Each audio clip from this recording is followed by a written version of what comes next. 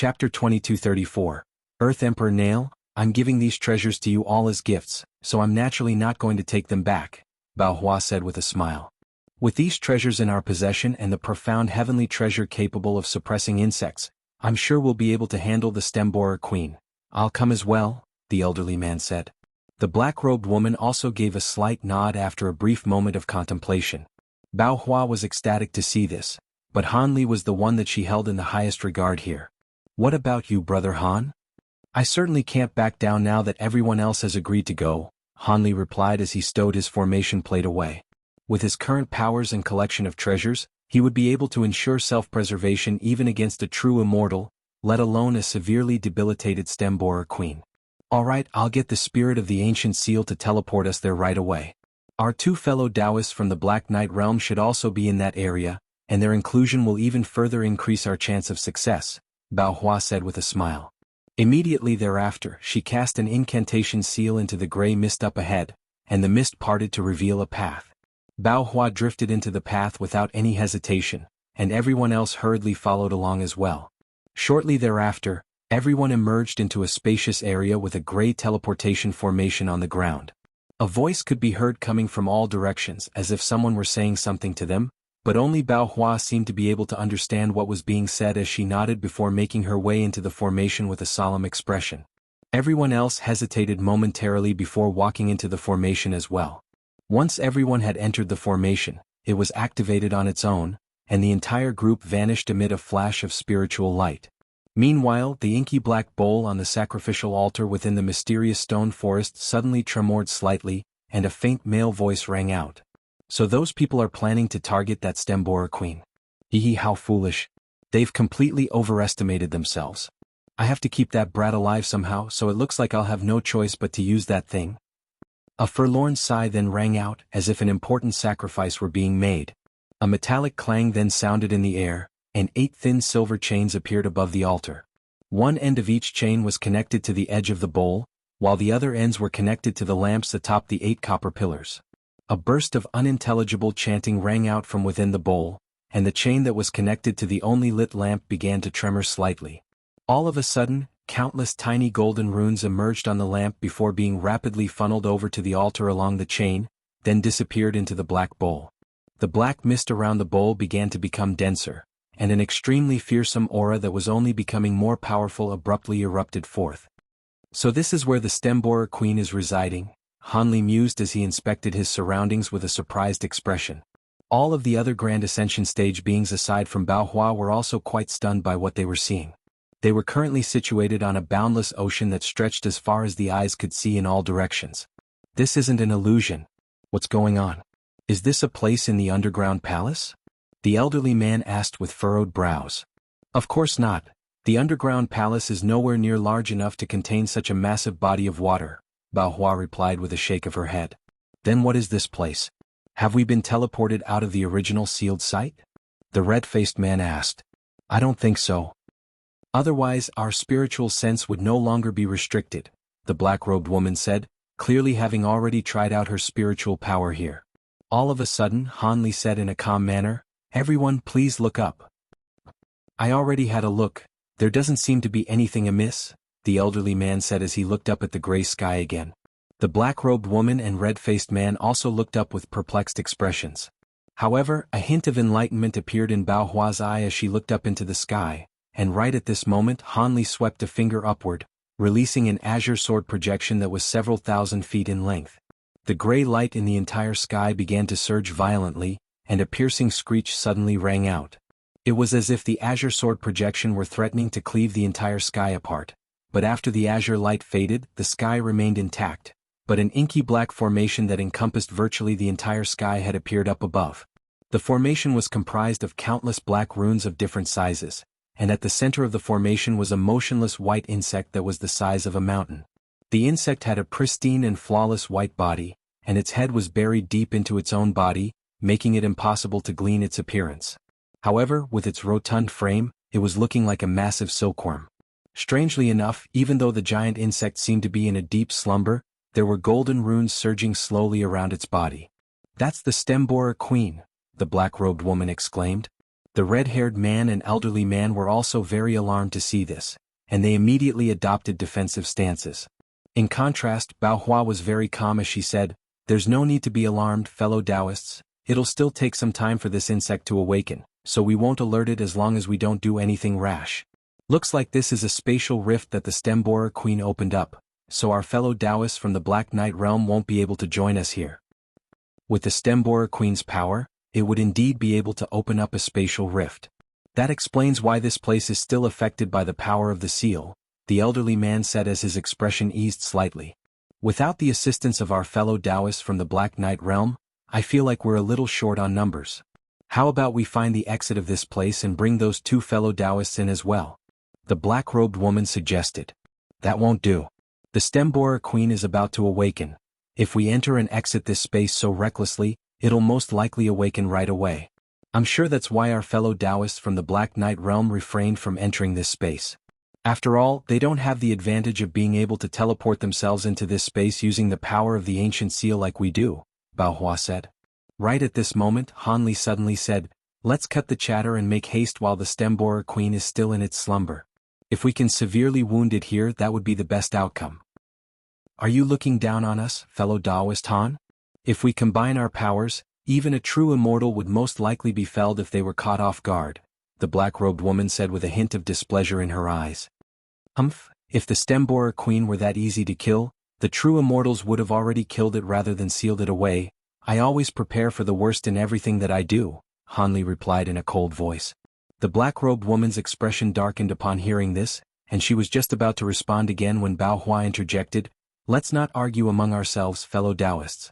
All we can do is attack with all our might, and the rest will be down to luck. Having said that, it's better to be safe than sorry, so not only do we have to all attack at once, I'm going to use that profound heavenly treasure that I borrowed as well. If any of you have any powerful trump cards up your sleeves, now would be the time to use them. Perhaps the stem-borer queen will only give us this one opportunity." "You're right, fellow Taoist Bao Hua," the elderly man said as he nodded in agreement. No one else had any objections either. Thus, Bao Hua took a deep breath before making a hand seal, and a massive pink floral tree projection appeared behind her amid a flash of pink light. At the same time she slowly raised a hand, then parted her fingers to summon a huge rusty yellow nail. The nail was only around half a foot in length, and its surface was riddled with pits and bumps, as well as some indistinct spirit patterns. Judging from how dilapidated it appeared, it looked as if it had been buried in the ground for countless years. However, Bao Hua was holding the object in a very careful manner, and she said in a solemn voice, "This Earth Emperor nail contains the power of the laws of Earth of a realm. Anyone struck by this nail would be unable to use any Earth attribute abilities, and if I recall correctly, the stem-borer queen's essential power is of the Earth attribute. If I successfully strike the stem-borer queen with this nail, it'll be unable to use most of its powers." Chapter 2235. Combined Attack. In that case, it'll only be able to withstand our attacks with its physical body, and there's no way that'll end well for it. Bao Hua paused momentarily before continuing. However, the stem-borer queen would have most definitely mastered the Earth attribute laws of heaven and earth as well, so I can't say for sure how long the Earth Emperor nail will be able to restrict it for. As such, once I unleash this treasure, please attack without any hesitation. Rest assured, fellow Taoist Bao Hua, our lives are on the line as well, so we definitely won't treat this lightly, the elderly man replied. Everyone else also chimed in agreement. Alright, as a safety precaution I'll contact the spirit of the ancient seal first and get it to focus all of its power here, both to restrict the stem-borer queen and to disguise what we're doing here, Bao Hua said. She then made a strange hand seal and began to chant something, and the face within the mist suddenly appeared once again without any warning. Bao Hua's lips tremored as she communicated with the face through voice transmission, and shortly thereafter, the misty face vanished again. Almost at the exact same moment, Han Li and the others were suddenly struck by an indescribable sense of pressure. They hurriedly examined themselves, and were relieved to find that this pressure wasn't affecting them in any substantial way. At this moment, countless gray runes had appeared around Bao Hua, and they quickly enveloped her, leaving only a blurry silhouette of her body visible from the outside. Strangely enough, as soon as the gray runes surrounded Bao Hua, her aura completely vanished. She was still standing on the same spot, but she was completely undetectable through spiritual sense, as if she had fused as one with this entire space. The power of the ancient seal has completely concealed my aura, so no matter how close I get to the Stemborer Queen, it won't be able to detect me. I'm going to attack now, please get ready everyone, Bao Hua said. The elderly man nodded before summoning a white jade badge, which appeared amid a flash of spiritual light. The surface of the badge was extremely intricate with countless spirit beast images engraved onto its surface. That's the Myriad Beast badge. According to legends, this is a treasure that fell from the true immortal realm in ancient times. Back then, many Grand Ascension stage beings had fought over this treasure. I didn't think that it would be in your possession, the black-robed woman exclaimed. I was quite fortunate to have obtained this treasure, the elderly man said in a slightly smug manner. A hint of envy appeared in the red-faced man's eyes, while Hanli was appraising the badge with an intrigued expression. With this Myriad Beast badge our chances of success will be boosted even further, Bao Hua said in an elated manner. At this point, the black-robed woman and red-faced man had also summoned their treasures. The woman had opened her mouth to release an inky black spear, while the man had conjured up a giant white bone blade with countless crimson spirit patterns engraved onto its surface. The spiritual light being released by the two treasures had been forcibly repressed by them, but the fearsome auras they were giving off clearly indicated that they were both extremely powerful treasures. Brother Xie, give this everything you have, Hanli said to Daoist Xie through voice transmission. Daoist Xie nodded in an expressionless manner, then raised a hand to summon a silver bead. A dull thump rang out, and countless arcs of lightning erupted out of the bead before forming a ball of lightning. Initially, the ball of lightning was only around the size of a human head, but as it slowly rose up into the air, it swelled to the size of a house. After that, Daoist Xie carried the lightning ball with one hand and remained still on the spot. Meanwhile, Hanli made a hand seal, and his Provenance True Devil projection appeared amid a flash of golden light, then transformed into the golden body before fusing as one with Hanli. Bright purplish golden light radiated forth, and Hanli's body turned a shimmering golden color.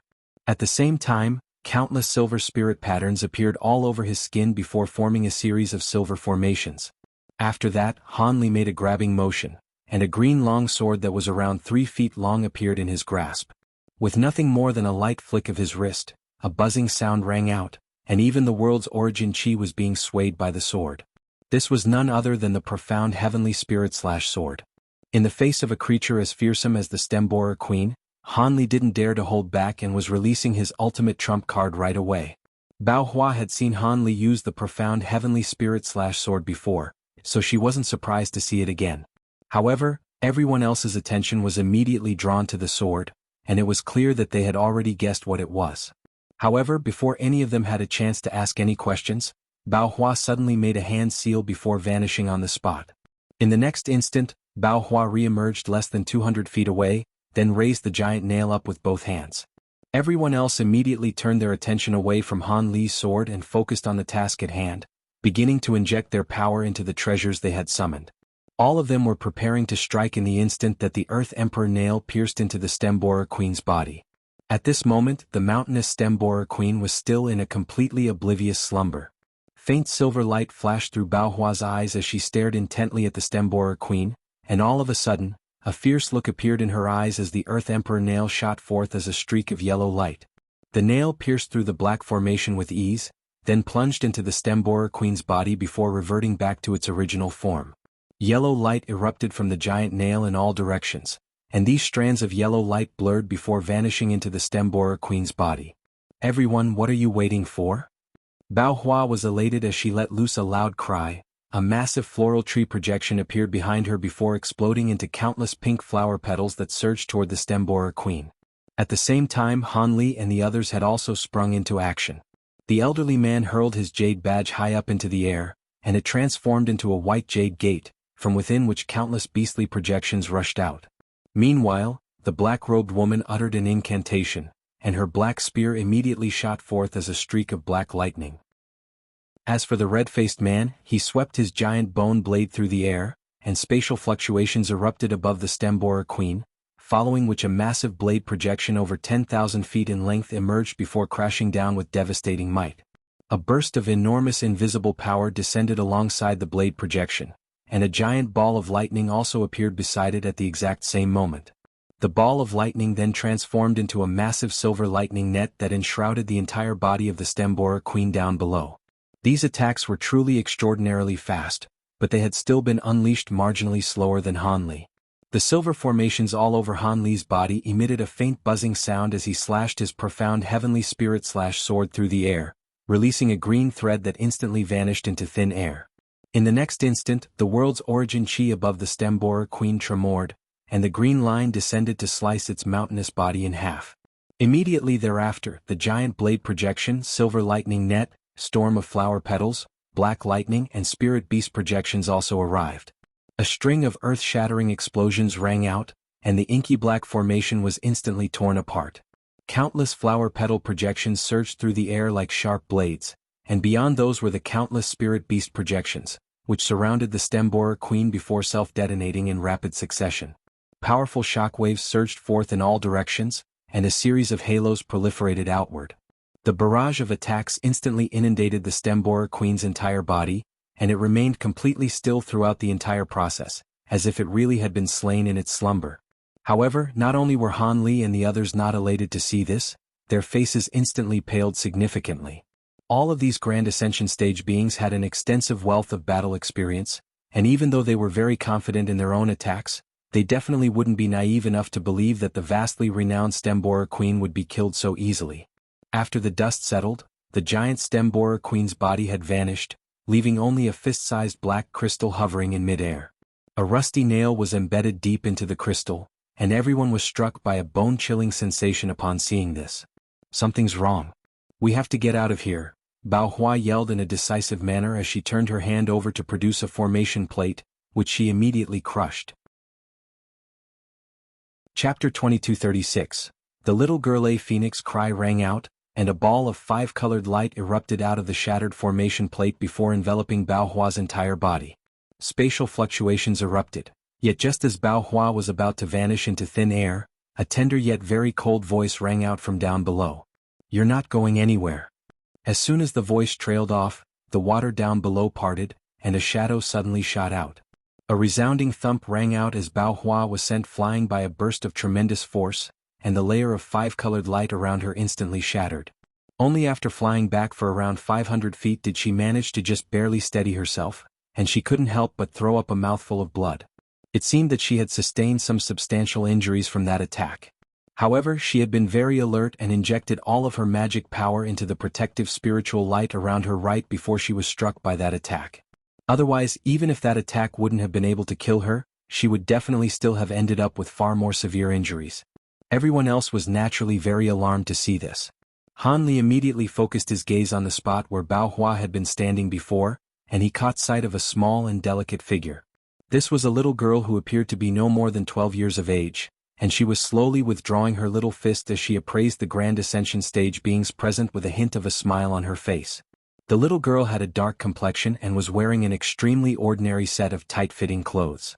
Her appearance was quite ordinary, but her eyes were completely gray, as if she were blind from birth, and there was a glossy black crystal embedded into her glabella. The crystal was very similar in appearance to the one left behind after the giant insect's body had disappeared, except it was darker and smaller, seemingly able to suck in all light. The little girl was the one who had just sent Bao Hua flying, and as she cast her gaze toward Han Li, the latter immediately felt a chill run down his spine. As for the other Grand Ascension stage beings, they were also very unsettled by the little girl's sweeping gaze. Even though she hadn't introduced herself, the fact that she had been able to send Bao Hua flying with a single attack was a clear indication that she was most likely the stem borer queen. As for what that giant insect from before was, no one had the spare capacity to worry about that now. All of them had their attention focused entirely on this little girl. No one had been able to clearly see the punch that had just sent Bao Hua flying. It had simply been far too fast. The only one whose expression remained unchanged here was Taoist Xie. He was appraising the little girl in an indifferent manner while arcs of silver lightning appeared over his body to form a lightning robe. "Oh, an immortal puppet? How interesting, I didn't think I'd see something like this in a lower realm," the little girl said as she appraised Taoist Xie with an intrigued expression. "Are you the true stem borer queen?" Bao Hua asked as she finally recovered the breath that had been knocked out of her by the earlier punch. "Humph, are you saying that body you just destroyed isn't my true form? I shed that body 100,000 years ago, and it was very useful to me, yet you've destroyed it. How are you all going to compensate me?" The little girl harumphed coldly. So that means your true body is hidden underwater? How crafty of you. I'm also very surprised that you were able to dispel the power of the heavenly phoenix within my treasured phoenix spirit plate. Bao Hua sighed. Treasured phoenix spirit plate? That's just a useless object containing a hint of the power of laws of the heavenly phoenix. It can wield some spatial power, but it's nothing more than a toy in my eyes. I haven't ever faced a true spirit heavenly phoenix, but I've devoured quite a few powerful beings of the phoenix race. The little girl scoffed with a disdainful expression. The black-robed woman had already snuck her treasured phoenix spirit plate into her hand, and her heart immediately sank upon hearing this. She knew that she couldn't fully trust the little girl's words, but she didn't dare to use her formation plate nonetheless. However, there was someone that was completely unconvinced by the little girl's claims. He was very confident in the treasured phoenix spirit plate's power, and he felt himself to be quite far away from the little girl. That person was none other than the red-faced man, and he suddenly summoned his treasured phoenix spirit plate before instantly crushing it. A burst of five-colored light emerged to envelop his entire body alongside a flurry of spatial fluctuations. A cold look appeared on the little girl's face upon seeing this, and she immediately shot forth as a blurry black shadow. The red-faced man was already prepared, and he let loose a loud cry as he slashed his bone blade through the air. An earth-shattering boom rang out as a mountainous blade projection struck the black shadow, tearing it into countless pieces. Haha! The red-faced man chortled, and he didn't care whether his attack had actually harmed the little girl. What was important to him was that he was about to teleport away. Everyone else had been intimidated by the Stembora Queen's threat, yet he was going to teleport away, and it was very likely that he was going to be the only one in the group to survive, so of course he was very pleased with himself. However, his laughter then suddenly cut and was replaced by an agonized howl. A slender arm had plunged through his chest, completely disregarding his protective spiritual light and armor. It turned out that the little girl had appeared behind him in a wraith-like manner, and her arm was like a divine weapon capable of piercing through all things. The little girl giggled as she pulled a miniature crimson humanoid figure out of the red-haired man's chest. This was none other than the red-faced man's nascent soul, and it was struggling with all its might to escape, but to no avail. The little girl opened her mouth to release a black thread, which struck the red-faced man's body with unerring accuracy, and it instantly withered away before disintegrating into dust. No. She's wielding the power of the law of time. Save me, fellow Taoists. The nascent soul thrashed violently with a horrified expression while calling for help in a panicked frenzy. A hint of incredulity appeared in Bao Hua's eyes upon hearing the words law of time. The elderly man and black-robed woman had initially intended to step in, but both of them immediately abandoned those plans as horrified looks appeared on their faces. In contrast, Han Li faltered slightly upon hearing this before a contemplative look appeared in his eyes. Meanwhile, the little girl was looking at the little nascent soul in her hand as if she were appraising a delicacy, and she bit off half of the nascent soul in one mouthful, chewing several times before swallowing. The nascent soul immediately let loose a blood-curdling cry as it fainted on the spot. Even though it managed to instantly regenerate, the light radiating from it had dimmed significantly, and its aura had also become close to non-existent. Bao Hua's expression changed slightly, and she raised a hand to try and do something, but it was already too late. The little girl giggled as she quickly devoured the rest of the nascent soul, then licked her lips with a pleased expression. This was supposed to be quite an adorable display, but it was downright demonic in the eyes of the Grand Ascension stage beings present. Not only had the elderly man and black-robed woman's faces paled significantly, Bao Hua had also fallen into a solemn silence. Han Li remained quite calm, but he still waved a hand toward Daoist Xie, who immediately teleported over to Han Li. It seemed that the situation was not looking good. The Stembora Queen had managed to wound Bao Hua with a single attack and easily kill the Grand Ascension stage. It was definitely far more powerful than they anticipated. How was it this powerful after only just awakening? Wasn't the spirit of the ancient seal supposed to have used all of its power to restrict the Stembora Queen? Even in its current state, the Stembora Queen could still kill Grand Ascension stage beings with ease. How had a pair of true immortals managed to seal it at the height of its powers? There was clearly something suspicious about this story. However, before Han Li had a chance to ponder this notion further, Bao Hua suddenly transmitted her voice to him. Brother Han, this is not the Stembora Queen's body, it's a clone manifested from its soul. As such, aside from profound heavenly treasures, all other treasures will struggle to harm it. On top of that, its mastery of the law of time is very elementary, so it can't use that power easily. Every time it does so, its soul will be slightly weakened. As long as we use our profound heavenly treasures to protect ourselves, there's nothing to fear. How do you know so much? Hanli couldn't help but ask. I was informed of all of this by the spirit of the ancient seal.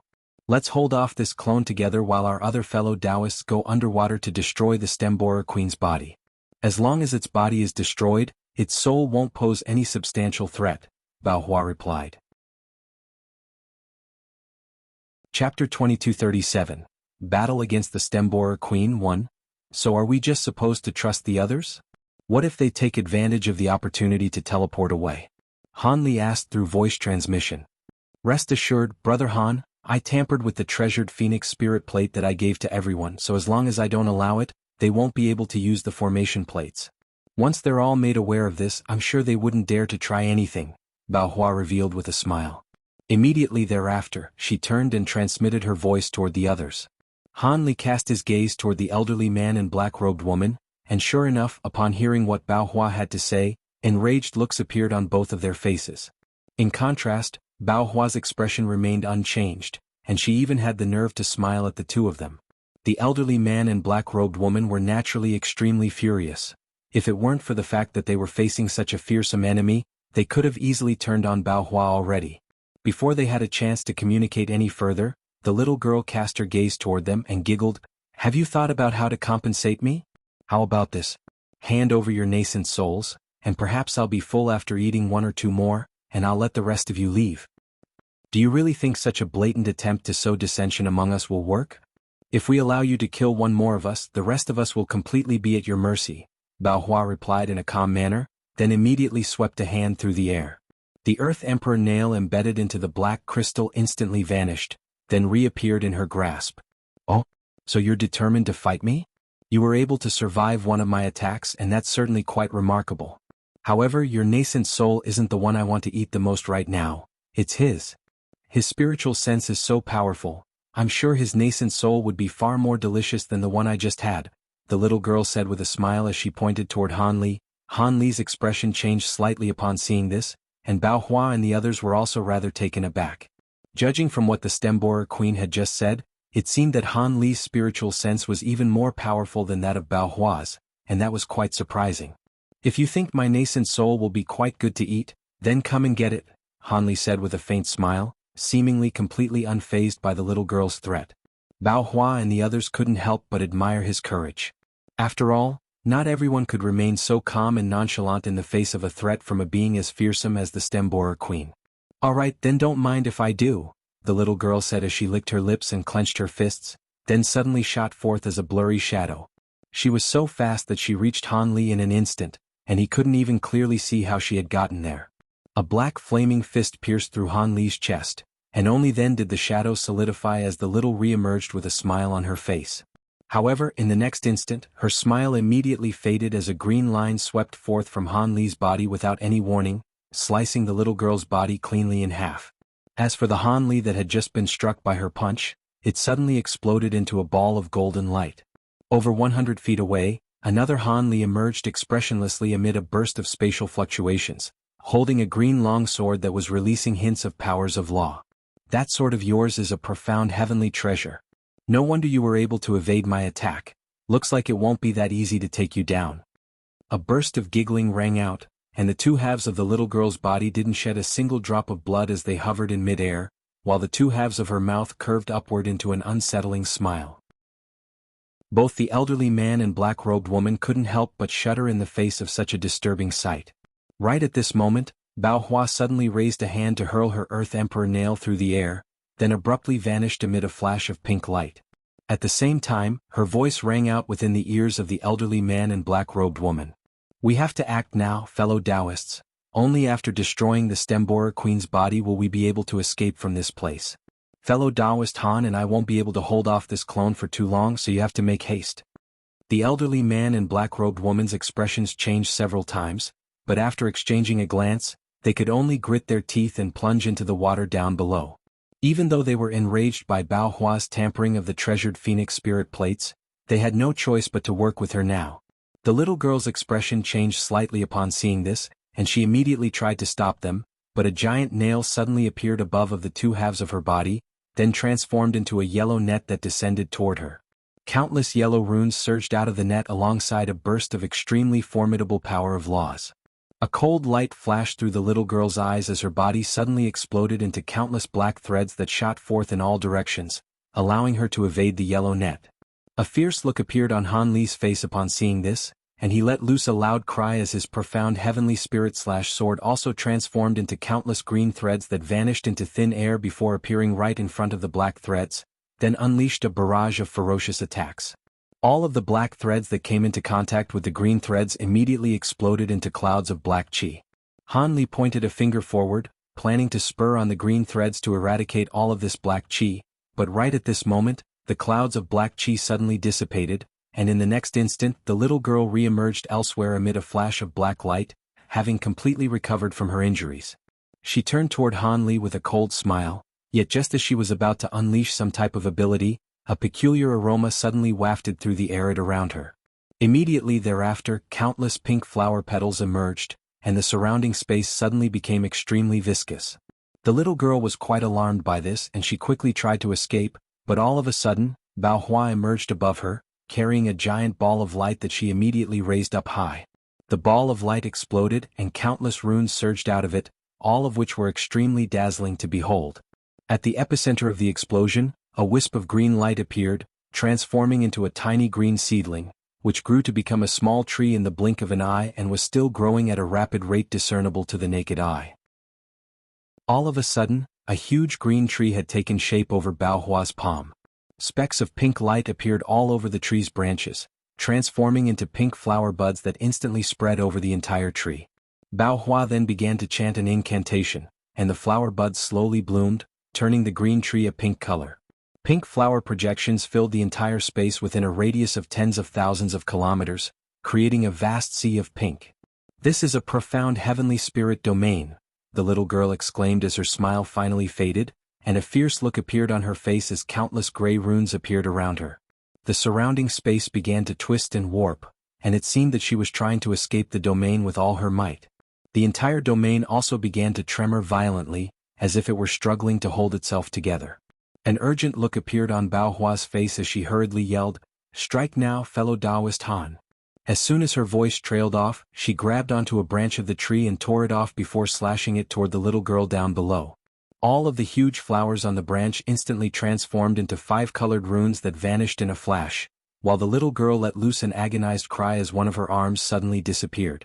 At the same time, the branch in Bao Hua's hand had also vanished. However, in the next instant, the little girl was able to regrow a brand new arm amid a flash of black light. Bao Hua immediately tore 2 more branches off the tree before also slashing them toward the little girl. In the next instant, both of the little girl's arms vanished in unison. A ferocious look surfaced in the little girl's eyes, and she regrew both of her arms at once. Meanwhile, Han Li was making a hand seal with a serious expression, and a string of cracks and pops immediately erupted within his body. A series of purplish golden scales then appeared all over his skin, and a short horn emerged on his forehead. At the same time, 2 identical heads and 4 additional golden arms also sprouted out of his body. The 3 heads let loose a thunderous roar in unison, and a 3rd demonic eye opened up on the glabella of each head with purplish golden light flashing within them. Han Li had unleashed his holy nirvana physique to its maximal extent. His aura had swelled to over 10 times as powerful as it had been, and he gripped onto his profound heavenly spirit/sword with both hands before slashing it viciously toward the trapped little girl in the distance. Chapter 2238, Battle Against the Stemborer Queen 2, an explosive boom rang out, and the space before Han Li suddenly collapsed as the world's origin chi in the surrounding area funneled into the green sword in a frenzy, releasing a terrifying doomsday-like aura. This was the first time that Han Li had unleashed the full might of his profound heavenly spirit/sword after reaching the Grand Ascension stage. A green crescent sword projection flew out of the collapsed space, and countless translucent runes surged out of its surface in a frenzy. The collapsed space and the green crescent then exploded in unison, and the countless runes and green light combined to form a long near-transparent thread before abruptly vanishing.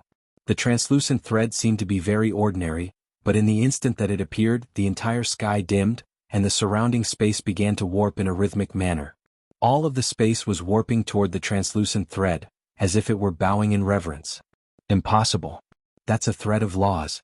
The little girl exclaimed as a stunned look appeared on her face, and a layer of black flames suddenly surfaced over her body as she donned a suit of bone armor that was riddled with countless sharp spikes. Countless gray runes surged incessantly within the black flames, and each bone spike was as translucent as jade. Innumerable silver patterns could be seen on the surface of the armor, and in the next instant, the translucent thread emerged right before the little girl amid a burst of spatial fluctuations. She was immobilized by the spirit domain, so she could only watch as the thread of laws surged toward her. Her bone armor and that layer of black flames managed to pose a slight hindrance to the translucent thread, but they were both breached in the end. The little girl let loose an agonized cry as her body was sliced in half through the waist, and all of a sudden thin gashes appeared all over her body before she was split up into countless chunks. Nice. Bao Hua was ecstatic to see this, and she immediately made a hand seal, upon which the massive floral tree shrank down to only around half a foot tall. Halos of rainbow light then surged forth from the miniature tree, and Bao Hua grabbed onto it before sweeping it rapidly through the air down below. The branches and the countless flowers on the tree instantly withered away, and at the same time, countless giant crimson flowers appeared around the chunks of the little girl's dismembered body. Each crimson flower opened up its petals before enveloping one chunk of flesh, then exploded into balls of pink light. Once all of the explosions concluded, nothing remained of the little girl's body. At this point, Bao Hua's miniature tree had clearly exhausted all of its power as well, and it shuddered before vanishing into thin air. The entire spirit domain also surged violently before disintegrating. Thus, Han Li and Bao Hua were the only ones that remained in this space. I didn't think that you'd be capable of unleashing a thread of laws, Brother Han. Your mastery of your profound heavenly treasure is truly extraordinary, Bao Hua said with a peculiar expression. So that thing's known as a thread of laws? As expected, it's far more powerful than what I was able to unleash in the past, Han Li mused as he glanced down at his green longsword. Bao Hua was rather taken aback to hear this. Is this your first time manifesting that thread, fellow Taoist Han? Indeed it is. I was only trying to maximize the power of this profound heavenly treasure to the best of my abilities just now, Han Li replied. I don't know what to say. Could it be that this profound heavenly treasure has been nurtured within your body from the very beginning? Otherwise, it's virtually impossible to manifest a thread of laws using a profound heavenly treasure. Countless owners of profound heavenly treasures have refined and nurtured their treasures for over 100,000 years, but are still unable to even begin to grasp a thread of laws, Bao Hua said with a wry smile. It sounds like I was quite lucky then. In comparison, I'm more interested in the profound heavenly spirit domain. Would you be able to tell me about that? Han Li asked. This profound heavenly spirit domain is something that I only managed to attain after expending countless efforts and referencing an incomplete ancient tome. However, there are still many parts that require further refinement, and it can't compare with a true spirit domain. If you're interested, I'd be happy to tell you about it sometime, Bao Hua replied. That would be great. Setting that aside for now, have we really managed to destroy the Stemborer Queen's clone? Why is it that I still feel rather uneasy? Han Li asked with furrowed brows. A clone of the Stemborer Queen should be nowhere near as powerful as the true Stemborer Queen itself, so there's no way it would have been able to survive our combined attacks. However, the feeling of unease in my heart hasn't abated either, Bao Hua said as her expression darkened slightly. Does that mean the clone isn't actually dead, but is merely unable to appear before us due to its injuries? Han Li asked. I'm afraid that's most likely the case, Bao Hua replied with a wry smile. In any case, it's a good thing that we managed to severely wound the clone.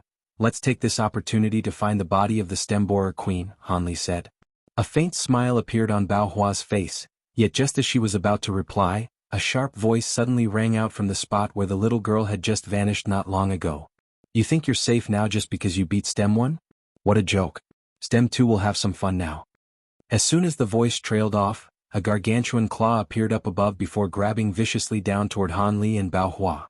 The claw spread its 5 fingers encompassing virtually the entire sky, and each claw was over 100 feet in length with azure light flashing from their sharp tips. As the claws swept through the air, 5 long spatial rifts instantly appeared, as if the entire sky had been torn apart. Slow down, Stem 2, save some fun for Stem 3 as well. Another unsettling voice rang out in all directions. In the instant that Han Li heard this voice, a peal of laughter suddenly rang out in his ears, resembling the seductive panting of a woman.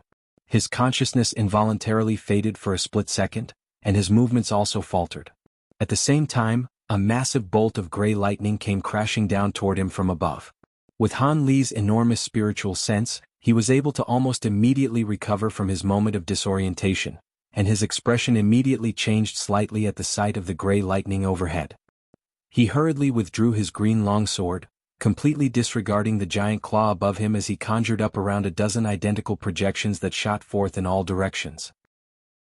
However, the bolt of gray lightning also split up into the same number of arcs before surging toward the projections as if it had a mind of its own. Right at this moment, Bao Hua let loose a fierce cry, and her Earth Emperor nail swelled to over 10,000 feet in size before crashing toward the giant claw up above. In response, the giant claw unleashed 5 massive azure blade projections that swept down with ferocious might, seemingly completely unfazed by the massive nail. An earth-shattering boom rang out as the nail and blade projections clashed, and the two attacks appeared to be evenly matched in power. Meanwhile, the gray lightning was pursuing Han Li's projections relentlessly, and it seemed that the lightning would never fade until it killed its target. "Do you really think this baleful lightning will be enough to bring me down?" Han Li's enraged voice rang out from all of the projections, and each of them released a bolt of golden lightning that clashed with the gray lightning before immediately disintegrating. As for the gray lightning, it remained completely unaffected aside from the fact that it had dimmed slightly, and it continued to surge toward Han Li's projections. In the instant that the projections came into contact with the gray lightning, the former self-detonated into countless golden runes that seemed to be evenly matched against the gray lightning. However, one of the projections was the real Han Li, and purplish golden light revolved all around his body as he threw a vicious punch at the oncoming bolt of gray lightning. An earth-shattering boom rang out as a white pillar of light was unleashed to clash with the gray lightning. In the instant that the lightning came into contact with the white pillar of light, it was completely devoured by the white light as if it had encountered the bane of its existence. However, the purplish golden light surging over Han Li's body also dimmed quite noticeably, clearly indicating that he had expended a lot of energy to unleash that attack. Chapter 2239, Battle Against the Stemborer Queen 3, What a powerful physical body, I wonder how it compares with Stem 2. A hint of surprise crept into the unsettling voice upon seeing this. Han Li cast his gaze downward to discover that a completely translucent beetle-like insect that looked as if it were conjured up from liquid had appeared on the surface of the water down below. The insect was over 100 feet in length and had eyes of different sizes all over its body, presenting a very chilling sight to behold. The unsettling voice was coming from none other than that insect, and arcs of gray baleful lightning were flashing between its pair of remarkably long feelers. Han Li looked down at the insect and the baleful lightning with a wary expression, then suddenly cast his gaze toward Bao Hua. At this moment, Bao Hua was making a string of hand seals, and the massive Earth Emperor nail was clashing with the giant claw up above at her behest. The gigantic claw was extremely fearsome, but its owner remained hidden within the dark clouds overhead. Even with just a single claw alone, it had gained a slight upper hand over the profound heavenly treasure that was the Earth Emperor nail. Looking at the giant claw, Han Li couldn't help but recall the shattered weapons he had seen at the entrance of the hall where the formation core was situated. Aside from the massive size difference, the claw was completely concurrent with the claw mark that had been inflicted on the piece of high zenith platinum, so its owner was most likely the one that had killed all of the guards. The Earth Emperor nail was sweeping up fierce gusts of wind as it surged through the air, while the giant claw was creating white spatial rifts with every single swipe, and the two were in a complete deadlock. However, judging from Bao Hua's slightly pale complexion, it was clear that she was exerting herself by continuously using the Earth Emperor nail, and that she wouldn't be able to keep this up for much longer. Han Li hesitated momentarily before making a decision. "Brother Xie, I'll leave this insect to you. I'm going to help Bao Hua take care of her enemy first." Daoist Xie emerged behind Han Li amid a flash of silver lightning and said, "All right, leave it to me. This insect's spiritual sense secret technique and baleful lightning are both quite powerful, but they won't be very effective against me." He had been instructed by Han Li to conceal himself into space as soon as the battle had begun, and only now did he re-emerge at Han Li's behest. In the instant that Daoist Xie appeared, he quickly transformed into a gargantuan golden crab that was thousands of acres in size. The colossal crab raised its pair of massive pincers, and countless balls of lightning quickly materialized before crashing down toward the transparent insect. Not only were all of these balls of lightning astonishingly massive, there were also countless silver runes flashing within them. The translucent insect seemed to have been enraged by the attack, and it let loose a sharp screech before releasing countless arcs of gray lightning with its feelers, to clash with the balls of lightning. The two types of lightning exploded with ferocious power, illuminating the entire sky gray and silver. The entire space tremored violently and gradually became scorching hot. Despite the golden crab's enormous frame, it was able to rapidly traverse over the air while relentlessly releasing balls of lightning, but it made sure not to come into contact with its opponent. The translucent insect was flashing through the air in a wraith-like manner, and as it did so, it was also constantly releasing bolts of gray lightning to shatter the balls of silver lightning. As for the spiritual sense secret technique that it was most adept in, that was completely ineffective against a puppet. On the other side, Hanli had released his green longsword and Provenance True Devil projection again, unleashing a string of mountainous sword projections toward the giant claw. Bao Hua was greatly reinvigorated by Han Li's assistance, and a tiny pink humanoid figure holding a giant pink flower suddenly emerged from the top of her head. The miniature humanoid figure opened its mouth to release a pink halo of light, which swelled drastically in size before rising up toward the dark clouds overhead. The owner of the giant claw had been hidden in those clouds this entire time, and with Han Li's assistance, Bao Hua was finally able to directly attack the being within the clouds. Within a bottomless abyss in the water down below, the elderly man and black-robed woman were staring blankly down at an object with astonishment in their eyes. The object was lying at the deepest part of the abyss, and it was a gargantuan set of insect remains that was as pristine white as jade and over 10,000 feet in length. The carcass was completely still, but it was giving off a terrifying aura and a layer of gray light. This aura was extremely similar to the one released by the little girl, but it was somewhat different in minute ways. "Is that the body of the stem borer queen?" the black-robed woman asked in a hesitant manner. "That should be it. Aside from the stem borer queen, I can't think of any creature whose remains would give off such a fearsome aura. Even the body we destroyed earlier can't compare with it," the elderly man replied. "Judging from the appearance of this carcass, the stem borer queen's body must have already perished long ago, so what was that thing we just encountered? Could it be that it's already become a true immortal, and its soul can live for all of eternity even without a vessel?" the black-robed woman speculated. "I'm not sure about that, but in any case our mission is complete, and this is definitely a good thing for us. As for why its soul is still able to thrive, that most likely has something to do with this carcass," the elderly man replied with a wry smile. "Now that you mention it, that's certainly quite possible. I've heard that there are some ancient secret techniques that can allow one to focus all of their essence in a part of their body. If the stem borer queen had used such a secret technique before it had perished, then its soul should be able to live on for some time. In that case, let's destroy this carcass," the black-robed woman said as a hint of killing intent surfaced in her eyes. As soon as her voice trailed off, she made a grabbing motion, and the same inky black spear from before appeared in her grasp. "Hold on." A thought suddenly occurred to the elderly man, and he hurriedly tried to stop her, but it was already too late. The black spear came crashing down onto the massive carcass as a bolt of black lightning, striking the head of the carcass and sending countless thin arcs of lightning erupting in all directions. However, after the black lightning faded, the head of the carcass was revealed to be completely unscathed. "Impossible. This spear of mine isn't a profound heavenly treasure, but no top-grade treasure can even begin to compare with its power," the black-robed woman exclaimed in an astonished manner.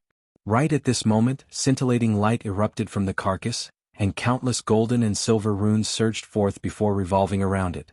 "There's something wrong with these remains," the elderly man yelled as his expression changed drastically, and he immediately hurled his myriad beast badge through the air, which transformed into a shimmering jade gate. He then quickly made a hand seal and countless beastly projections rushed out of the jade gate in a frenzy. The black-robed woman was also very alarmed as she raised both hands up into the air, summoning a black 9-headed snake projection with purplish-black forked tongues. The projection opened its 9 mouths to send a vast expanse of purple devilish flames surging toward the carcass. The purple flames gave off a rank odor, and the surrounding space instantly took on a black tinge, as if it had been contaminated by the flames. After failing to destroy the carcass with her spear, the black-robed woman had immediately unleashed another one of her trump cards, which was her infernal contaminant flames. These flames were refined from 81 types of extremely poisonous chi from several realms, and if a person were to catch a whiff of it even from hundreds of kilometers away, they would immediately perish. As for living beings that came into contact with these flames, not only would their bodies disintegrate into dirty liquid, even their souls would be contaminated, making it impossible for them to reincarnate. These flames had always been the black-robed woman's most powerful trump card, but unfortunately, it was a limited resource, so the more she used, the less she would have left. As such, she only unleashed this trump card when it was absolutely necessary to do so. The sea of purple flames and countless beast projections instantly inundated the carcass in its entirety, but the carcass suddenly stirred as it began to cackle in an unsettling manner, and it suddenly moved its two arms as it released a burst of invisible power. All of the devilish flames and beast projections were kept at bay several tens of feet away from the carcass as if they had struck an impenetrable wall. The beast projections self-detonated one after another while the devilish flames raged in a frenzy, but they were all firmly kept out.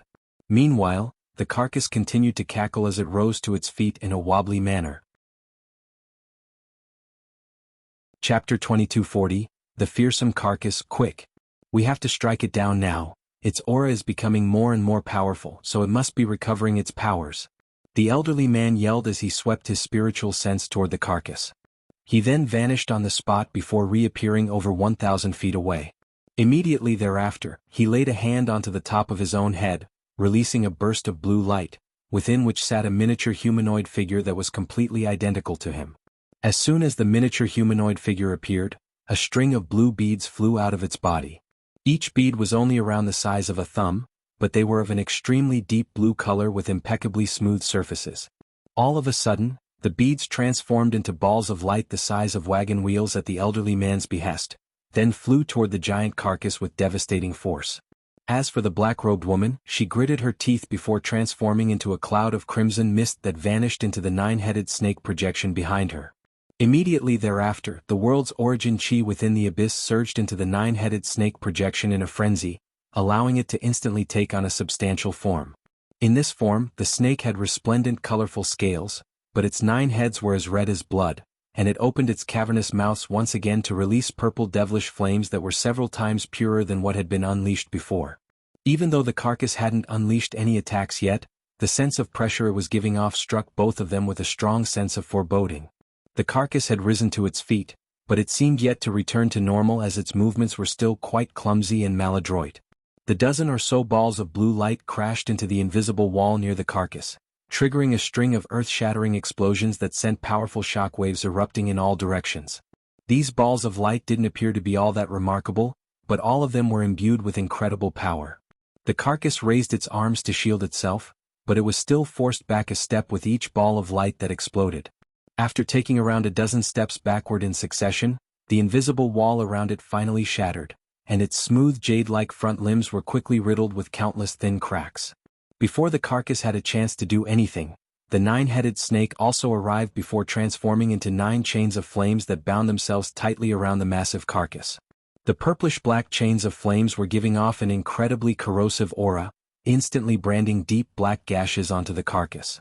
The dozen or so balls of light also began to bombard the carcass from all directions. In the face of their combined attacks, the giant carcass had been forced onto the back foot, and both the elderly man and black-robed woman were ecstatic to see this. Right at this moment, a delicate figure appeared above the massive carcass amid a burst of spatial fluctuations. The elderly man and black-robed woman focused their eyes upon the small figure, and their faces instantly paled significantly. The small figure was none other than the little girl formed by the Stemborer Queen's soul. Wasn't she being kept at bay by Bao Hua and the others? How had she suddenly appeared here? The elderly man and black-robed woman could only continue to attack the carcass while being extremely wary of the little girl.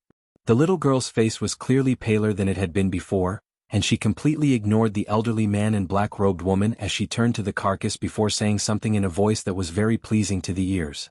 However, neither the elderly man nor the black-robed woman were able to understand what she was saying. A layer of white light appeared around the carcass after hearing what the little girl had to say, and it raised its head through the attacks from the blue balls of light while completely ignoring the flaming chains. It then focused its gaze on the little girl and replied in the same unknown language. The giant carcass was speaking in a nonchalant and unhurried manner, but the little girl seemed to be very displeased, and her voice abruptly rose a few octaves as if she were arguing with the carcass. The elderly man and black-robed woman were rather perplexed to see this, but they were also taking advantage of this opportunity to attack the carcass even more vigorously. The balls of blue light accelerated by around twofold, flying around the carcass like a series of shooting stars.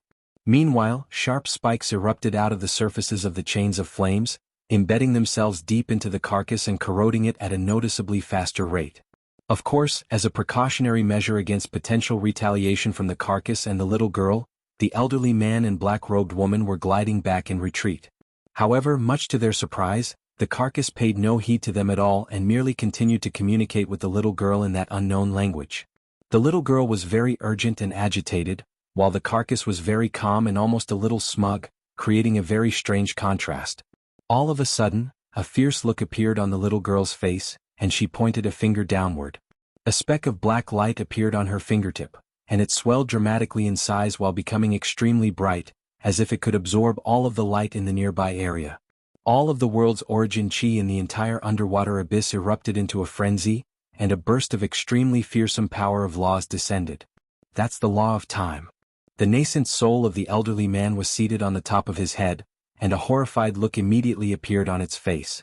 As for the 9-headed snake that the black-robed woman had transformed into, it instantly severed the 9 flaming chains in its mouths, then shot back several thousand feet before finally stopping in a wary manner. Escaping on her own could attract the attention of the little girl and plunge her into grave peril.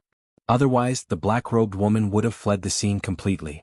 After the little girl unleashed her law of time, the massive carcass tremored slightly, and it began to speak a little faster, seemingly rather wary of the little girl.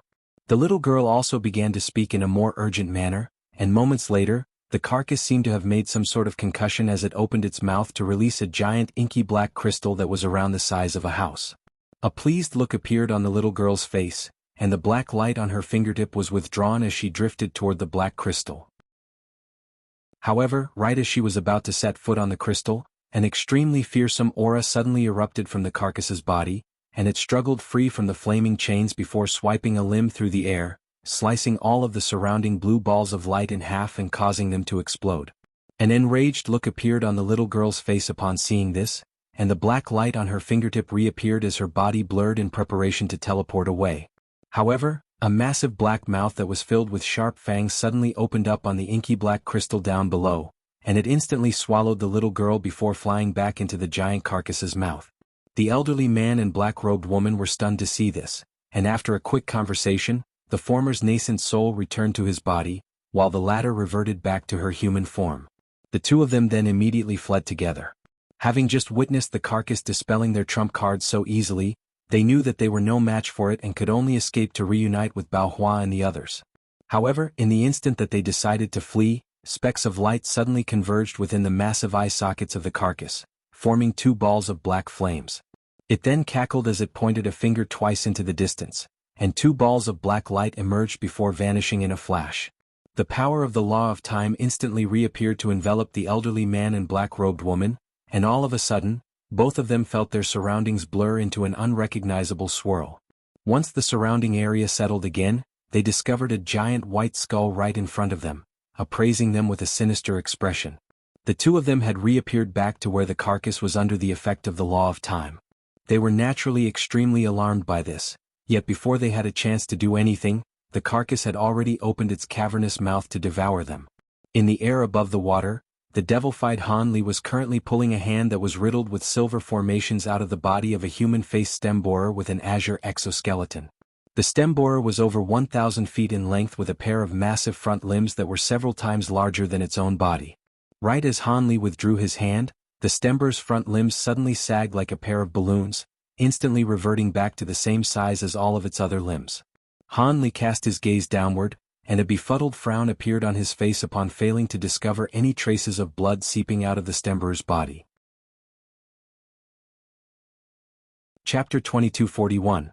Mystery. A translucent thread suddenly shot out of Han Li's glabella before vanishing into the giant stemborer's body in a flash, but the carcass suddenly exploded into specks of white light as if it were nothing more than an illusion. The translucent thread returned to Han Li's glabella, and his expression immediately darkened slightly. Elsewhere, countless pink flower petals had filled an entire area, within which countless silver arcs of lightning were flashing incessantly. Bao Hua had already arrived beside Daoist Xie and activated her spirit domain to trap the other stem borer. That stemborer's forte laid in its spiritual sense secret technique, but unfortunately for it, Daoist Xie was completely unaffected, as was Bao Hua due to the enhancements she received from her spirit domain.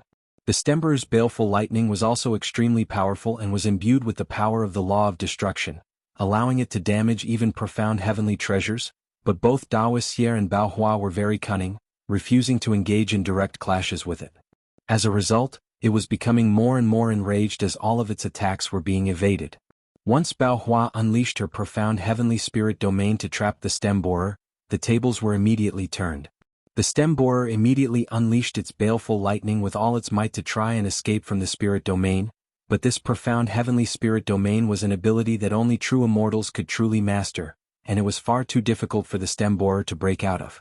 The sea of pink flower petals trapped the stem borer firmly at the center of the spirit domain at Bao Hua's behest, causing it to become more and more sluggish despite the fact that it was resisting with all its might. The stem borer had surrounded itself with arcs of gray lightning and a white light barrier manifested from its spiritual sense, but it was riddled with wounds and on the verge of defeat in the face of Dao Xie and Bao Hua's combined attacks. Han Li summoned his green longsword again upon seeing this, then slashed it through the air to unleash 12 green lines at once. In the next instant, the 12 green lines appeared right beside the stem borer in Bao Hua's profound heavenly spirit domain in unison, then flashed past its body in a flash. The light barrier and lightning around the stem borer were instantly wiped out of existence alongside the stem borer itself, and it was as if it had never been there in the first place. Bao Hua was quite alarmed to see this, and only after carefully verifying that the stem borer was no longer in her spirit domain did she withdraw the spirit domain with tightly furrowed brows. Spatial fluctuations erupted nearby, and Han Li emerged not far away, while Dao Xie also reverted back to his human form before appearing behind Han Li. Han Li cast his gaze toward Dao Xie and was quite relieved to find that Dao Xie was largely unscathed. Your powers are truly formidable, Brother Han. Even with my spirit domain to protect me, it would have definitely been very difficult for me to withstand that slash, Bao Hua said with a slightly wary look in her eyes. You're far too kind, fellow Taoist Bao Hua. The stem borer was already a spent force after battling the two of you for so long. Otherwise, there's no way I would have been able to strike it down so easily, Han Li replied with a nonchalant smile. It's not that simple. Bao Hua shook her head in response, but didn't say anything further. Instead, she cast her gaze toward the spot where the stem borer had just disappeared with a perplexed look in her eyes. Looks like you've also noticed that something is amiss. It's clear that we didn't manage to actually destroy those stem borers. Setting that little girl aside, these two stem borers don't seem to be physical beings either, and they're not that easy to kill, Han Li said as a grim look appeared on his face. Indeed, I always felt like those two stem borers were off somehow. Both of them possess powerful abilities but are extremely limited. One of them possessed an incredibly powerful spiritual sense, while the other had such a formidable physical body that it was able to match me with just a single claw. However, the one-sided nature of their abilities was a weakness that we could exploit to defeat them, Bao Hua analyzed. If these stem borers were bred by the stem borer queen, then this is very strange. Considering how cunning the stem borer queen is, there's no way it'd do something so unintelligent, Bao Hua continued. Individually, those two stem borers were still manageable, but if their abilities were combined in a single stem borer. Han Li chuckled as he left his sentence unfinished. Bao Hua's face paled slightly as she drew a sharp breath. If that had been the case, all of us would have been in severe trouble. I'm not sure if you noticed, but the little girl and those two stem borers don't seem to be allies. Even those two stem borers seem to harbor some animosity toward one another. Otherwise, if they had teamed up from the very beginning, it wouldn't have been anywhere near as simple to exploit their individual weaknesses, Han Li said with a meaningful expression. That is indeed rather strange.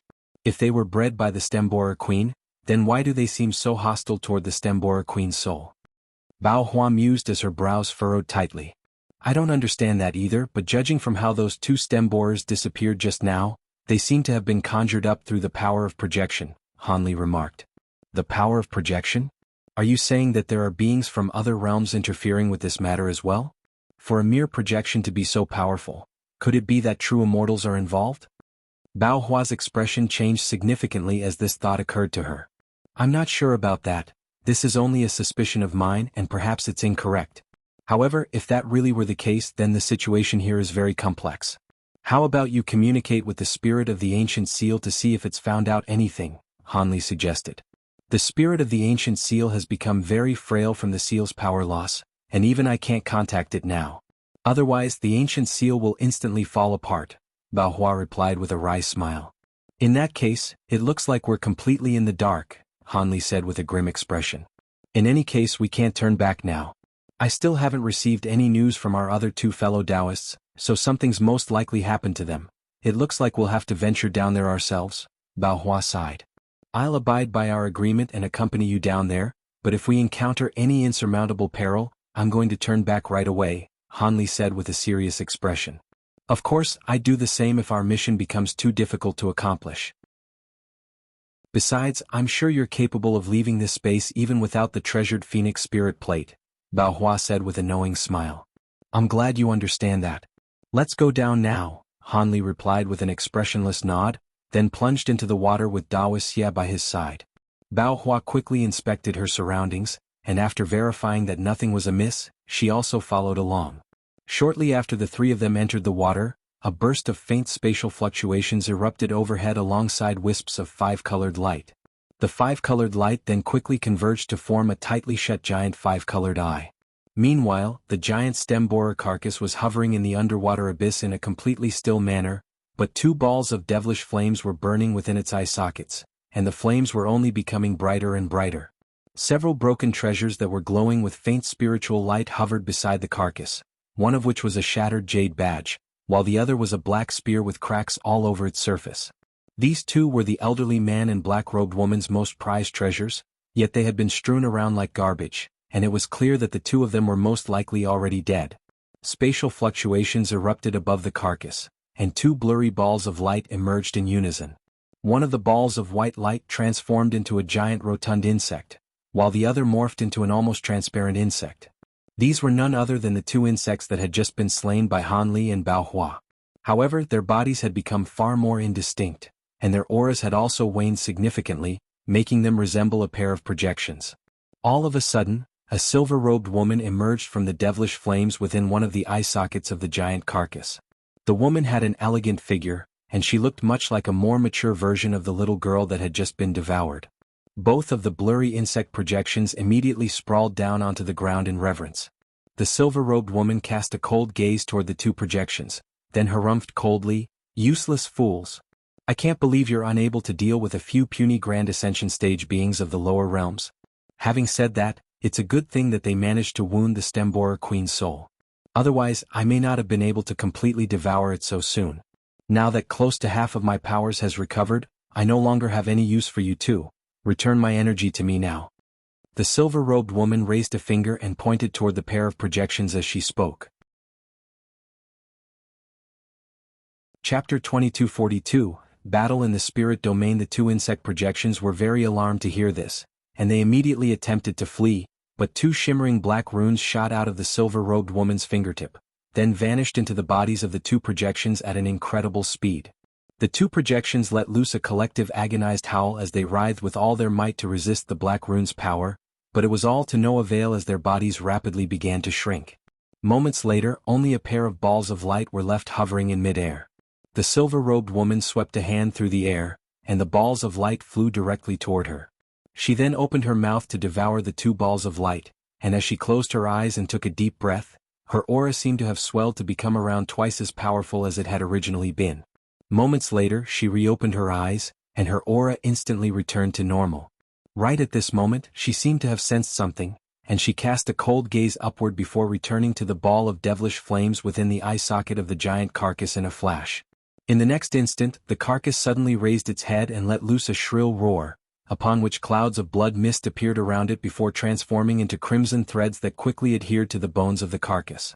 One layer of crimson threads after another wound themselves around the carcass's bones before quickly transforming into blood, flesh, meridians, skin, and scales.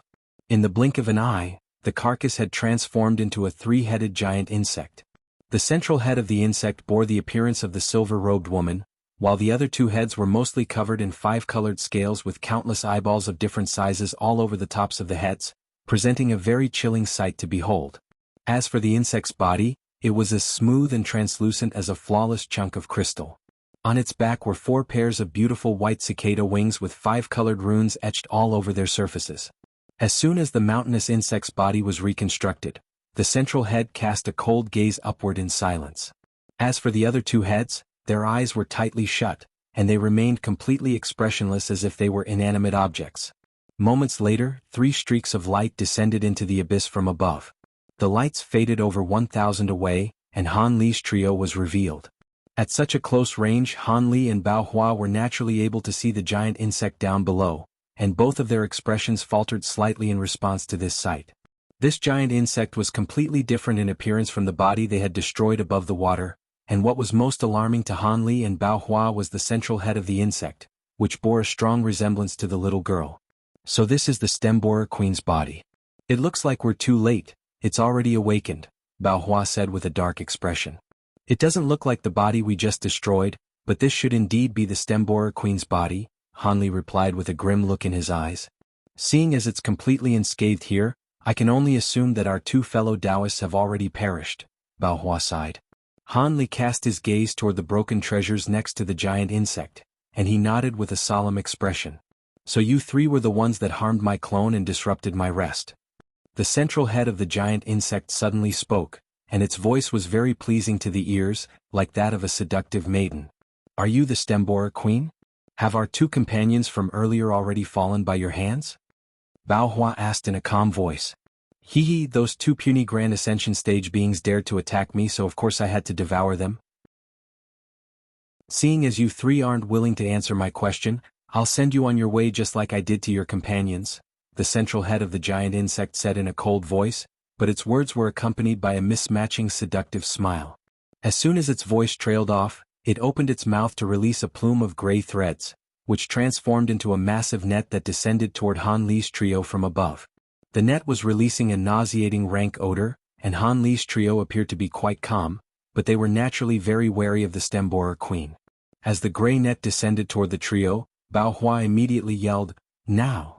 She then instantly flipped over a hand to conjure up a miniature tree amid a flash of green light, which quickly transformed into a massive pink tree that released countless pink flower petals to fill the entire space down below. At the same time, Dao Xie transformed into a giant golden crab that was around 100 acres in size, and a massive lightning net rose up from its body to oppose the descending gray net. Meanwhile, Han Li made a grabbing motion, and the profound heavenly spirit/sword appeared in his grasp amid a flash of green light. His body also swelled drastically in size as his provenance true devil projection emerged, then transformed into its golden body form before fusing as one with him. Purplish golden scales began to appear all over his body alongside countless silver spirit runes that formed a series of formations of different sizes. He then abruptly flicked his wrist, and countless balls of 5-colored light suddenly emerged within the abyss before surging into the long sword in a frenzy. A row of silver runes lit up on the blade of the sword, and the power of laws surged forth as 12 green lines swept through the air. The 12 green lines were virtually connected to form a single line, and they instantly reached the giant insect before slicing toward it with devastating force.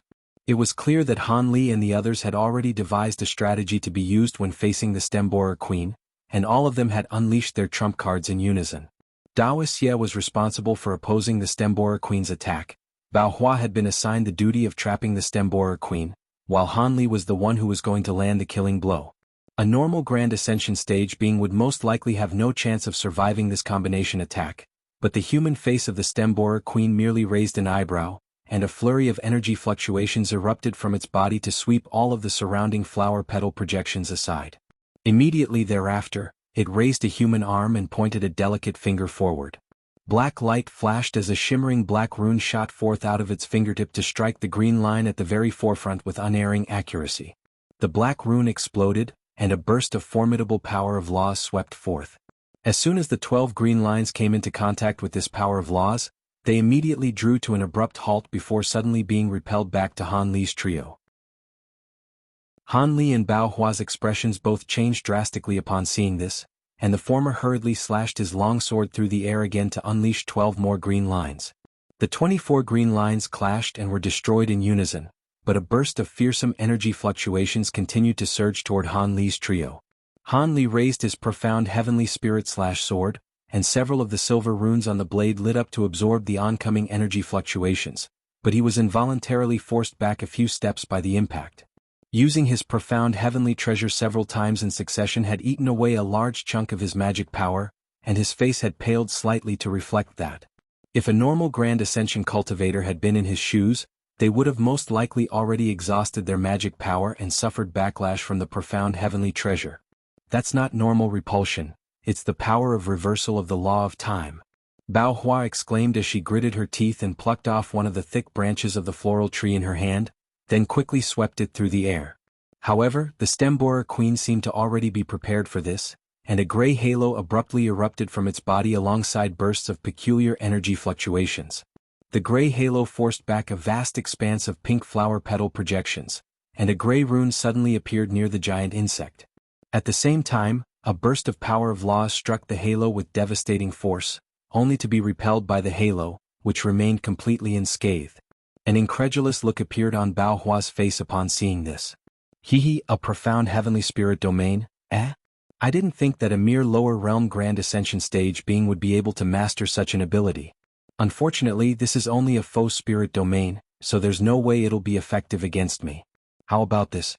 Before I devour you, let me show you what a true profound heavenly spirit domain looks like. The stem-borer queen chuckled as it suddenly made a hand seal with its front limbs, then chanted an incantation to make the gray halo around it rotate at a rapid speed. All of a sudden, the halo vanished in a flash and all of the light in the entire abyss dimmed significantly. Chapter 2243, Grueling Battle. The entire abyss seemed to have been tipped upside down. All of the surrounding seawater had vanished, while dark clouds had filled the entire sky up above, and a vast expanse of murky grayness that was tinged with specks of white light had appeared down below. Ghostly howls rang out in the surrounding area, and gusts of glacial winds swept forth as the specks of white light slowly rose upward. Bao Hua's expression changed drastically as she discovered these specks of white light were all skulls with white ghostly flames burning in their eye sockets, and the sheer number of them presented a chilling sight to behold. This is also a spirit domain? Han Li had felt the surrounding air instantly tighten as these skulls had appeared, and he was immediately struck by a sense of extreme peril, but nothing had actually happened. However, an enlightened look then appeared on his face as he cast his gaze toward Bao Hua, who was currently making a rapid series of hand seals with a grim look on her face. Her spirit domain had been shrunk down to less than 1,000th of its original size, covering an area of only around an acre. All of the flower petal projections within this compressed spirit domain became extremely bright, while the fragrance they were emitting became several times more pronounced, and they were also fluttering through the air with far greater urgency. However, the stem-borer queen was nowhere to be seen outside the spirit domain. Instead, the only things that were visible were those countless white skulls. They were blasting white flames out of their mouths to clash with the pink flower petals, sending bursts of energy fluctuations surging through the air. With each clash that took place, Bao Hua's face would pale slightly, and a short while later she was already sweating profusely. Brother Han, I've already compressed my spirit domain, but even so, I won't be able to last much longer, Bao Hua hurriedly said as an urgent look appeared on her face. I understand. Let me try and break through here. This isn't the true immortal realm, so I'm sure this isn't an actual profound heavenly spirit domain, Han Li said with a dark expression before issuing an instruction to Daoist Xie. He then transformed into a giant golden ape that was several hundred feet tall, then sprouted 2 extra heads and 4 additional arms before thrusting his 6 giant fists viciously through the air. 6 head-sized balls of light erupted from his fists, then immediately appeared outside Bao Hua's spirit domain before exploding among the white skulls. An earth-shattering explosion rang out as a vast expanse of golden light surged through the air, reducing all of the white skulls in its wake to ashes. Han Li's attack had cleared out a wide berth around Bao Hua's spirit domain, and the pressure on her was immediately alleviated somewhat. A hint of elation appeared on her face, yet her expression then immediately stiffened. Countless white skulls had reappeared in the area that Han Li had just cleared out, and all of them were extremely furious. They began to blast forth white flames to clash with the golden light again, and their auras seemed to have become even more powerful than before. Han Li was unsurprised to see this, and he murmured to himself, as expected, they can't be killed so easily, but what about this? He then made a hand seal before pointing a finger forward, and the golden light exploded into countless golden runes that transformed into a golden vortex with a diameter of around 100 feet. The world's origin chi surged violently, and the vortex began to rotate at a rapid speed, releasing a burst of fearsome suction force that forcibly sucked in many of the nearby skulls. More white skulls would emerge to replace the ones that had been sucked into the vortex, but the suction force of the vortex seemed to also be boundless, and it was becoming more and more powerful. Thus, no matter how many skulls appeared, they were all drawn into the vortex and shredded without any exception. Oh, this is Shenyuan Divine Light. No, it's only a replica ability. Perhaps the actual Shenyuan Divine Light would pose some threat to me, but this is nothing. The Stemborer Queen's chuckling voice rang out, following which a black rune emerged amid a burst of spatial fluctuations, then vanished into the golden vortex, enveloping it in a burst of power of laws. Following the entry of the black rune, the golden vortex quickly shrank before finally disintegrating into specks of golden light. Han Li's expression darkened slightly upon seeing this. The power of the law of time could counteract virtually all abilities, and it was very troublesome for him to oppose. Meanwhile, Bao Hua was injecting her magic power into her spirit domain with all her might to oppose the Stemborer Queen's profound heavenly spirit domain, while Dao Xie was sweeping his giant pincers violently through the air, releasing massive balls of lighting that surged upward in a torrential barrage to keep the descending gray net at bay. The giant gray net had been manifested by some type of extremely formidable power, and even though Dao Xie was pushing his lightning output to its maximal extent, he was still unable to damage the net and could only prevent it from descending for now. Neither of them were using any other treasures, as they knew that normal treasures wouldn't work against such a powerful opponent anyway. Han Li was silent for a moment before suddenly giving a cold harumph. Your law of time is very formidable, but I wonder how many more times you can unleash it. I'm sure you can't just use such a powerful ability as you please. As soon as his voice rang out, he thrust his fist through the air again to unleash countless golden fist projections that exploded among the sea of white skulls. Countless golden runes surged forth, forming around a dozen golden vortexes at once, all of which began to revolve at a rapid speed. A cold harumph rang out, and an equivalent number of black runes sprang forth to strike the vortexes with unerring accuracy. All of the vortexes quickly disintegrated into nothingness once again, but Han Li's expression remained unchanged as he continued to unleash more fist projections. How dare you! The Stemborer Queen finally flared up with fury. No more black runes were released, but all of the white skulls suddenly converged to form massive skeletons, each of which was over 1,000 feet tall. These skeletons had countless skulls all over their bodies, and all of the skulls wore twisted, agonized expressions, presenting a very chilling sight to behold. There were hundreds of these massive skeletons, and all of them made hand seals to release layers of spiritual light, allowing them to be completely unaffected by the suction force of the golden vortexes. The skeletons then cackled as gusts of fierce winds erupted from their bodies, then transformed into suits of translucent armor, as well as giant white bone tridents. With the enhancement of the spirit domain, all of these giant armored skeleton warriors possessed auras that were comparable to Grand Ascension stage beings, and they hurled their bone tridents viciously into the golden vortexes. A dull thump rang out as the golden vortexes exploded one after another, and the skeleton warriors conjured up more bone tridents before hurling them toward Bao Hua's spirit domain. Bao Hua's face paled significantly upon seeing this, but there was nothing that she could do, as it was already taking all of her effort just to support the entire domain. Of course, Han Li wasn't going to just stand by and watch. The profound heavenly spirit/sword reappeared in his grasp amid a flash of green light, and he immediately unleashed around a dozen more green lines at once. The green lines clashed with the bone tridents, and both sides were completely eradicated amid a resounding explosion. Han Li had expended a lot of magic power through that attack, and in the next instant, his expression immediately darkened significantly. The skeleton warriors had conjured up more bone tridents, and their auras had become even more powerful. Faint black light was flashing from the tips of these tridents, and they were releasing hints of the power of laws. Let me assist you, Brother Han. Even if this is a true profound heavenly spirit domain, its power can't be unlimited. This is most likely the last wave of attacks the domain is capable of unleashing. As long as we can withstand this wave of attacks, the spirit domain's power will be completely exhausted, Bao Hua hurriedly yelled. At the same time, she flipped her hand over to produce the Earth Emperor nail, and she grabbed onto the nail before quickly plunging it into the giant floral tree that was supporting her entire spirit domain. The giant tree was already looking quite withered due to overexertion, but in the instant that the Earth Emperor nail was plunged into its trunk, it was suddenly infused with a powerful burst of vitality. Not only did its leaves take on an exuberant green color again, it had also swelled noticeably in size. Chapter 2244, True Extreme Body. As a result, the number of flower petal projections in the profound heavenly floral realm increased by close to half, and they all transformed into a series of palm-sized pink shields. Meanwhile, all of the silver formations on Han Li's body began to emit a loud buzzing sound alongside bursts of five-colored light, which flowed into his profound heavenly spirit/sword along his 6 arms. The silver runes on the sword instantly began to glow with scintillating light, making it almost impossible to look directly at the sword. Once all of the light faded, the sword was revealed to have swelled to over 100 feet in size, and the silver runes on its surface were moving incessantly as if they had sprung to life. Han Li then slashed his long sword through the air, and a green halo immediately proliferated outward. Almost at the exact same moment, the surrounding skeleton warriors also sprang into action, hurling their bone tridents forward in unison.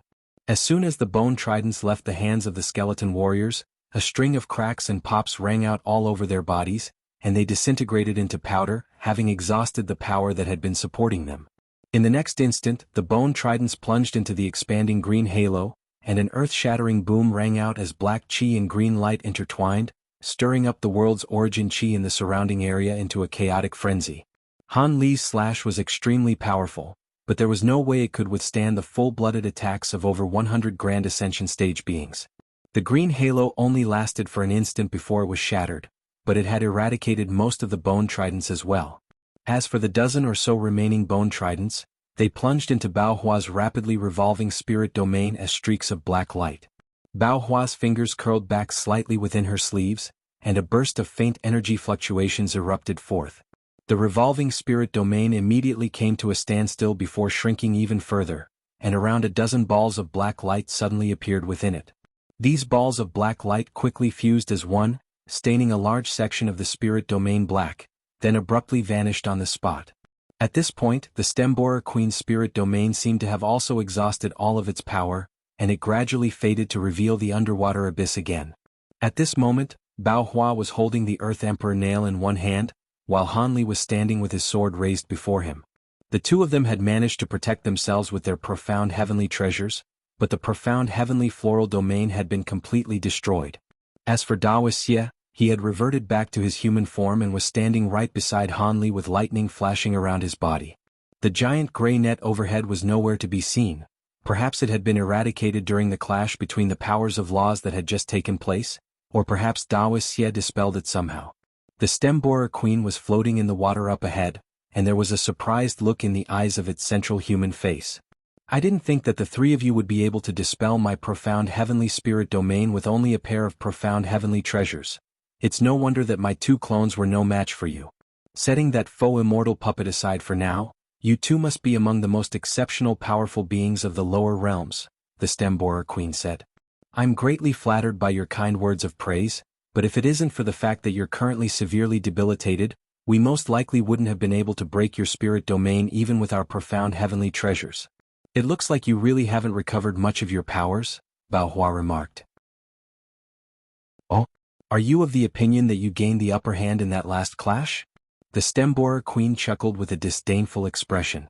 I don't know about that, but what I do know is that you most likely won't be able to unleash any powerful abilities now, Bao Hua said with a faint smile. What's that supposed to mean? Hold on, what is this? The Stemborer Queen's expression changed drastically as it suddenly raised one of its front limbs. A thin yellow needle had been embedded into that front limb, and most of the needle had plunged into the Stemborer Queen's flesh. A peculiar smile appeared on Bao Hua's face as she waved her Earth Emperor nail through the air, and the thin needle on the Stemborer Queen's front limb also swelled to around a foot in length. At the same time, it was releasing countless yellow runes, as well as a burst of power of laws that had completely encompassed the Stemborer Queen's body. As a result, the massive Stemborer Queen suddenly shrank down significantly to only several tens of feet in size. You have a third profound heavenly treasure? When did you manage to do this? I remember feeling a bit of discomfort during that final clash. That must have been when you struck, the Stemborer Queen said with a dark expression, and its expression darkened even further upon discovering that it was unable to access most of its magic power. That's not a third profound heavenly treasure. The Earth Emperor nail is a pair of treasures, and only when the two are combined is the nail in its most powerful form, Bao Hua said as she flicked her wrist to hurl the giant yellow nail in her hand through the air. In the next instant, spatial fluctuations erupted above the Stemborer Queen, and the second Earth Emperor nail plunged down like lightning. Even with the Stemborer Queen's incredible powers, It would most likely be rendered completely unable to access its magic power if it were to allow both Earth Emperor nails to plunge into its body. However, in the face of Bao Hua's surprise attack, the stem-borer queen merely gave a cold harumph as it swept a front limb through the air, swatting the second Earth Emperor nail away as if it were a pesky fly. It then reached out with its other front limb to catch the yellow nail that it had just sent flying. I was wondering why your profound heavenly treasure was so weak. Turns out it's a pair of treasures. I just so happen to be missing a few good treasures. I wouldn't mind adding this Earth Emperor nail to my collection, the stem-borer queen said with a mocking smile as it appraised the struggling yellow nail in its hand. Impossible. Most of your power has already been sealed away. How are you still able to do this? 1-inch Bao Hua couldn't believe her own eyes. She had hidden the second Earth Emperor nail from the very beginning to be used as a sure-kill trump card, yet her plan had completely failed, and as a result she had lost all of her confidence. Meanwhile, a thought seemed to have occurred to Han Li, and a hint of enlightenment flashed through his eyes. I must say you two are quite unlucky. If you had encountered me several hundred years ago, perhaps that plan of yours would have worked. However, in my current form, I'd be able to kill you two with ease even without access to any of my magic power, the stem-borer queen said in a lazy voice, and her fearsome aura completely faded, only to be replaced by another type of invisible pressure that was just as formidable. Bao Hua's face paled even further upon hearing this, while Han Li asked, "Does your confidence stem from your physical body? You're a smart man. Did you really think that all I've been doing here this entire time is recover my power and attempt to break the seal? Truth be told, if I wanted to break the seal, I could have done so with ease over 100,000 years ago. I chose to remain here as I wanted to use the power of the ancient seal to refine my body and attain a true extreme body. Now that I've achieved that objective, you wouldn't be able to harm me even if I do nothing but stand here and allow you to attack me. With this true extreme body, I am the most powerful being across all realms." The stem-borer queen chortled with glee. As soon as its voice rang out, it swept all of its limbs through the air, creating countless thin spatial rifts. Enormous suction force erupted out of those rifts, sweeping up the yellow runes around its body, following which all of the rifts were sealed again. In the next instant, the stem-borer queen reached over and plucked out the yellow nail embedded into its front limb with ease. Impossible. This Earth Emperor nail has been refined by my good friend for countless years. How could it be pulled out so easily? Bao Hua murmured to herself as her face took on an ashy complexion. Chapter 2245. Profound Immortal. Han Li's expression changed slightly upon seeing this, while Daoist Xie suddenly said something that was rather intriguing to him. Are you referring to the true extreme body possessed only by profound immortals? I didn't think that a mere faux immortal puppet would be aware of this. Looks like your former owner had to have been someone from the true immortal realm, the stem-borer queen said as a hint of surprise appeared in its eyes. Han Li's brows furrowed slightly as he asked, "What's a profound immortal? Is it some type of high-grade true immortal?" Not exactly. Profound immortals are considered to be anomalies in the true immortal realm. Instead of cultivating magic power, they focus only on refining their physical bodies, walking a different path from normal true immortals, and they're referred to by some as refinement immortals. Among true immortals of the same caliber, profound immortals are generally far more powerful, and a true extreme body is almost a signature trait among all profound immortals. Profound immortals are very powerful among low-grade true immortals, but progressing to higher levels is extremely difficult for them. As such, even though they're vastly renowned in the true immortal realm, very few people choose to pursue this path, Daoist Xie explained. That sounds rather similar to the body refinement warriors of our human race. Seeing as the stem-borer queen isn't a high-grade immortal, do you think we still have a chance here? You've been with me for quite some time now, so I'm sure you're aware of what I'm truly capable of, Han Li suddenly asked. If we can completely seal away its magic power and force it to battle us with only its physical body, then you should still have a roughly 30% chance of securing victory. Of course, that's assuming that the stem-borer queen has only recently attained her true extreme body and hasn't consolidated it yet, Daoist Xie replied.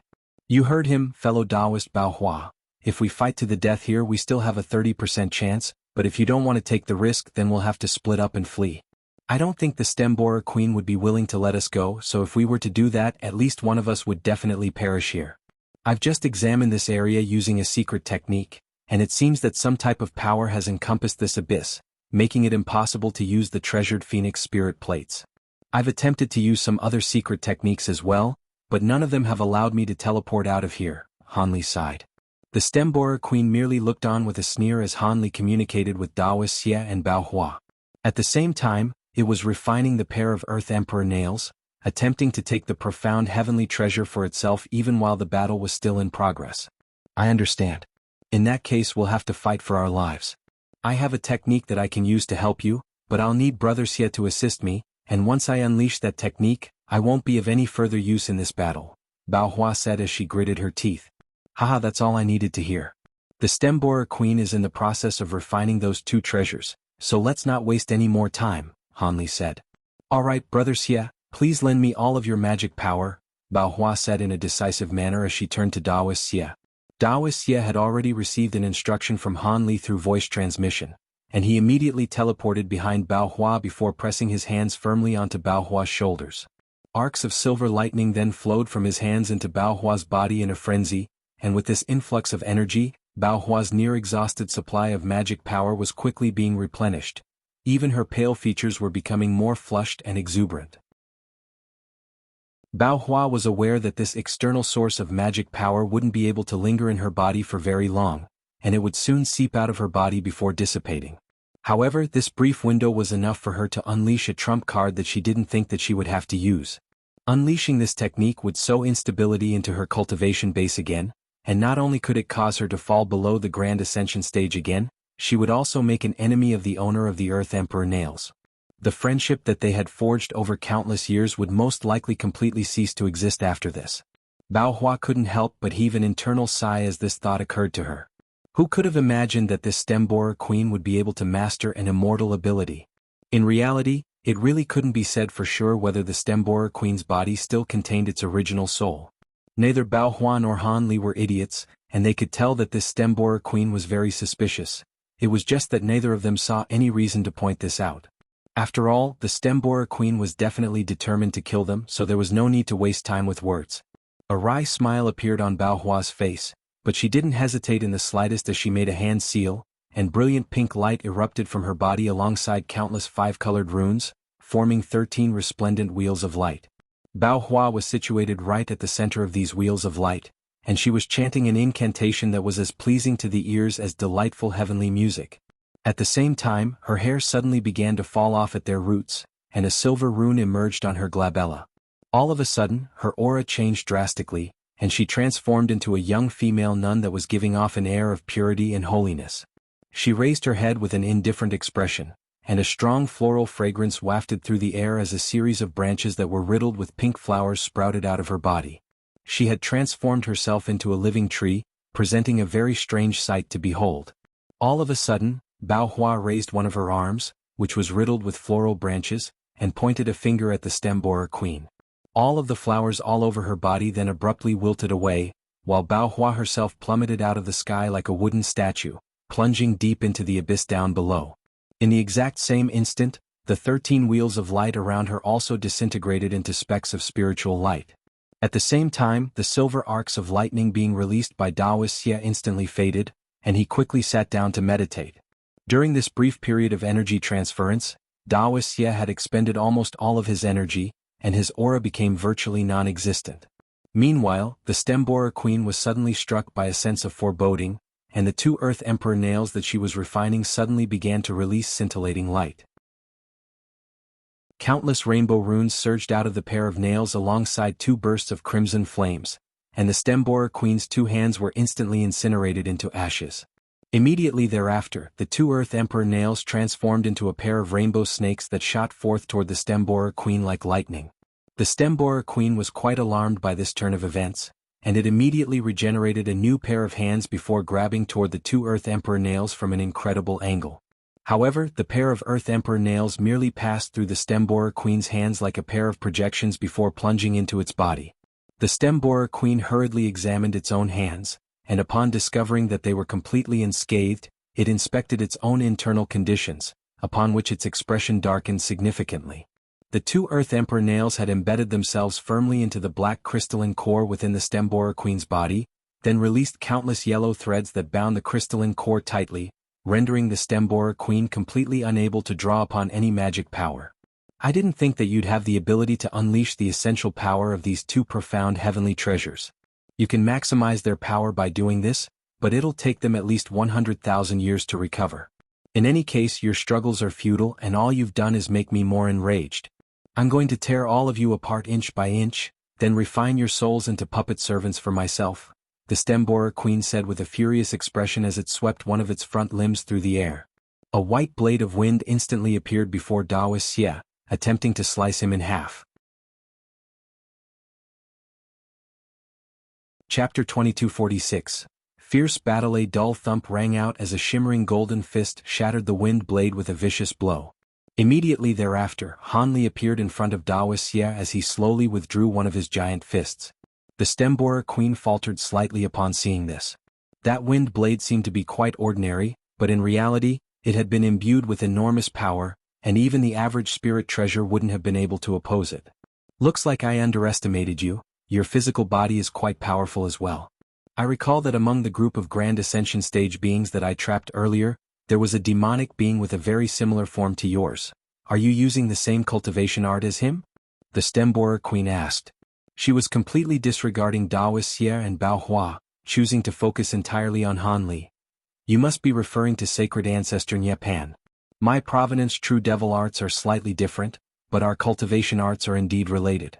I possess a lot of powerful treasures and abilities, but in reality, my greatest trump card just so happens to be this physical body of mine as well, Han Li said as he made a hand seal with each of his 6 hands, upon which purplish golden scales and silver patterns emerged all over his body. At the same time, several giant true spirit projections emerged behind him before fusing as one with his body, and he suddenly transformed into a fiend celestial that was over 10,000 feet tall with countless runes revolving around him. His purplish golden scales then transformed into a suit of intricate purplish golden armor with countless runes engraved on its surface, and it was giving off an incredibly fearsome baleful aura. Meanwhile, a tiny miniature humanoid figure that was identical to Han Li in appearance was seated in his dantian with a layer of silver flame burning around it. Han Li's nascent soul had ignited an essential flame that was burning through his essential power. As a result, his magic power and physical body would be enhanced by as much as twofold, but he wouldn't be able to maintain this form for long, and the after effects were definitely going to be very severe. The disdainful look on the stem-borer queen's face finally faded upon seeing this. Is this the holy nirvana physique of the elder devil race? Wait, that's not all. This is the 100 Meridian Refinement Mantra. How do you possess a secret technique from the 100 Refinement Mountain of the true immortal realm? I see, you must have obtained this cultivation art from the 100 Refinement Mountain trader that fled down to the lower realms. Even so, you haven't received any guidance from a true immortal of the 100 Refinement Mountain. Do you really think your half-assed mastery of this secret technique will allow you to oppose me? The stem-borer queen said with a mocking sneer. In the next instant, countless golden and silver runes emerged on the surface of the stem-borer queen's body, and it swelled drastically in size once again to match Han Li's enormous stature. The two gargantuan beings had virtually taken up the entire underwater abyss, and both of them were releasing extremely fearsome auras. I won't know if I can oppose your true extreme physique or not until I give it a try, Han Li harumphed coldly as a silver visor appeared over his 3 heads, leaving only his 6 bright and piercing eyes exposed. He then let loose a thunderous roar, and 3 balls of light of different colors emerged from his body, each of which contained an extremely lifelike miniature mountain. The 3 mountains crashed into one another to form a single massive ball of light, and Han Li reached into the ball of light to pull out a gigantic staff that was of a dark azure color. Not only was the staff extremely thick, there were countless 5-colored spirit patterns etched onto its surface, and it seemed to be incredibly heavy. Han Li gripped onto the giant staff before casting a cold gaze toward the stem-borer queen, then swung the staff viciously toward his opponent. A huge spatial rift appeared in the wake of the gargantuan staff, and a tremendous burst of wind pressure came crashing down with devastating might. With his 3rd nirvana transformation, Han Li's physical body could already match that of some of the powerful legendary true spirits, but now that he had ignited his essential flame as well, his strength had truly reached an astounding level. The stem-borer queen's eyes narrowed slightly upon seeing this, and it raised a pair of scissors-like limbs attached to its abdomen to oppose the massive descending staff. A ball of rainbow light exploded amid a resounding boom, and the entire underwater abyss tremored violently as powerful shockwaves erupted in all directions in a frenzy. Despite this, Han Li and the Stemborer Queen both remained as still as a pair of immovable mountains. Once all of the light up above faded, it was revealed that the giant staff and the pair of sharp insect limbs were locked in a complete standstill. The staff was unable to descend any further, but the pair of limbs were able to repel it either, and it seemed that the two sides were evenly matched. Han Li was quite stunned to see this, and he immediately raised his staff again before unleashing a flurry of attacks, sending countless staff projections sweeping toward his opponent from all sides. The Stemborer Queen's expression darkened slightly upon seeing this, and it retaliated with its many limbs, creating countless limb projections in the surrounding space as well. Neither of them were using any magic power and were purely clashing with their physical strength. All of a sudden, a series of tornadoes erupted out of the water, and the entire space tremored violently as countless thin spatial rifts emerged, while one massive wave after another was swept up on the surface. The battle between these two gigantic creatures had plunged the entire underwater abyss into a doomsday-like scenario. A resounding thump rang out as the Stemborer Queen's back was struck by Han Li's staff during a lapse in concentration, and it was sent flying for over 1,000 feet. However, in the next instant, the Stemborer Queen let loose an enraged roar and shot back like an arrow, instantly reaching Han Li before unleashing countless white wind blades toward him using its sharp appendages. All of these wind blades were imbued with tremendous power, and they had been unleashed in extremely close quarters, so Han Li was forced to scramble to defend himself. All of a sudden, a pair of pristine white fists emerged from behind the flurry of wind blades, pressing against Han Li's chest before lashing out in a vicious surprise attack. Two massive indentations appeared on Han Li's suit of purplish-golden armor, and he was sent flying backward, only managing to right himself after flipping over several times in succession.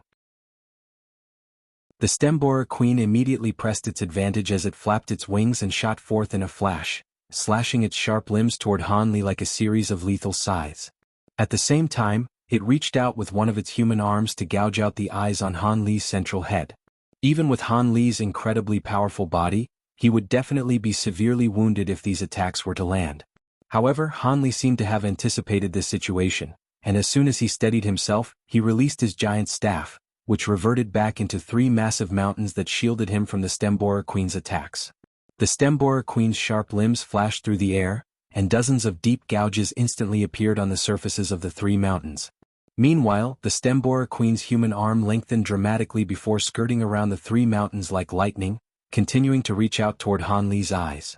Han Li was caught off guard by this crafty maneuver, and it was too late to take evasive measures. As such, he could only inject his magic power into his silver visor in a frenzy to release a flurry of countless runes while quickly closing his eyes.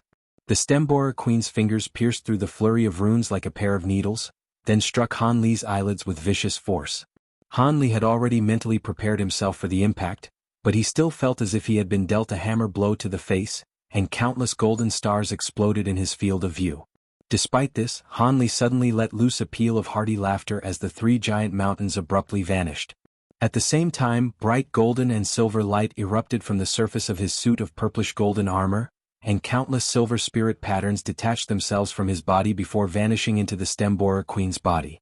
The Stemborer Queen was quite alarmed by this turn of events, and it was just about to do something when a series of thick silver chains appeared out of thin air to bind its entire body. Chapter 2247. Spiritual Sense Chains and Punishment Lightning. The silver chains were glowing and rather illusionary in appearance, as if they weren't substantial objects. The Stemborer Queen thrashed violently, but was unable to struggle free from the chains. A look of incredulity appeared in the Stemborer Queen's eyes at the sight of the chains, and that disbelief was quickly replaced by fear. These are spiritual sense chains. But that's impossible. You cultivated the spirit refinement technique? How could this secret technique possibly have ended up in a lower realm? Han Li remained silent and expressionless as he made a hand seal with each of his 6 hands before changing an ancient incantation. All of a sudden, the silver chains tightened even further around the Stemborer Queen. So what if you've cultivated the spirit refinement technique? Your pitiful spiritual sense will be nowhere near enough to bind my true extreme body. The Stemborer Queen harumphed coldly as 5 colored runes surfaced all over its body, and the eyes on its 2 demonic heads suddenly sprang open with menacing looks on their faces. 2 extremely unfamiliar auras immediately erupted from the Stemborer Queen, and its magic power fluctuations, which had completely disappeared earlier, were beginning to arise again. A peculiar look appeared on Han Li's face at the sight of the Stemborer Queen's transformation, and he said something that was quite perplexing to the Stemborer Queen. I never intended to truly defeat you with this ability. All I need to do is to trap you here for a short while. What do you mean by that? The Stemborer Queen faltered slightly before hurriedly inspecting its surroundings, but there was no else around aside from the meditating Taoist Xie. However, right as its voice trailed off, a string of rumbling thunderclaps suddenly rang out above the underwater abyss. A dazzling flash of light erupted, and a five-colored pillar of lightning comprised of countless arcs of lightning came crashing down from above. This is punishment lightning. That old bastard He Kong is still alive. A look of horror and incredulity appeared on the Stemborer Queen's face at the sight of this pillar of lightning. It then abruptly shook its three heads, and a layer of inky black flames surfaced over its body, while the black crystalline core within its body began to emit a loud buzzing sound. In this dire situation, the Stemborer Queen had chosen to self-detonate its own crystalline core without any hesitation. Upon coming into contact with the layer of black flames, the silver chains quickly began to display signs of melting, and it seemed that the Stemborer Queen was about to struggle free. However, right at this moment, a deafening thunderclap rang out, and the five-colored pillar of lightning came crashing down onto the Stemborer Queen at an incredible speed. Countless arcs of lightning intertwined to instantly encompass the Stemborer Queen's entire body, and a piercing screech rang out as the Stemborer Queen's body quickly disintegrated into ashes within the span of just a few breaths. The five-colored pillar of lightning flashed a few more times before abruptly vanishing, seemingly only able to last an extremely short time. High up in the sky above the water, the giant five-colored eye that had just sprung open also silently dissipated. The entire sky returned to its murky gray state, and it was as if nothing had ever happened. Meanwhile, a pained groan rang out from within the black bowl situated on the altar in the mysterious stone forest, and the chains connecting the bowl to the ancient lamps suddenly tremored violently. The flame within the only remaining lit lamp became even dimmer, as if it could be snuffed out at any moment. That was a close call. That attack alone expended around 90% of all of my remaining spiritual sense. Without that human brat's help, I would have been in severe trouble. I finally managed to avenge myself by erasing that B*Tsich out of existence. I bet she could have never imagined that I would live until now, ha. Come to think of it, I have to thank that human brat. Otherwise, who knows when or if I would have ever been able to avenge myself. The male voice chortled in a near-deranged manner, and it was filled with both a hint of hatred and wistfulness. Meanwhile, Han Li wasn't thinking about how the Stemborer Queen had been killed so easily. Instead, he was writhing violently on the ground with his hands thrown over his head, howling with excruciating pain. His massive body began to rapidly shrink as his golden body was withdrawn, and his purplish-golden armor quickly reverted back into purplish-golden scales before fading altogether. Around 15 minutes later, Han Li finally reverted back to his human form, then struggled to his feet and shook his impossibly heavy head vigorously. Not only had that transformation expended much of his essential power, the spiritual sense chains that he had manifested had exhausted almost all of his spiritual sense. It had been a very long time since he had engaged in such a fierce battle, and thinking back on it now, there was still a hint of lingering fear in his heart. "Are you all right, Brother Xie?" Han Li asked in a raspy voice as he cast his gaze toward the meditating Taoist Xie. "I'm fine, I just need some time to rest, but I won't be able to fight for the next few months. Otherwise, this body of mine would sustain irreparable damage," Taoist Xie replied as he slowly opened his eyes. "I understand. How about you come into my spirit beast bracelet to rest and recuperate, and I'll take care of everything here," Han Li suggested. "That's a good arrangement. I don't even have enough power to protect myself right now, so I would only be a hindrance to you," Taoist Xie agreed after only a brief moment of contemplation. He then immediately made a hand seal, and silver light surged over his body as he quickly shrank down into a palm-sized miniature golden crab. Han Li swept a sleeve toward the golden crab, releasing a burst of five-colored light that drew the crab into an intricate spirit beast bracelet. After that, he cast his gaze toward a certain direction and said, "Fellow Taoist Bao Hua, you've been spectating there for quite some time. It's about time you showed yourself, is it not? Even though you expended a lot of your energy to unleash that secret technique, I'm sure you're still not completely defenseless right now." Spatial fluctuations erupted in that direction, and an extremely pale Bao Hua appeared with a wry smile on her face. "Your spiritual sense really is far superior to all of us, Brother Han. However, I'm afraid you've made an incorrect assessment of my condition. I really don't have much magic power left, and I was only able to unleash that concealment secret technique using a talisman gifted to me by a good friend. As Bao Hua cast her gaze toward Han Li, her eyes were filled with unadulterated astonishment. It was clear that the power displayed by Han Li during his battle against the Stemborer Queen had made her realize that she was already no match for him. As such, even though she appeared to be quite calm on the surface, she was internally extremely wary of Han Li. I'm sure you're aware that I wasn't the one who killed the Stemborer Queen.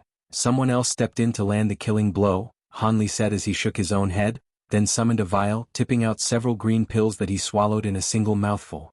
That may be true, but if you hadn't trapped the Stemborer Queen with that incredible ability of yours, that punishment lightning definitely wouldn't have been able to kill it. Speaking of which, who exactly was it that had unleashed that lightning? Not only was he aware of everything that was happening here, he was also able to transmit his voice directly to the two of us. Without that voice transmission, the two of us would have most likely fled for our lives already, Bao Hua mused with furrowed brows. This is my first time interacting with that being as well. However, seeing as he was able to unleash such fearsome lightning, he definitely isn't a being from the lower realms. On top of that, he's also in the original sealed site and seems to be very familiar with the Stemborer Queen's situation. I'm sure his identity is quite apparent now. Surely someone as intelligent as you would have already arrived at the same conclusion, Han Li chuckled. Looks like our conclusions are quite similar then. That person is most likely one of the true immortals that sealed the Stemborer Queen in the first place. Otherwise, there's no reasonable explanation for all of this. However, this Stemborer Queen doesn't seem to be the same one from before either.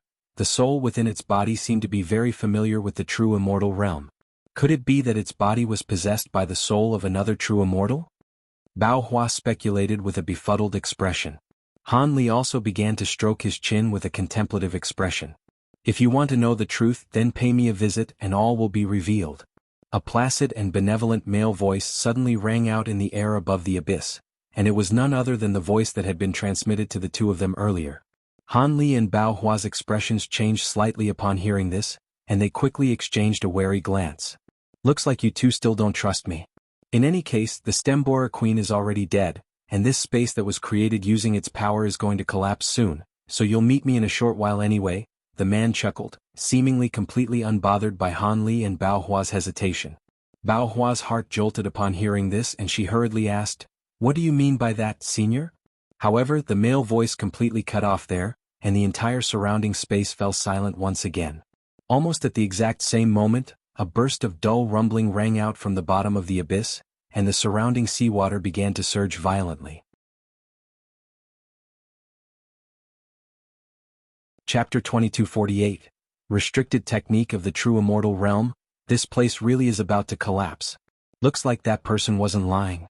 Bao Hua's expression immediately darkened upon seeing this. Han Li's brows furrowed slightly as he quickly cast his gaze toward the spot where the Stemborer Queen had just been killed, then suddenly made a grabbing motion. Spatial fluctuations erupted in that direction, and a thumb-sized black bead emerged out of thin air before flying into Han Li's grasp. Is that? Bao Hua faltered slightly and was just about to say something, then the entire abyss began to collapse. Countless white spatial rifts rapidly appeared in the surrounding area, and they were expanding at a rate that was discernible to the naked eye. Bao Hua's expression changed drastically as she summoned her treasured phoenix spirit plate, but just as it began to glow with crimson light, a burst of peculiar energy fluctuations swept forth, and the formation plate immediately dimmed once again. Looks like that person really has made it impossible for us to leave this place, Bao Hua said with a dark expression. That's only to be expected. It seems that he was determined to keep us here from the very beginning, Han Li replied in a calm manner. Bao Hua gave a cold harumph and was just about to say something when gray light converged toward them from all sides, and a blurry light formation descended upon them. Han Li and Bao Hua's expression changed slightly upon seeing this, but neither of them tried to resist or evade. The light formation flashed and both of them instantly vanished on the spot. Almost at the exact same moment, the entire abyss completely collapsed amid an earth-shattering boom. After returning to his senses, Han Li discovered that he was standing in front of a crimson altar that was over 100 feet tall.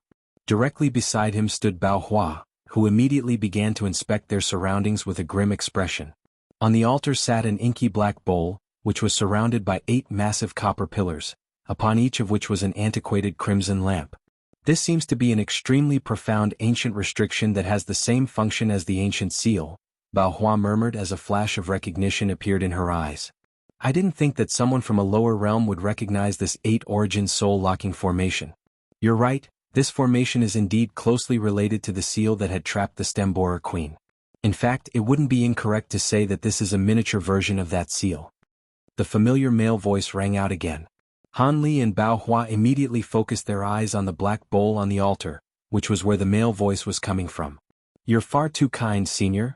I was only able to notice the similarities as I had once guarded the seal for an extended period of time. In terms of mastery in the art of formations, fellow Taoist Han is far superior, Bao Hua said with a slightly forced smile. I see that your race hasn't forgotten my instructions and has been doing its best to maintain this seal over all these years. I'm quite pleased with your efforts, the man said. So you really are one of the true immortals that sealed the Stemborer Queen. Bao Hua had already guessed this to be true, but she was still stunned upon hearing confirmation of her suspicions. I also didn't think that I would remain in this lower realm for so long and be reduced to such a sorry state. You made quite a significant contribution to eradicating this Stemborer Queen, so here is a reward for your efforts. The male voice chuckled as the lid of the bowl rose up, and an object flew out from within. An elated look appeared on Bao Hua's face upon hearing this, and she immediately caught the object before focusing her gaze on it, upon which she discovered that this was an ordinary-looking yellow wooden hairpin with a coarse surface that was even lined with several cracks. However, as soon as she caught the hairpin, a burst of cool energy instantly surged into her body, flowing through all of her meridians and striking her entire body with an indescribably warm and comfortable sensation. This is golden yang wood. Thank you for the precious gift, Senior. Bao Hua's eyes widened as she immediately extended a deep bow toward the bowl, and even her voice was beginning to tremble slightly. This golden yang wood isn't all that precious in the true immortal realm, but it's perfect for your current situation. With the nourishment from that hairpin, all of your chronic injuries will be completely healed. Alright, I'll send you out of here now, the man said in a calm voice. Bao Hua faltered slightly upon hearing this, yet before she had a chance to react, a burst of black light flashed from the surface of the bowl, and a small light formation emerged beneath Bao Hu's feet, instantly teleporting her away. Thus, Han Li was the only one left standing in front of the altar. His eyes narrowed slightly, but he remained silent as he appraised the black bowl from afar. You're quite a brave man, aren't you afraid that I'll turn on you now that you're alone? The man chuckled. If you truly harbored any ill will toward me, then you wouldn't have helped me kill the Stemborer Queen, nor teleported me to this place, Han Li replied with a calm smile. You're not completely right, but you're indeed correct to say that I bear no ill will toward you. I teleported both of you here so you wouldn't perish in that collapsing space, but in reality I only wanted to see you. Let me ask you this, have you cultivated the spirit refinement technique? The man asked. Han Li's heart jolted slightly upon hearing this and he asked, did you find this out after hearing what the Stemborer Queen said before it perished? There's no need to be so suspicious. I already detected that you had cultivated the spirit refinement technique through the formation here as soon as you entered the underground palace. Do you know what my occupation was back in the true immortal realm? I was a patrolling envoy. In the presence of an immortal patrolling envoy, there's no way that anyone can disguise the special spiritual sense fluctuations from cultivating the spirit refinement technique, the man said in a nonchalant manner. Han Li's expression changed slightly upon hearing this. Why are the patrolling envoys of the true immortal realm so fixated on who's cultivating this technique? I really don't know whether you're immensely fortunate or extremely unlucky to have been able to master this spirit refinement technique up to the second stage. The spirit refinement technique is a restricted technique among all of our immortal regions, and even though there aren't specific laws prohibiting it, all those discovered by major powers to have cultivated this secret technique will be hunted down and killed no matter the cost, the man said in a cold voice. Han Li's expression darkened slightly upon hearing this and he asked, why is that? Is there something wrong with the spirit refinement technique? Do you know how many immortal regions there are in the true immortal realm? Even discounting all of the secluded and insignificant ones, there are thousands upon thousands of immortal realms. The spirit refinement technique had been invented tens of millions of years ago, and due to its extraordinary spiritual sense enhancement effects, countless people cultivated the technique. However, not long after that, barely anyone in all of the immortal regions dared to cultivate this technique, and those who did were almost constantly in seclusion, the man sighed. Han Li was very intrigued to hear the reasons behind this, but he didn't ask any questions as he knew that the man would provide an explanation in due time. Sure enough, after a brief pause, the man continued, "The reason for this is that all those who cultivated the spirit refinement technique ended up going insane and perished as they couldn't repress their inner demons. In this insane state, they lose all sense of reason and become extremely bloodthirsty, and the condition is irreversible, creating a disaster that almost destroyed half of the entire true immortal realm. Of course, there's no lack of immortals who couldn't resist the temptation and cultivated the technique in secret, but all of them were apprehended with no exceptions upon being discovered by patrolling envoys like me. Even true immortals are unable to perfect this secret technique? Has there really been no one that's managed to break the mold and completely master this technique?" Han Li asked with a grim expression. At its core, the spirit refinement technique is a technique that stimulates the latent potential of one's spiritual sense to drastically enhance it. The one who invented it was an extremely renowned figure in our true immortal realm, and it's certainly no easy task for others to try and perfect it. There have been several other spiritual sense secret techniques invented with the spirit refinement technique as reference, and they're all a lot safer than the spirit refinement technique, but they obviously work nowhere near as effectively. As for whether anyone has ever fully mastered this secret technique, there has, and there's been more than one. However, all of them encountered some miraculous opportunities. Otherwise, their ultimate fates wouldn't have been any different, the man said in a solemn voice. So that means those who unintentionally cultivate the spirit refinement technique in the true immortal realm will either have to go into hiding or disable this ability altogether, Han Li murmured to himself with furrowed brows. Chapter 2249. Information from a true immortal? You think you can disable the technique? If it were that easy to escape the technique's clutches, then it wouldn't have been listed as a restricted technique. Once you begin cultivating this secret technique, stopping halfway is not an option. At your current level, if you don't reach the third stage of the spirit refinement technique within 10,000 years, your mind will be unable to contain your enormous spiritual sense, and you'll die from self-detonation. Under those circumstances, your fate will be sealed, even if you possess someone else in advance, the man chuckled coldly. At least I still have 10,000 years to find a solution. Come to think of it, aren't there only 3 stages in total to the spirit refinement technique? Han Li asked. He naturally wasn't just going to blindly believe everything that was being told to him, and he immediately identified something suspicious. The man faltered slightly upon hearing this before suddenly arriving at a realization. Who told you that the spirit refinement technique only has 3 stages? Ah, I see, you must have only obtained the first half of the spirit refinement technique's cultivation method. There are actually 7 stages in total. You've only mastered the first 2 stages, so you still have a long way to go. Thank you for telling me this, but would you happen to have the cultivation method for the second half? Han Li asked. The spirit refinement technique isn't exactly a rare cultivation art in the true immortal realm, but it's definitely not very commonplace either. On top of that, trading and teaching the cultivation art is strictly prohibited, and I'm a patrolling envoy, so unfortunately, I do not have the second half of the secret technique. However, there's no need to be too concerned. As long as you can master the third stage, you'll have around 30,000 to 40,000 more years until you face the same crisis with your spiritual sense. With your aptitude, that should be more than enough time to ascend to the true immortal realm and find a solution there, the man replied in a meaningful voice. You make it sound like a simple task to ascend to the true immortal realm. If that really were the case, there wouldn't be so many fellow Taoists stuck at the grand ascension stage, Han Li said with a wry smile. Haha, you seem to have forgotten that you're speaking to a true immortal. If you receive my assistance, your chances of ascension will increase by at least 20%, the man chuckled in response.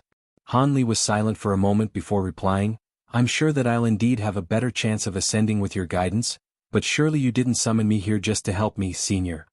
You're a smart man. Indeed, if you were useless to me, I would have still helped you kill that Stemborer queen, but I definitely wouldn't have gone out of my way to teleport you here.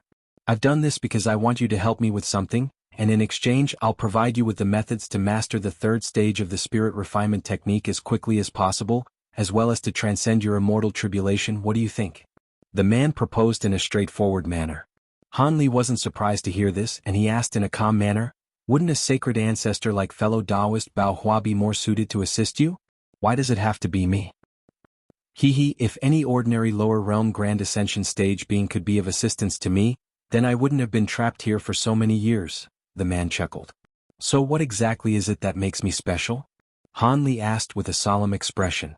I took an interest in you precisely because you've cultivated the spirit refinement technique. Even if there were another lower realm grand ascension stage being that was several times more powerful than you, they still wouldn't be of any help to me, the man explained. Han Li was rather perplexed upon hearing this. You're interested in me because I've cultivated the spirit refinement technique? That's right. I haven't described my situation to you yet, but I'm sure you've arrived at some conclusions based on what you can see here, the man sighed. I'll have to ask you to enlighten me, senior. Is it the case that the Stemborer queen we just killed no longer contained its original soul? Of course, if this concerns some sensitive information, then you don't have to tell me, Han Li inquired in a cautious manner after a brief pause. I'd rather not reminisce about those past events, but it can't hurt to tell you what happened. Back then, the Stemborer queen was wreaking havoc on the lower realms, and after this was brought to the attention of the immortal envoys of our true immortal realm, I was sent down with another patrolling envoy to eradicate it together. It's quite difficult for immortals like us to descend into lower realms, but we were able to do so through some special methods. Thus, the man began his recount. It was an extremely rare opportunity even for a grand ascension stage being to hear the experiences of a true immortal, so Han Li was naturally listening very intently. Right as we were about to kill the Stemborer queen, a massive spatial storm suddenly erupted in an extremely untimely fashion, impacting all of the realms, and as a result, we were severely debilitated by the power of realms that we had kept in check using treasures and secret techniques. As a result, the tables were immediately turned, and we were almost devoured by the Stemborer queen.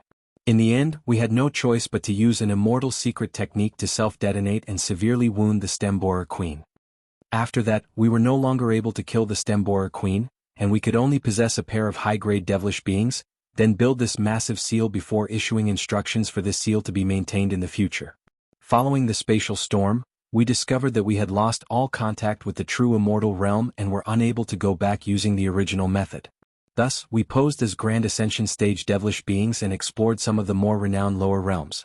During this process, we discovered that spatial storm had affected all realms, causing the power of the boundaries between realms to be increased by close to tenfold, so we were unable to find a way to return to the true immortal realm. Thus, we could only return to this place and set up this small formation that our souls could reside and hibernate in. At the time, we could only hope that some of our good friends in the true immortal realm would think of us and try to descend into this realm to save us. We awakened roughly once every millennium, but we were met with disappointment every time. As time passed, my companion began to fall into despair, and we had a few arguments, following which she suddenly restricted me and sealed my soul within this bowl. A hint of fury crept into the man's voice as he spoke. After that, she took the clear jade lamps that were maintaining our souls and sought out the sealed Stemborer queen. As for what happened after that, I'm sure you could already tell after witnessing that Stemborer queen.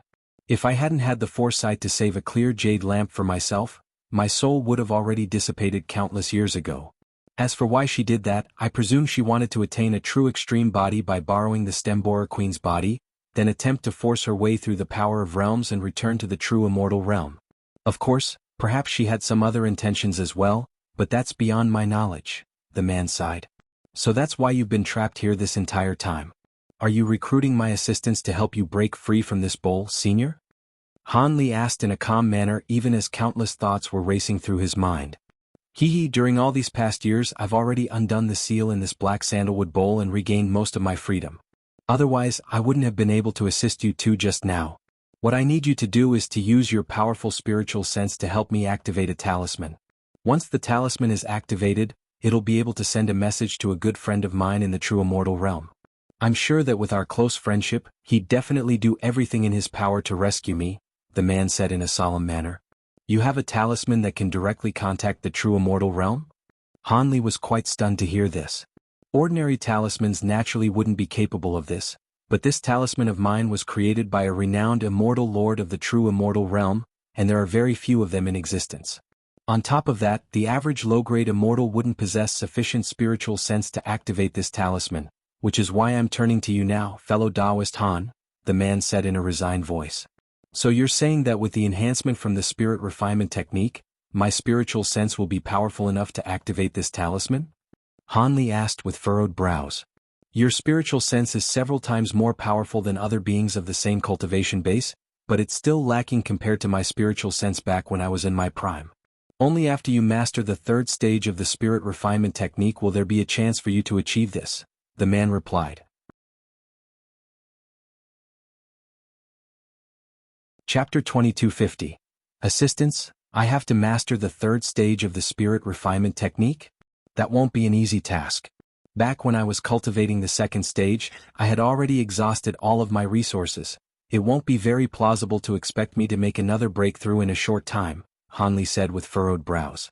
I witnessed your battle against the Stemborer Queen through the formation, and I can see that your physical body is no less powerful than those of profound immortals, so with my guidance, it won't be as difficult as you think to master the third stage of the spirit refinement technique. I've never cultivated this technique before, but as a patrolling envoy, I've detained a few people who have cultivated the technique, and I've learned some secret tips and tricks from them, the man said in a confident manner. Even so, this is still quite a difficult proposition. I'll have to think about whether I want to keep progressing in this secret technique. After all, I don't want to become an automatic public enemy if I ever ascend to the true immortal realm in the future, Hanli said with a wry smile. I understand that you're still a little skeptical about my claims. It's alright, even if you don't continue to cultivate the spirit refinement technique, you'll begin to notice some abnormalities in your mind in 1,000 years at most, and you'll come back to find me then. As for ascending to the true immortal realm, don't you think it's a little too early to be thinking about that? I think it's more practical to think about how you can get yourself out of your current predicament, the man said in an indifferent manner, displaying no intention of forcing Hanli into a decision. Hanli was silent for a long while before finally replying, Thank you for your understanding, Senior. This is a very important matter that'll impact the rest of my cultivation, so I have to be a little cautious. I'll think things through and get back to you as soon as I can. Before that, I have something I'd like to ask you. The man was unsurprised by Hanli's reply and he asked, Oh? What else do you want to know? I want to know exactly what the true immortal realm is like, Hanli said. It's a little too early for you to be thinking about the true immortal realm, but if you really want to know, I can disclose some details to you prior to your immortal tribulation. For now, I can only tell you that it's a vast place. Only after getting there will you come to understand just how vast the immortal regions are. Even if an immortal were to travel for their entire life, there would be no way for them to completely explore even the most ordinary of immortal regions. As such, even though you've cultivated the spirit refinement technique, it'll be very unlikely for you to encounter patrolling envoys like me unless you go to the major cities of the immortal regions, so you're still quite safe, the man replied. I'm even more looking forward to ascending to the true immortal realm now, Hanli said with a smile. The cultivation resources and treasures of the true immortal realm are all far more abundant and superior than those of the lower realms. Otherwise, I wouldn't be plotting so desperately to return there. Alright, seeing as you're unwilling to accept my proposal, I won't keep you here any longer. I don't like to owe anyone any favors, so you can have this as compensation for helping me kill the Stemborer Queen. As soon as his voice trailed off, a streak of white light flew out of the bowl. Hanli quickly swept his spiritual sense toward the object before making a grabbing motion to draw it into his grasp, upon which he discovered that this was a translucent jade shard that was as thin as paper with golden and silver runes etched all over its surface. These runes were none other than beveled silver text and golden seal text. This is a talisman that I brought with me from the true immortal realm, and it contains a drop of purple yun essence, which is very precious even in the true immortal realm. This should be enough to replenish the essential power that you expended from igniting your essential flame, the man explained. Hanli was ecstatic to sense the immortal spiritual chi that was being given off by the jade shard, which was completely different from normal spiritual chi, and he immediately cupped his fist in a grateful salute. You can go now. Come back and see me when you decide to continue to cultivate the spirit refinement technique. As soon as the man's voice trailed off, a gray light formation emerged beneath Hanli's feet, and he was teleported out of this space. There's no way you can simply stop cultivating that secret technique. In his current situation, I'll only need to hibernate for a short while before he returns to me, the male voice mused following a brief silence. Immediately thereafter, the entire altar tremored violently, and the 8 surrounding copper pillars also rumbled loudly as a giant formation emerged under the entire stone forest. All of a sudden, the stone forest, copper pillars, and sacrificial altar all abruptly vanished, leaving the entire area completely empty again. A year later, a black-robed young man was seated in meditation on a giant rock, which was situated at the top of a massive mountain not far away from the edge of the original sealed site. After a long while, the young man suddenly opened his eyes, and there was faint purple light flashing within his pupils. "Why is he here?" the young man murmured to himself as a hint of wariness appeared on his face. Moments later, a streak of azure light approached from afar in a blatant manner, reaching the giant mountain after just a few flashes. "You're a punctual man, fellow Taoist Yuan Yen. You're already here 4 hours prior to the agreed time." The azure light faded to reveal a young man in his 20s, who looked down from above with a faint smile. The young man was none other than Han Li, and the black-robed young man was one of the 3 devilish patriarchs, Yuan Yen. "I don't recall agreeing to meet you here. Where is Bao Hua?" "Wait, don't tell me that she was the one who set this up," Yuan Yen said in a cold voice. "Fellow Taoist Bao Hua should currently be in the Jade Cloud Valley. I came here upon her request to keep you company for a short while, fellow Taoist," Han Li said in a straightforward manner. Yuan Yan's expression darkened slightly upon hearing this, but to Han Li's surprise he remained quite calm as he said, "The Jade Cloud Valley? That's the place where Lu Ji is temporarily residing to recover from her injuries. So Bao Hua really has decided to reclaim her position as matriarch. In that case, Nye Pan is most likely facing some obstruction as well. Among all of the Grand Ascension stage beings of the foreign realms, the only one aside from you that can stall Nye Pan is most likely that old man Copper Crow.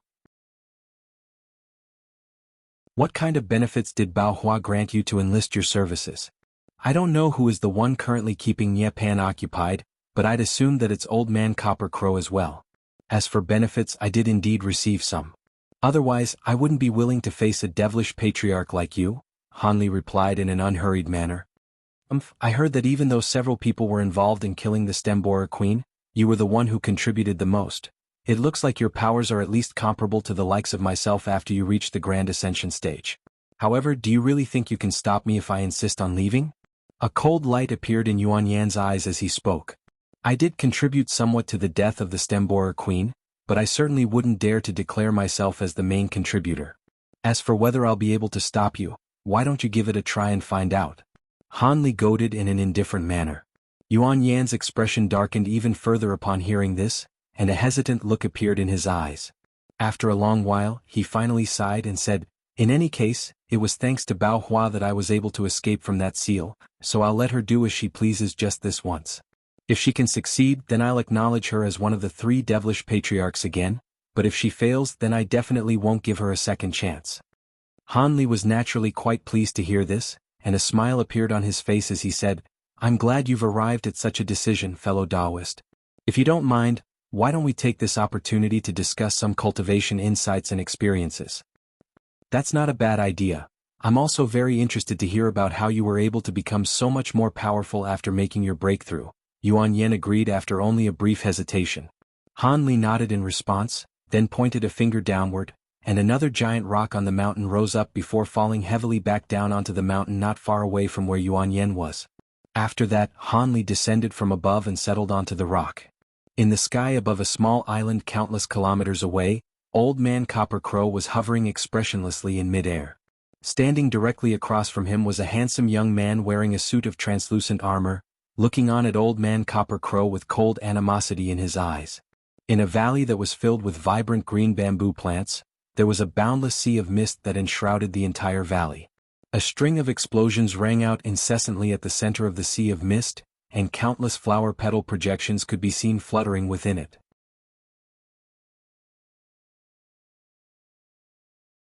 Chapter 2251. Returning to the vast Origin House. "I was wondering why you hadn't made any progress after all these years. Turns out you never truly recovered from the injuries you sustained in your battle with me. Now that all 6 of your clones have been slain by me and you're trapped in my profound heavenly spirit domain, there's no way you can get out this predicament."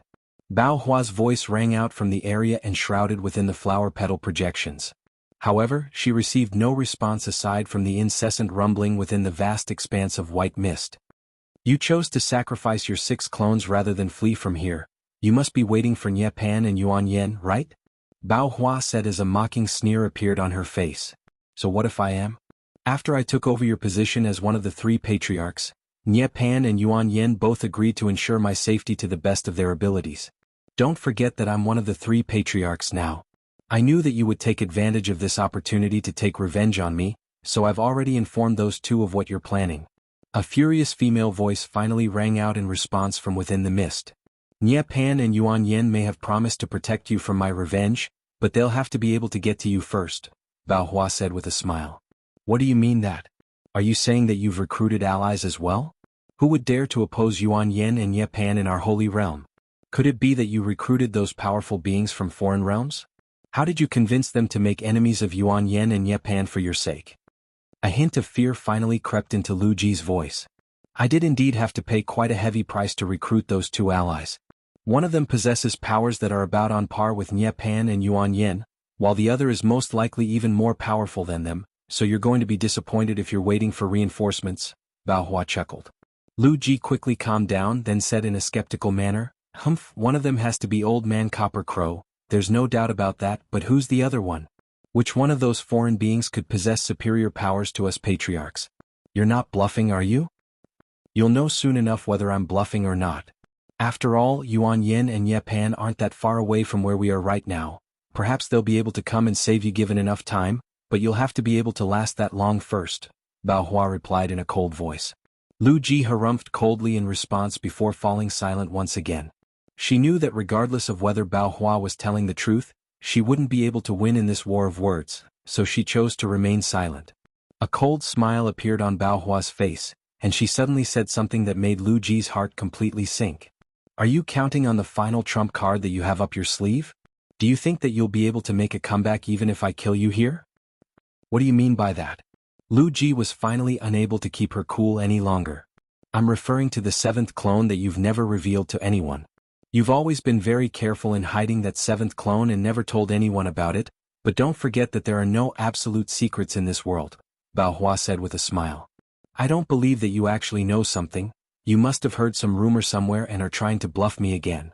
To Lu Ji's credit, she managed to remain calm even after her great secret was exposed. You're planning to revive yourself with that seventh clone if you die here, right? Even though it's only a clone, it won't be difficult for it to cultivate to your former level with your memories intact. Perhaps many years in the future, I'll fall prey to another nasty plot from you. Come to think of it, it's about time your seventh clone is hunted down, Bao Hua chuckled. What? You managed to find the hiding place of that clone? That's impossible. Who did you send to hunt it down? A hint of alarm and fury crept into Lu Ji's voice upon hearing this. Haven't you noticed that Hei isn't here? Bao Hua asked in an unhurried manner. Lu Ji's heart immediately eased upon hearing this. Hei? You think a mere body integration stage junior like him can break through the restrictions I set up? Hei would indeed struggle to break through your restrictions on his own, but what if he's carrying a profound heavenly treasure that just so happens to suppress your restrictions? Bao Hua mused. Lu Ji's expression completely darkened upon hearing this. You dared to lend him a profound heavenly treasure? Aren't you afraid that he'll take the treasure and run? I tampered with the profound heavenly treasure prior to lending it to Hei, so I'm not worried at all. Alright, I've already done you a great favor by chatting with you and letting you live for so long. Now then, it's time to send you on your way, Bao Hua said in a cold voice. The pink flower petals that were drifting slowly through the white mist suddenly began to accelerate drastically, and all of them quickly expanded while becoming as sharp as flying swords. The white mist within the valley was swept up into a frenzy by the countless pink flower petals, and a string of earth-shattering booms rang out. All of a sudden, all of the flower petals and mist within a radius of around half a kilometer disintegrated into nothingness. A long while later, after all of the light and energy fluctuations had faded, only a single lonesome figure remained in the air above the valley, and she heaved a faint sigh before vanishing into thin air. On the summit of a giant mountain, Han Li and Yuan Yen were chatting like a pair of good friends. As expected of one of the three devilish patriarchs, some of Yuan Yan's cultivation insights were very eye-opening even to Han Li. As for Yuan Yen, he remained completely expressionless, but the intrigue in his eyes clearly indicated that he was also very interested to hear what Han Li had to say. Han Li was in the midst of talking about a secret technique when his voice abruptly cut off, and he cast his gaze toward a certain direction. He then rose to his feet with a smile and said, "Looks like fellow Taoist Bao Hua has exacted her revenge. In that case, I won't take up any more of your time, Brother Yuan." After that, he immediately flew away as a streak of azure light before Yuan Yen even had a chance to respond. Yuan Yen could only look on as Han Li departed with a resigned look on his face. Shortly thereafter, Han Li landed on the summit of a small mountain not far away, where Silvermoon was waiting for him with an anxious expression. Standing beside her were an elderly man and a handsome young man with shoulder-length silver hair. They were none other than Mo Jianli and Patriarch Ao Shao. Both of them smiled as Han Li arrived before them, and Silvermoon immediately approached him with an elated expression. 3 months later, a white flying boat with countless runes inscribed on its surface was flying at an incredible speed over the vastly renowned Blue Waterfall Lake, completely disregarding the massive flight restriction that encompassed the entire lake. The devilish beings traversing over the surface of the lake down below were all quite stunned to see this, and after briefly pondering the situation, all of them put on reverent expressions, and some of them even knelt down and kowtowed on their boats. Only sacred ancestors of the would dare to disregard the flight restriction in such a blatant manner, and all of the normal devilish beings down below were greatly honored and also very nervous to be in such close proximity to a powerful being of that caliber. The one on the flying boat was none other than Han Li, who had reached this region after using the teleportation formations in around a dozen devilish cities. His objective for this trip was Violet Spirit. He had promised her that if once he attained the ability to free her from Lu Ji's control, he would help her regain a human body and return to the spirit realm.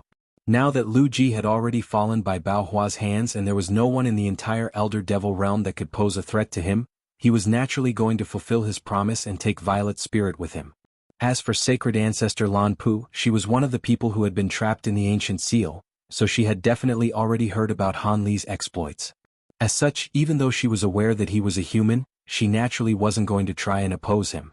In what seemed like nothing more than the blink of an eye, the white flying boat arrived at the edge of the giant island that Blue Waterfall City was situated on, then descended toward a lush forest that was enshrouded under a layer of white light. Several restrictions in the form of white light barriers were instantly forced open by Han Li's enormous spiritual sense, and his flying boat quickly passed through, following which all of the restrictions immediately returned to their original state. Below the light barrier stood a huge pagoda that was several levels tall, and above the pagoda's front entrance was a plaque that had the words, "Vast Origin House," in shimmering ancient characters. At the same time, a young woman who was lazily reading a book in a secret chamber on the 4th floor suddenly stood up from her chair with an alarmed expression. She then quickly made a series of hand seals, upon which an elated look surfaced in her eyes. "Young mistress, someone's forced their way through our restrictions." A flustered female voice rang out from below the stairwell. "It's all right, Aunt Zhu, we're being visited by a very esteemed guest," the young woman replied with an excited smile. Chapter 2252, Violet Spirit's Intentions. A short while later, Han Li appeared in the hall on the 3rd floor before taking a seat with the young woman. "Brother Han, no, I should be referring to you as Senior Han now. I knew that with your aptitude, you would reach the Grand Ascension stage sooner or later, but I didn't think that day would come so soon," the young woman said with a smile. "There's no need to be so formal, fellow Taoist Lan. You and I are old acquaintances, so just refer to me as you did in the past. It looks like your vast origin house already knows everything that happened at the original sealed site even without a recount from me," Han Li said with a benevolent smile. The young woman had done him a great favor in the past, so he naturally wasn't going to exert dominance over her now that he had reached the Grand Ascension stage. "In that case, I won't be so formal and rigid. Our vast origin house prides itself in being an all-knowing organization, so we've naturally received first-hand information regarding the 2 battles that took place in the original sealed site. However, never did we think that you and fellow Taoist Bao Hua would actually be able to kill the Stemborer Queen. Now that such a major threat has been eradicated, I can continue to run my vast origin house without any qualms," the young woman chuckled. "It was someone else who landed the killing blow on the Stemborer Queen in the end. Bao Hua and I just so happened to be in the right place at the right time. Otherwise, we would have struggled to even survive against the Stemborer Queen, let alone put an end to its life. As for the specific details, I'm afraid that I can't disclose them to you," Han Li replied. "I see. In any case, even if you weren't the one who landed the killing blow, I'm sure you contributed greatly in the battle," Lan Ning insisted. "You think far too highly of me, fellow Taoist Lan. I came here today because I want you to contact Violet Spirit for me. I plan to take her back to the spirit realm with me," Han Li said in a straightforward manner. Leave that to me. Violet Spirit has constantly been cultivating in seclusion in a nearby area, so she should be able to get here in a few days. How about you stay at our vast origin house in the meantime, Brother Han? Lan Ying suggested. All right, I'll be in your care then, fellow Taoist Lan, Han Li agreed after a brief pause for contemplation. Lan Ying's smile became even more pronounced upon hearing this, and she asked a few more questions about the battles that took place in the original sealed site, listening with rapt focus to Han Li's answers. All of a sudden, a thought occurred to Han Li and he said, "By the way, there's something else that I need your help with." "Go ahead, Brother Han," Lan Ying immediately prompted. "I have a few things that I'd like to show you." Han Li swept a sleeve through the air to release 4 balls of white light, which quickly revealed themselves to be 4 palm-sized translucent bricks. Lan Ying's expression immediately changed slightly at the sight of these objects. A treasure map left behind by sacred ancestor Qi Ling is inscribed on these bricks, and I obtained them by chance many years ago. Unfortunately, my understanding of the Elder Devil realm is very limited, so I've never tried to seek out these treasures, and that's where I require your assistance, Han Li said. Ah, so it's the secret treasure map left behind by Qi Ling. Truth be told, I've been searching for this treasure as well but haven't been able to find any leads. I didn't think that you would be in possession of the map. Rest assured, Brother Han, as long as the treasures are located in the Elder Devil realm, I definitely won't disappoint you, Lan Ying assured with a smile. Han Li nodded with a pleased expression. 5 days later, Han Li was finally reunited with Violet Spirit in the same hall. The two of them were naturally elated to see one another, but there was also a series of complex emotions in their hearts. Lan Ying had already vacated the hall in a thoughtful gesture to give the two of them some alone time. Violet Spirit had already been informed by Lan Ying that Han Li had reached the Grand Ascension stage, and she was stunned to hear from Han Li that Lu Ji had already perished. After all, the event had only taken place several months ago, and none of the people involved had intentionally leaked this information, so very few people knew about this. So that means I've finally regained my freedom and won't have to fear being refined into someone else's clone, Violet Spirit murmured to herself as her eyes glazed over slightly. Indeed. Not only was Lu Ji killed, none of her clones managed to survive either, Han Li replied in a confident manner. That's quite a relief to hear. Why have you come to see me, Brother Han? Violet Spirit asked as she cast a hesitant gaze toward Han Li. Didn't you say that you wanted to revert back to a human body and see where the human race is residing in the spirit realm? I found a few secret techniques that can eradicate the true devilish qi within your body and return you to your former physique. After that, you'll be able to practice human cultivation arts even in the spirit realm, Han Li said with a smile. Violet Spirit was unsurprised to hear this, but after a brief silence she suddenly asked, Brother Han, I want to ask you something, please tell me the truth. A sense of foreboding arose in Han Li's heart at the sight of Violet Spirit's expression, and he said, Of course, go ahead and ask me anything you want. I want to know roughly how much of a chance you have of ascending to the true immortal realm and becoming an immortal, Violet Spirit said with a serious expression. Han Li was rather taken aback by this question. Why did you suddenly think to ask me something like this? Please give me your answer, Violet Spirit insisted with a determined expression. Han Li hesitated momentarily before replying, If anyone else had asked me this, I definitely wouldn't tell them the truth. However, I have nothing to hide from you. In the past, my chances of successfully ascending would have only been just over 20%, but I encountered some opportunities during my trip to the original sealed site. I'm not sure whether those opportunities will spell fortune or tragedy for me, but they've doubled my chances of successful ascension. Violet Spirit was quite surprised to hear this. So there's a roughly 50% chance that you'll be able to ascend to the true immortal realm. I knew that you would definitely be far more powerful than normal Grand Ascension stage beings, but I didn't think you'd be this confident. Why have you decided to ask me this?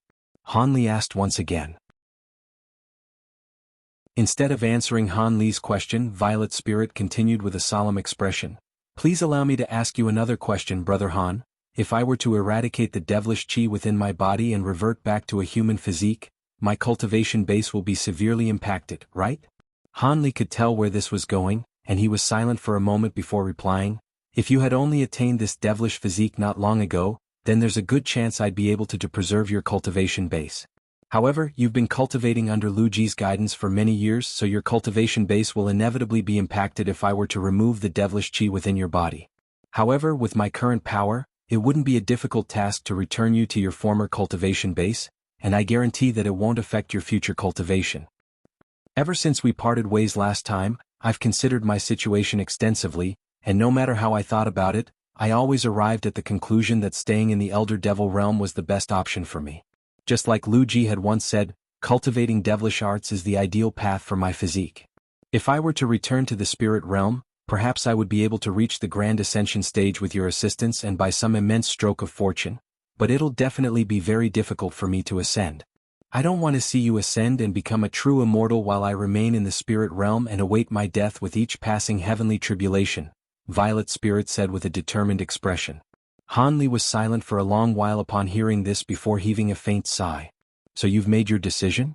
At your current cultivation base I can still revert you back to your human physique, but as you progress, it'll become more and more difficult for me to do that.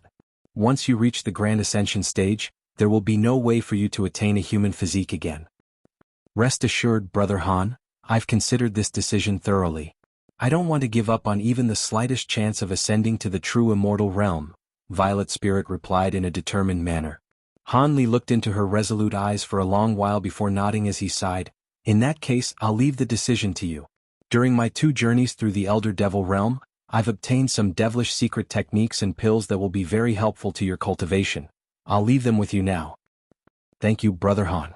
With your powers, it shouldn't be too difficult to return to our holy realm, so I'm sure we'll have many more opportunities to meet in the future, Violet Spirit said as a faint blush appeared on her face.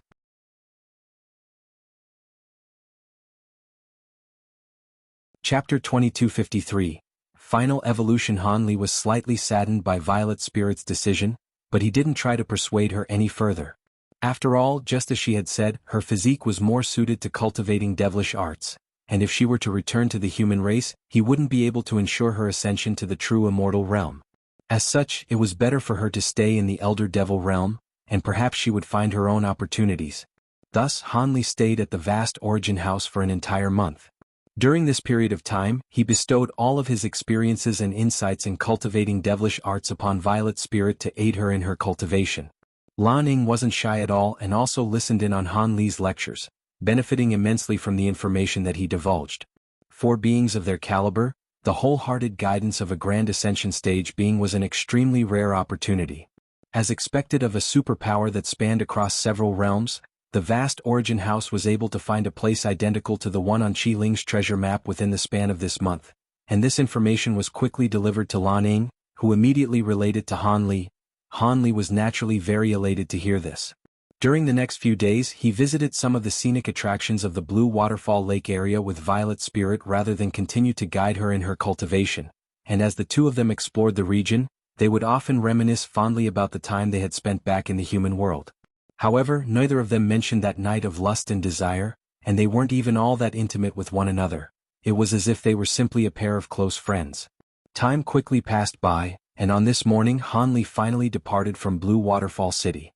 On the 4th floor of the vast Origin House, Violet Spirit was staring at his departing figure through the window with a complex look in her eyes. Are you really willing to separate yourself from Brother Han like this, Sister Violet? I clearly recall that you were very much looking forward to being able to stay by his side not long ago, Lan Ning asked with furrowed brows. If I go with him, we'll temporarily be together, but what'll happen tens of thousands of years in the future? With his aptitude, it's only a matter of time before he ascends to the true immortal realm, and if I want to truly stay by his side, I have to do the same.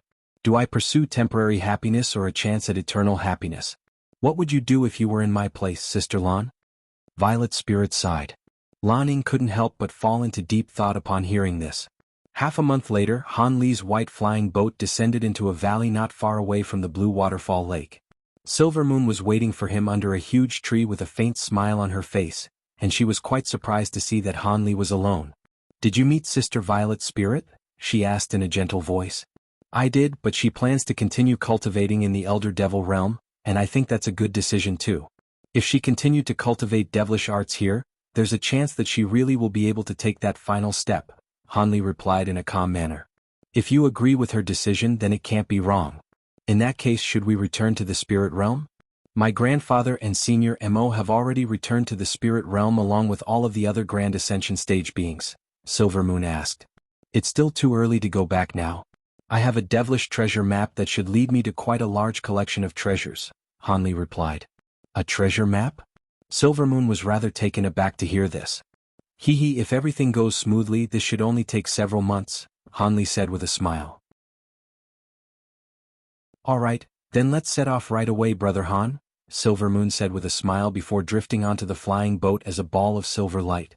Han Li nodded before gently stomping a foot down onto the flying boat, and it departed as a streak of white light. Several months later, Han Li's duo arrived in a barren region that even high-grade devilish beings wouldn't venture into for no good reason. At the front of the flying boat stood a pair of giant ape puppets that were around 10 feet tall, and there was faint spiritual light flashing beneath their feet, clearly indicating that they were controlling the flying boat. Within a secret chamber in the cabin of the boat, Silvermoon was seated on a green futon with her eyes tightly shut, seemingly practicing some type of cultivation art. 5-colored spiritual light was revolving all over her body, and an extremely lifelike giant silver wolf projection had appeared behind her. In a nearby secret chamber that was enshrouded under many layers of protective restrictions, Han Li was also seated on the ground, inspecting an object in his hand with a hesitant expression. The object in his hand was none other than the black crystal that he had obtained after the Stemborer Queen had been killed by the punishment lightning. It had been quite some time since Han Li had obtained the item, and after reading through some relevant tomes, he had discovered its origins. This was something that would be left behind by powerful insects like the Stemborer Queen after they injected their essence entirely into their demonic cores when facing imminent destruction. Of course, if it were possible, those demonic insects would also try to inject a wisp of their soul into their demonic core to preserve it, but the Stemborer Queen's soul had been well and truly destroyed. This crystalline core did possess remarkable defensive properties, but it stood no chance against immortal lightning like punishment lightning.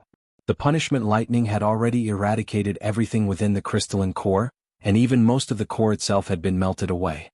Han Li was currently appraising the object with a hesitant expression, seemingly in the midst of making a very difficult decision. A faint buzzing sound that was also inaudible rang out, but it was as clear as a thunderclap in Han Li's ears. Those guys are buzzing around again. It looks like they really want to get their hands on this thing. Unfortunately, this thing is very useful to me as well. If I were to absorb the essence within it, perhaps my Provenance True Devil Arts would progress to another level, Han Li murmured to himself as a wry smile appeared on his face. Meanwhile, the buzzing was gradually growing louder and louder, and Han Li's brows furrowed slightly as he swept a sleeve through the air to release 3 balls of golden light. The balls of light were then revealed to be 3 huge golden beetles with purple stripes all over their bodies. These were none other than the 3 faux gold devouring beetles monarchs, and they were all staring intently at the object in Han Li's hand. The 3 of them then flapped their wings and shot forth directly toward the crystalline core as 3 streaks of golden light, and Han Li's expression darkened slightly as he reached out to make a grabbing motion. A burst of enormous invisible force erupted forth, and 3 golden beetles were immediately sent flying, tumbling through the air several times before they managed to right themselves again. The faux beetle monarchs were extremely powerful, but they were no match for the Grand Ascension Stage Han Li. Even so, the 3 beetles continued to pounce toward Han Li with all their might, but were constantly kept at bay by that same burst of invisible force. Han Li's brows furrowed even further upon seeing this, and after a long while, he heaved a long sigh as he murmured to himself, "So be it, this thing contains the Stemborer Queen's essence, so it should be more suitable for other insects. If I were to refine it myself, who knows what after effects could arise. These 3 faux beetle monarchs have virtually reached the end of their evolution, if they were to devour the Stemborer Queen's essence as well." Having made his decision, Han Li withdrew the invisible force keeping the 3 faux beetle monarchs at bay while tossing the black crystalline core up into the air. The 3 golden beetles immediately changed directions to pounce toward the crystalline core again, and they instantly clashed as 3 streaks of golden light. They were trying to fend off one another while chomping down chunks of the crystalline core as quickly as they could. In the end, the core was torn into 3 sections of different sizes before quickly being devoured. After devouring the crystalline core, the purple stripes on the 3 faux beetle monarchs began to flash erratically, and their auras had also become extremely chaotic. The 3 of them hissed in a menacing manner as they pounced toward one another, and Han Li's expression changed slightly upon seeing this, but he made no effort to stop them. The battle between the 3 gold-devouring beetles was very fierce, and it didn't take long for all 3 of them to be riddled with wounds. 2 of them had even lost a front limb each. After clashing for a while longer, the 3 beetles scattered as they hissed at one another in a threatening manner, then converged once again. The 3 of them were all severely wounded at this point, but they were still extremely ferocious and showed no signs of backing down. Han Li looked on for a short while longer before a thought suddenly seemed to occur to him, and he swept a sleeve through the air, releasing a burst of golden light that swept up the 3 gold-devouring beetles, causing them to instantly vanish on the spot.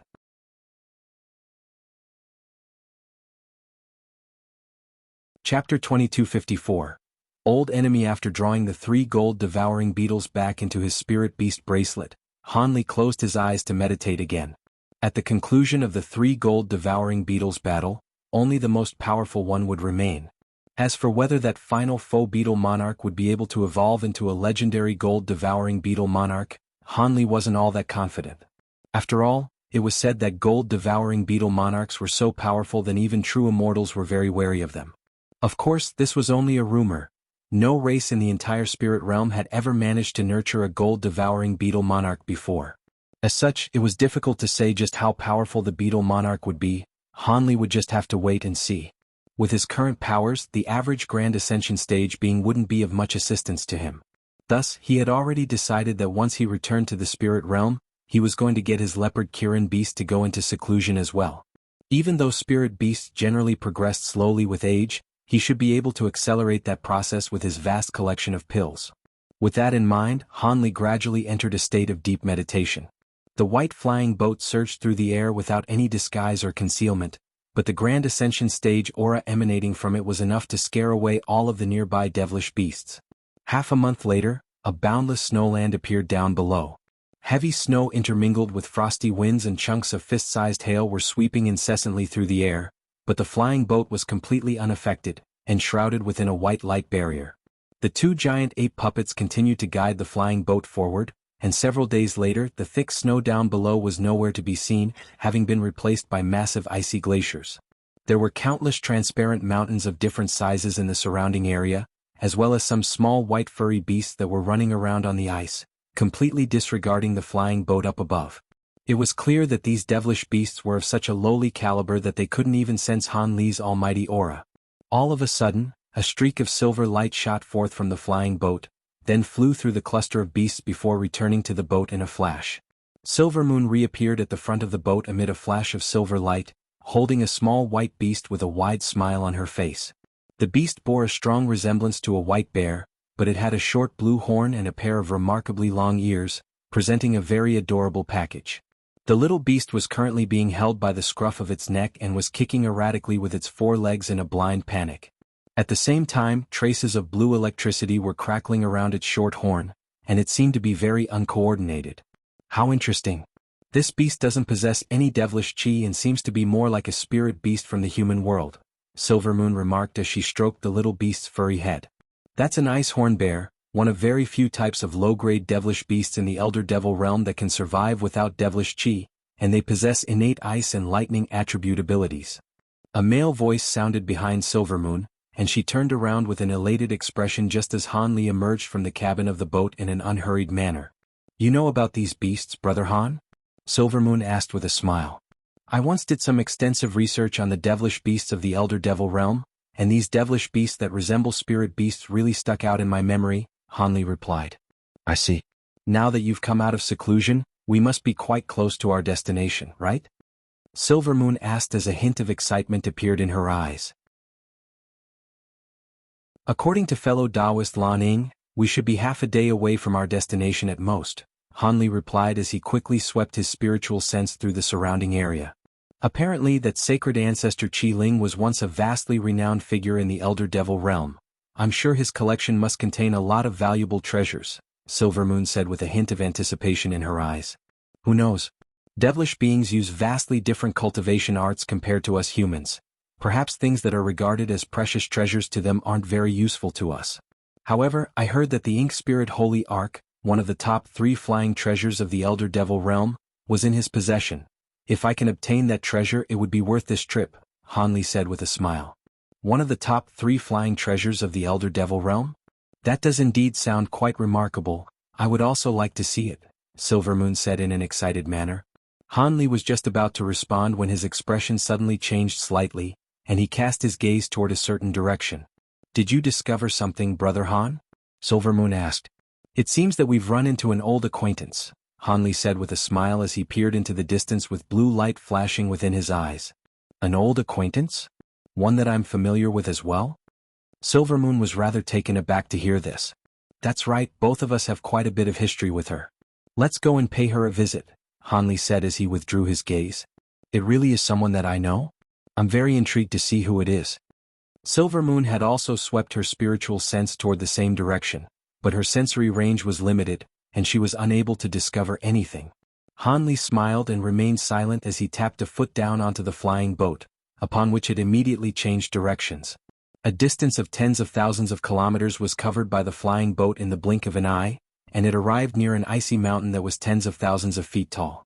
A string of rumbling explosions were ringing out incessantly above the mountain, sending powerful shock waves sweeping through the air in all directions.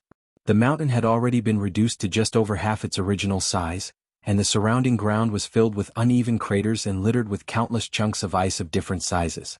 At the center of the commotion, white glacial chi was clashing with bright blue light, and it seemed that there were two gargantuan creatures locked in a fierce battle. Hanli looked on through narrowed eyes, and the flying boat drew to a halt at his behest, hovering still in midair. Silvermoon was also appraising the battle in the distance with curious eyes, but unfortunately, the world's origin chi was extremely chaotic there, and she was unable to see anything. However, judging from the ferocity of the clashes, the two combatants were definitely far more powerful than the average devilish lord. It's her. Silvermoon extended her spiritual sense forward, and a hint of shock immediately appeared on her face upon sensing a familiar aura. Hanli merely smiled and remained silent as he continued to spectate the battle from afar. With his enormous spiritual sense, he was naturally able to see everything as clearly as if it were unfolding right in front of him. After around 15 minutes, an earth-shattering boom suddenly erupted up ahead, and a ball of blue light exploded violently, threatening to destroy everything in the surrounding area. A blood-curdling beastly roar rang out as a white WRM that was over 100 feet in length emerged out of thin air amid a burst of spatial fluctuations. Its body was riddled with wounds, but it didn't pay any heed to its own injuries as it frantically fled from the scene. Right at this moment, an elegant figure appeared, and spatial fluctuations erupted up above as a giant blue claw emerged before crashing downward to slice the white WRM's body into several segments. Scorching black flames then erupted out of the giant claw to sweep up the white WRM's dismembered body. The white WRM howled with anguish as the segments of its body thrashed violently in the flames, but it was unable to escape. In the blink of an eye, its body and soul were all incinerated into nothingness. Only then did Hanli break his silence. Looks like there's some affinity between us, fellow Taoist Yuan Cha. I didn't think I'd run into you in such a secluded place. You don't seem to be in the best condition at the moment. The elegant figure was an extremely beautiful woman with skin as fair as jade, and it was none other than sacred ancestor Yuan Cha. She was wearing a suit of blue armor, but it was only glowing with very dim light, and not only was her face very pale, her aura was also fluctuating in a very unstable manner. What was most perplexing of all was that she seemed to only possess a body integration stage aura. I also didn't expect to see you here, fellow Taoist Han. Could it be that Bao Hua changed her mind and sent you to finish me off? Instead of being all that surprised to see Han Li, a sour look appeared on her face. That's not the case. I did assist Bao Hua on that one occasion, but that's all. Do you think I'm some sort of subordinate to Bao Hua? Han Li asked as his expression darkened slightly. Yuan Cha faltered slightly upon hearing this before a wry smile appeared on her face. Please forgive me for misunderstanding the situation, fellow Taoist Han. Come to think of it, now that you're at the Grand Ascension stage, your powers are most likely not inferior to Bao Hua's, so there's no reason for you to do her bidding and finish off a disabled wretch like me. Disabled? There is indeed something wrong with your aura. Why has it fallen to below the Grand Ascension stage? Did Bao Hua do this to you? Han Li asked. No, I did this to myself, Yuan Cha replied, much to Han Li's surprise.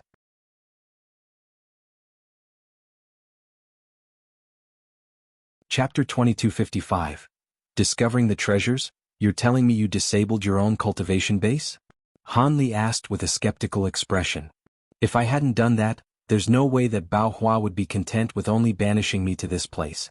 After all, I was the one she once trusted the most, yet I stabbed her in the back. It's already a huge surprise to me that I was able to survive this ordeal, Yuan Cha explained.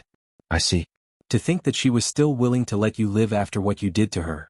The two of you must have really been quite close, Han Li said as he nodded with a contemplative expression.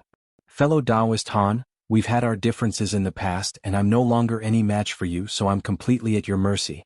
Are you going to take revenge for what I did to you back then? Yuan Cha asked as a forlorn look appeared in her eyes. I would be inclined to exact my revenge if Bao Hua hadn't handed down any punishment to you, but I have no intention of doing that now. Not only has your cultivation base been severely debilitated, your mental state has already fallen apart, so it's already quite remarkable that you were able to maintain your current cultivation base. There's no longer any hope for you to return to the Grand Ascension stage. Seeing as you were once a Grand Ascension stage sacred ancestor, I won't ask you to do anything too degrading. Just sever one of your own arms and I'll let bygones be bygones, Han Li said. Yuan Cha faltered slightly upon hearing this before a wry smile appeared on her face. An arm?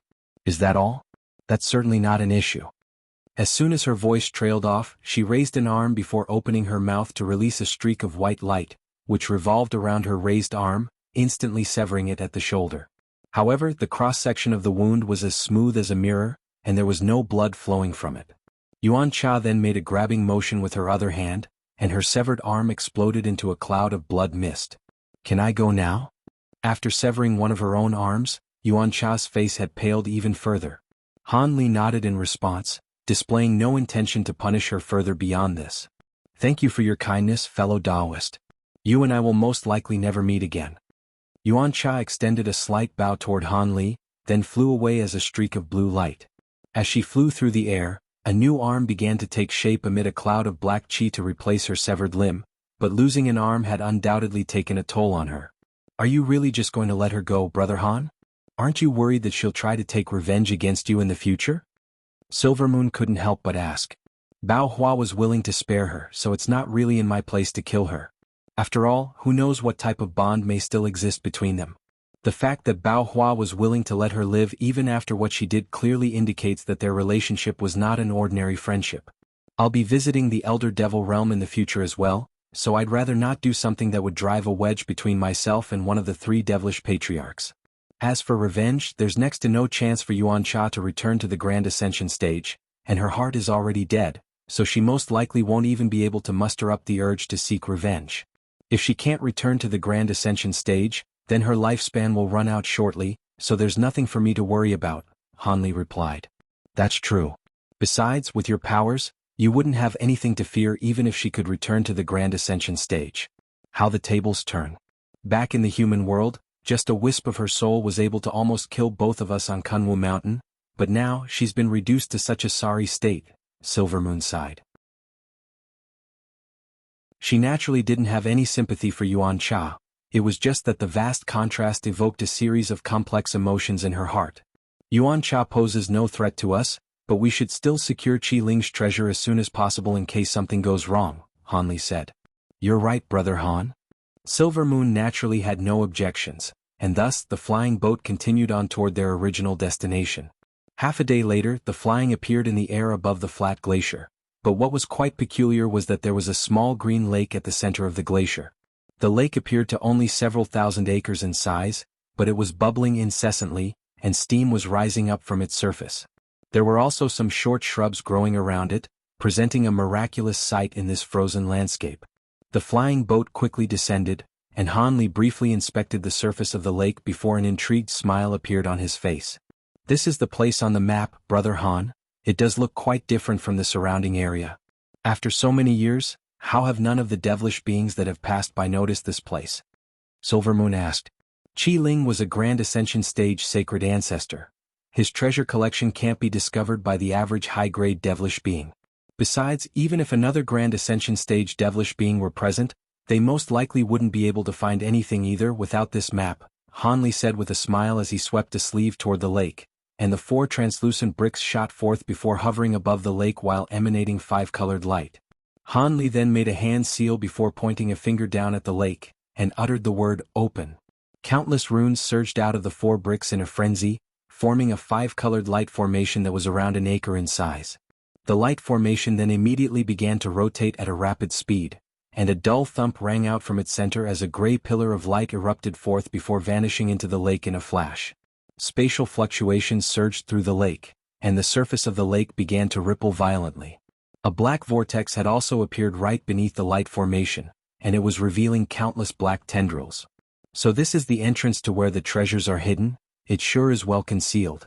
Looks like we'll most likely have to go through some trouble to obtain the treasures in there, Silvermoon said with an excited expression. Let's go. Even if there are restrictions in there, there's no way they can stop us, Hanli said with a nonchalant smile, and the flying boat beneath his feet abruptly vanished amid a flash of spiritual light.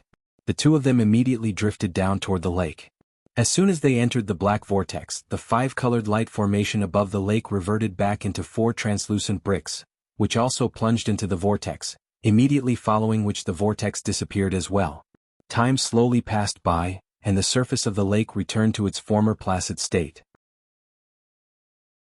After a long while, Hanli and Silvermoon were walking side by side through a maze beneath the lake. There were thick round pillars all around them, and all of the pillars were over 100 feet tall with black chi revolving around them. Faint ghostly wails rang out incessantly in the surrounding area, and if a normal cultivator were to hear this sound, they would immediately be struck by a sense of drowsiness and sluggishness. However, Silvermoon was easily able to keep the sound at bay by conjuring up a layer of protective spiritual light, while Hanli was able to simply ignore the sound altogether. The sky above the round pillars was completely concealed by a blanket of black mist, and all of a sudden, several blurry projections erupted out of several of the nearby stone pillars. The projections were in the form of giant menacing wolves, and even as they pounced toward Hanli, he didn't pause in the slightest as he released a burst of gray light to sweep up the oncoming projections in a flash. Meanwhile, two of the giant wolf projections had pounced toward Silvermoon, and they were met by a giant silver wolf projection that devoured the oncoming pair of projections in a single mouthful. After that, the two of them continued onward as if they were taking a stroll in the park. "How many waves has it been, Brother Han?" Silvermoon suddenly asked. "That was the 7th wave," Hanli replied in a calm manner. "Surely this wouldn't be the extent of the restrictions set up by the vastly renowned sacred ancestor Qi Ling. These restrictions don't even pose any threat to a body integration cultivator like me, let alone a grand ascension stage being like you," Silvermoon chuckled. "If you continue to think like that, you're going to fall into Qi Ling's trap," Hanli replied in an indifferent voice. "What do you mean by that, Brother Han?" Silvermoon was rather befuddled to hear this. Hanli smiled and asked, "Do you really think these pillars are just here to make some sound effects and manifest some spatial tempering stage beast projections? Is there something special about them?" Silvermoon asked with a surprised expression. "Let me show you something," Hanli said with a smile, then suddenly raised a hand and made a grabbing motion. A burst of silver spirit flames immediately erupted between his fingertips, and he grabbed onto something before forcibly pulling it out of thin air. Silvermoon's eyes widened as she stared intently at Hanli's hand, and Hanli smiled as he slowly spread open his fingers.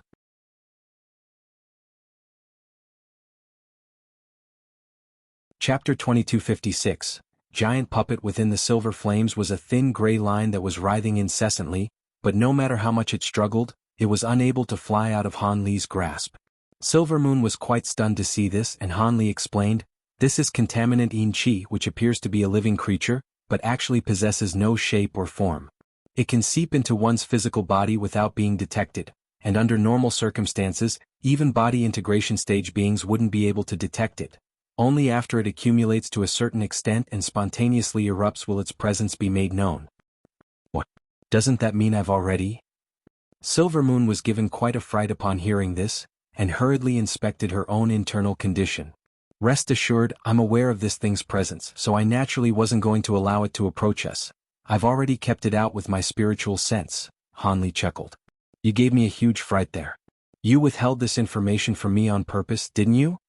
Silvermoon said as she rolled her eyes in an unintentionally seductive display. Even with Hanli's resolute and steadfast mental state, he couldn't but be momentarily entranced by her stunning beauty, and he immediately averted his gaze. "It's not that I didn't want to tell you about this in advance, it's just that this type of chi is only dangerous due to its undetectable nature. Once detected, even a spatial tempering stage being would be able to easily keep it at bay with their spiritual sense. So it's that easy to ward off. That's quite a relief." Silvermoon was elated to hear this, and she hurriedly released her spiritual sense as well. "We should reach sacred ancestor Qi Ling's treasure once we get out of this maze, right? We already passed by 2 so-called treasure pavilions, but the treasures in there will only be able to fool the average devilish being. They're nowhere near valuable enough to catch our eyes," Silvermoon said with a smile. An ordinary sacred ancestor most likely wouldn't be capable of setting up any other measures, but back in sacred ancestor Qiling's heyday, his reputation was virtually comparable to that of the three devilish patriarchs, so there should be more stern obstacles ahead, Hanli replied. What else could he have set up? I'm guessing it's most likely going to be some type of powerful restriction or formation, Silvermoon speculated. Perhaps, Hanli replied in an indifferent manner. While the two of them were conversing with one another, another cluster of beastly projections emerged, only to be promptly eradicated. At this moment they finally emerged from the maze, and a giant red gate that was several hundred feet tall appeared up ahead. The gate's surface was riddled with inky black devilish patterns, and it seemed to be extremely heavy.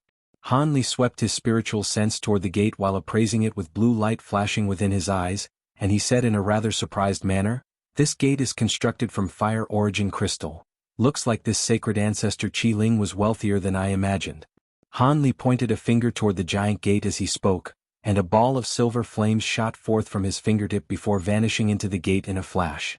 Countless bursts of crimson flames immediately erupted out of the gate in a frenzy, transforming it into a giant flaming gate, but at the same time, the gate slowly began to open amid a burst of rumbling. A scorching aura instantly swept forth from behind the gate, and as soon as it came into contact with Silvermoon, her expression changed drastically as she stumbled back a few steps while the protective spiritual light around her body flashed erratically. Behind the giant gate was a sea of crimson flames that were far hotter than normal flames, and even the body integration stage Silvermoon didn't dare to let it come into direct contact with her body. Hanli's brows furrowed slightly upon seeing this, but he remained still on the spot. With his spirit engulfing heavenly flames, there was no way that these flames would be able to harm him in the slightest. However, he could sense some restriction fluctuations emanating from within the sea of flames, so it clearly wasn't as simple as it appeared. With that in mind, he immediately made a hand seal before opening his mouth to expel a silver fireball, which instantly transformed into a massive fire raven that was around 10 feet in size. The fire raven spread its wings and let loose a clear cry, then plunged headfirst into the sea of flames. All of the crimson flames in the path of the fire raven immediately parted, creating a path that was around 10 feet wide. "Let's go, Silvermoon," Hanli said as he took a step forward, then abruptly appeared right at the center of the path. Silvermoon smiled and immediately followed along behind him. Thus, the two of them were able to traverse through the sea of flames behind the silver fire raven. Beneath the parted sea of flames were countless fist-sized crimson crystals that littered the entire ground, and each crystal was releasing wisps of crimson fire. Hanli and Silvermoon were both hovering around 10 feet in the air as they flew along behind the silver fire raven, and they reached the center of the sea of flames in the blink of an eye. All of a sudden, the ground below the silver fire raven split open, and a thick arm holding a giant translucent blade lashed out to instantly slice the fire raven in half. If a normal spirit beast were to be dealt such a heavy blow, they would at least suffer severe injuries and perhaps even be killed. However, the fire raven possessed no substantial body, so the two halves of its body instantly fused back into one again. Immediately thereafter, it swooped down while vigorously flapping its wings downward, sending countless streaks of silver light crashing down onto the ground below. A string of resounding booms rang out, and countless crystals embedded onto the ground were shattered by the streaks of silver light. The crimson arm that had just emerged was instantly riddled with holes, and it seemed to be on the verge of completely crumbling away. Right at this moment, another massive crimson fist erupted out of the nearby ground before landing a vicious blow on the silver fire raven, releasing a flurry of countless crimson runes that completely scattered the fire raven into countless specks of silver flames, rendering it unable to return to its original form in a short time. Hanli stopped in midair upon seeing this, and his eyes narrowed slightly, while a surprised look appeared on Silvermoon's face. The sea of flames began to surge violently, and the ground down below tremored as a humanoid puppet that was over 100 feet tall emerged. The puppet wore a suit of crimson armor that covered every single inch of its body, and its body was attached to the crumbling arm that was holding the giant blade. There were wisps of crimson flames revolving all over the puppet's body, and a crimson crystal was embedded into its glabella. "This is a devil crystal puppet," Hanli exclaimed upon getting a clear view of the giant puppet. This puppet was far larger than the other devil crystal puppets he had seen before, but its aura indicated that it was definitely a devil crystal puppet, and one of quite a high caliber at that. "What's a devil crystal puppet?" Silvermoon asked. Devil crystal puppets are created using a puppet refinement technique unique to the Elder Devil realm. I've seen some in the past, but none of them can compare with this puppet, which is close to the pinnacle of the body integration stage, Hanli quickly explained. Right at this moment, the giant puppet had already completely emerged from the ground, and it immediately sent its giant blade crashing down toward Hanli. The puppet was quite massive and bulky, but its saber strike was as fast as lightning, and it instantly reached Hanli, striking him with a bone-chilling sensation that threatened to freeze his blood solid. Heavenly frozen light? Interesting, no wonder you were able to scatter my spirit-engulfing fire raven. Hanli's eyes lit up as he swept his spiritual sense toward the giant blade, then raised an arm upward, catching the blade in a casual manner. A dull thump rang out as powerful shockwaves erupted in all directions, causing the entire sea of flames to surge violently once again. Glacial light was surging toward Hanli from the giant blade, but he seemed to be completely unaffected. Indeed, with Hanli's current physical body, this glacial light was nowhere near powerful enough to harm him. However, that wasn't the extent of the giant puppet's abilities. A cold light flashed through its eyes and it suddenly opened its mouth to release a pillar of white light. At the same time, it swept its other arm through the air, and a giant crimson hand emerged before crashing down viciously toward Hanli with countless runes revolving around it. A burst of scorching red light came surging down along with the arm, and a charred odor immediately wafted through the air. The red light seemed to be capable of melting through space, and that was a clear testament to just how fearsome it was. Hanli's expression darkened slightly as he swept a sleeve forward to release a burst of gray light. As soon as the pillar of white light came into contact with the gray light, the former abruptly vanished into thin air. At the same time, Hanli extended a pristine white hand out of his sleeve before thrusting it toward the oncoming red light and giant crimson hand in an unhurried manner.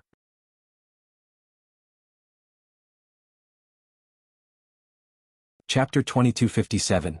Puppet Army. His nonchalant-looking palm strike was instantly able to pierce through the red light before clashing with the giant crimson hand, which was immediately struck by a burst of devastating force and crumbled into powder. Despite this, the giant puppet remained completely expressionless, and crimson light radiated from its body as several devilish beastly projections that resembled cow-tiger hybrids emerged before pouncing toward Hanli. Right at this moment, Hanli opened his mouth to release a streak of azure sword chi, which instantly reached the puppet before revolving around its massive body. Spiritual light flashed violently from the puppet's body, but it was still sliced in half at the waist and toppled to the ground. As for the beastly projections that had just been conjured up, all of them disappeared into plumes of smoke. However, in the next instant, scorching crimson flames erupted from the crystals on the ground, releasing countless translucent threads that abruptly pulled the two halves of the puppet's body together again, and its wounds were instantly healed.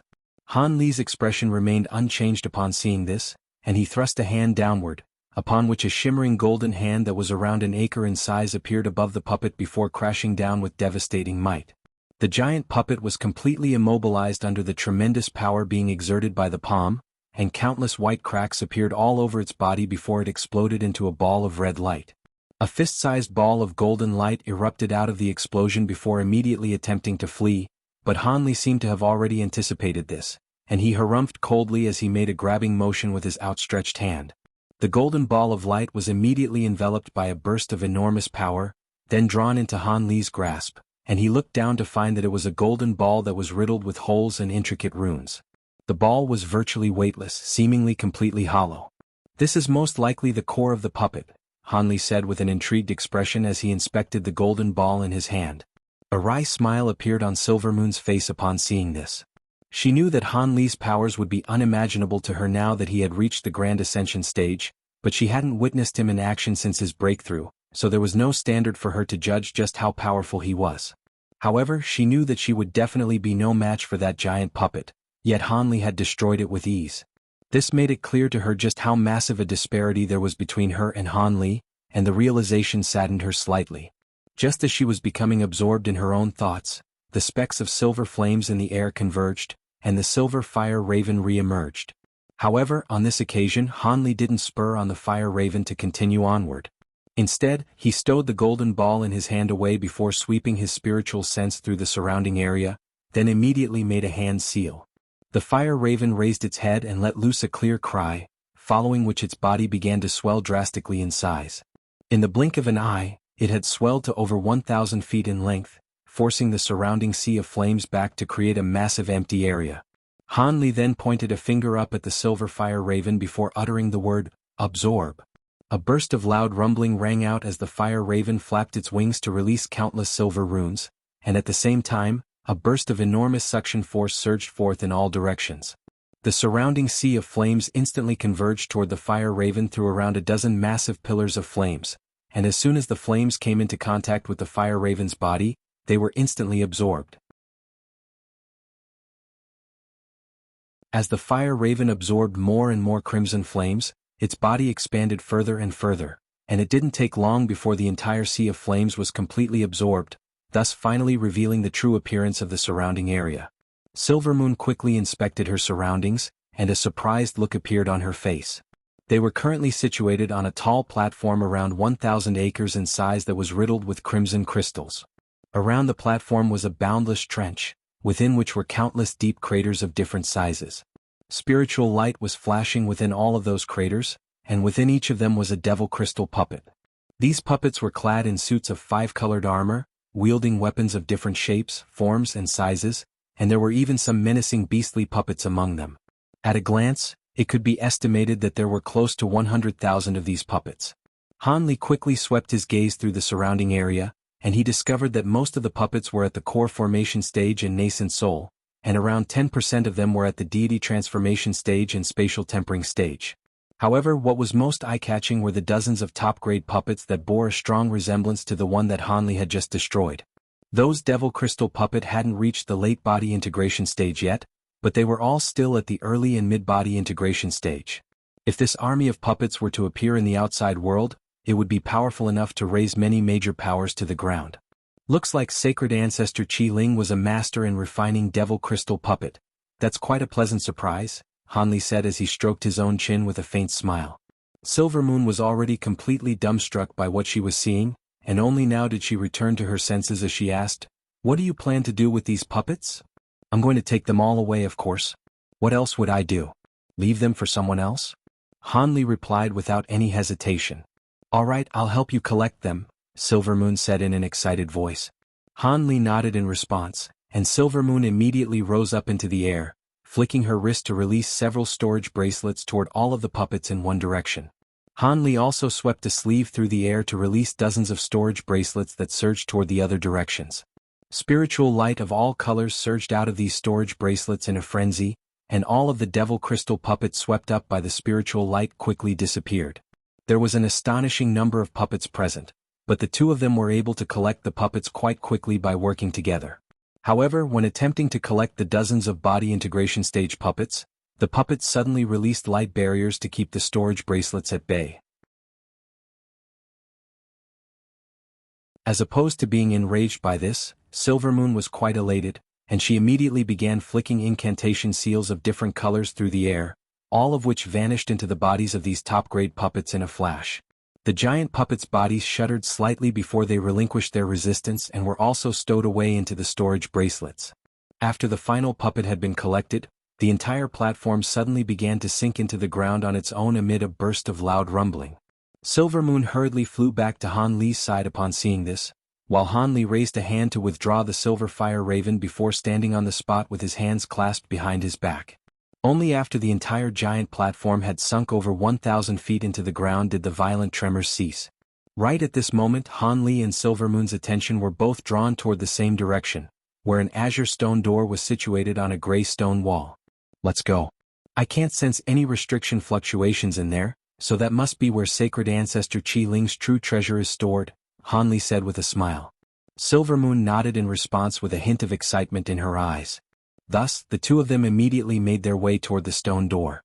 Once they were no more than several tens of feet away from the stone door, Han Li thrust a hand through the air, and the door was pushed open by a burst of enormous power.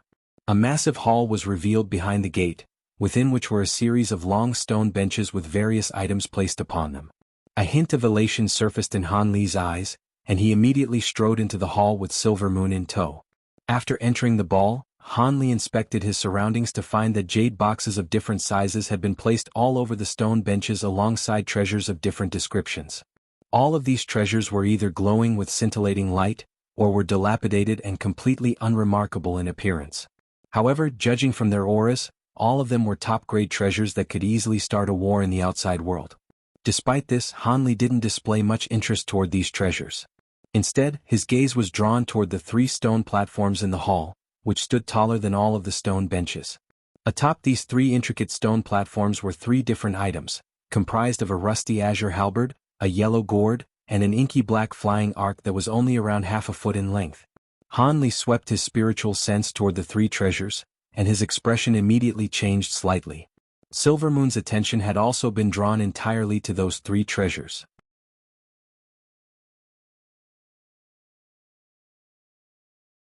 Chapter 2258.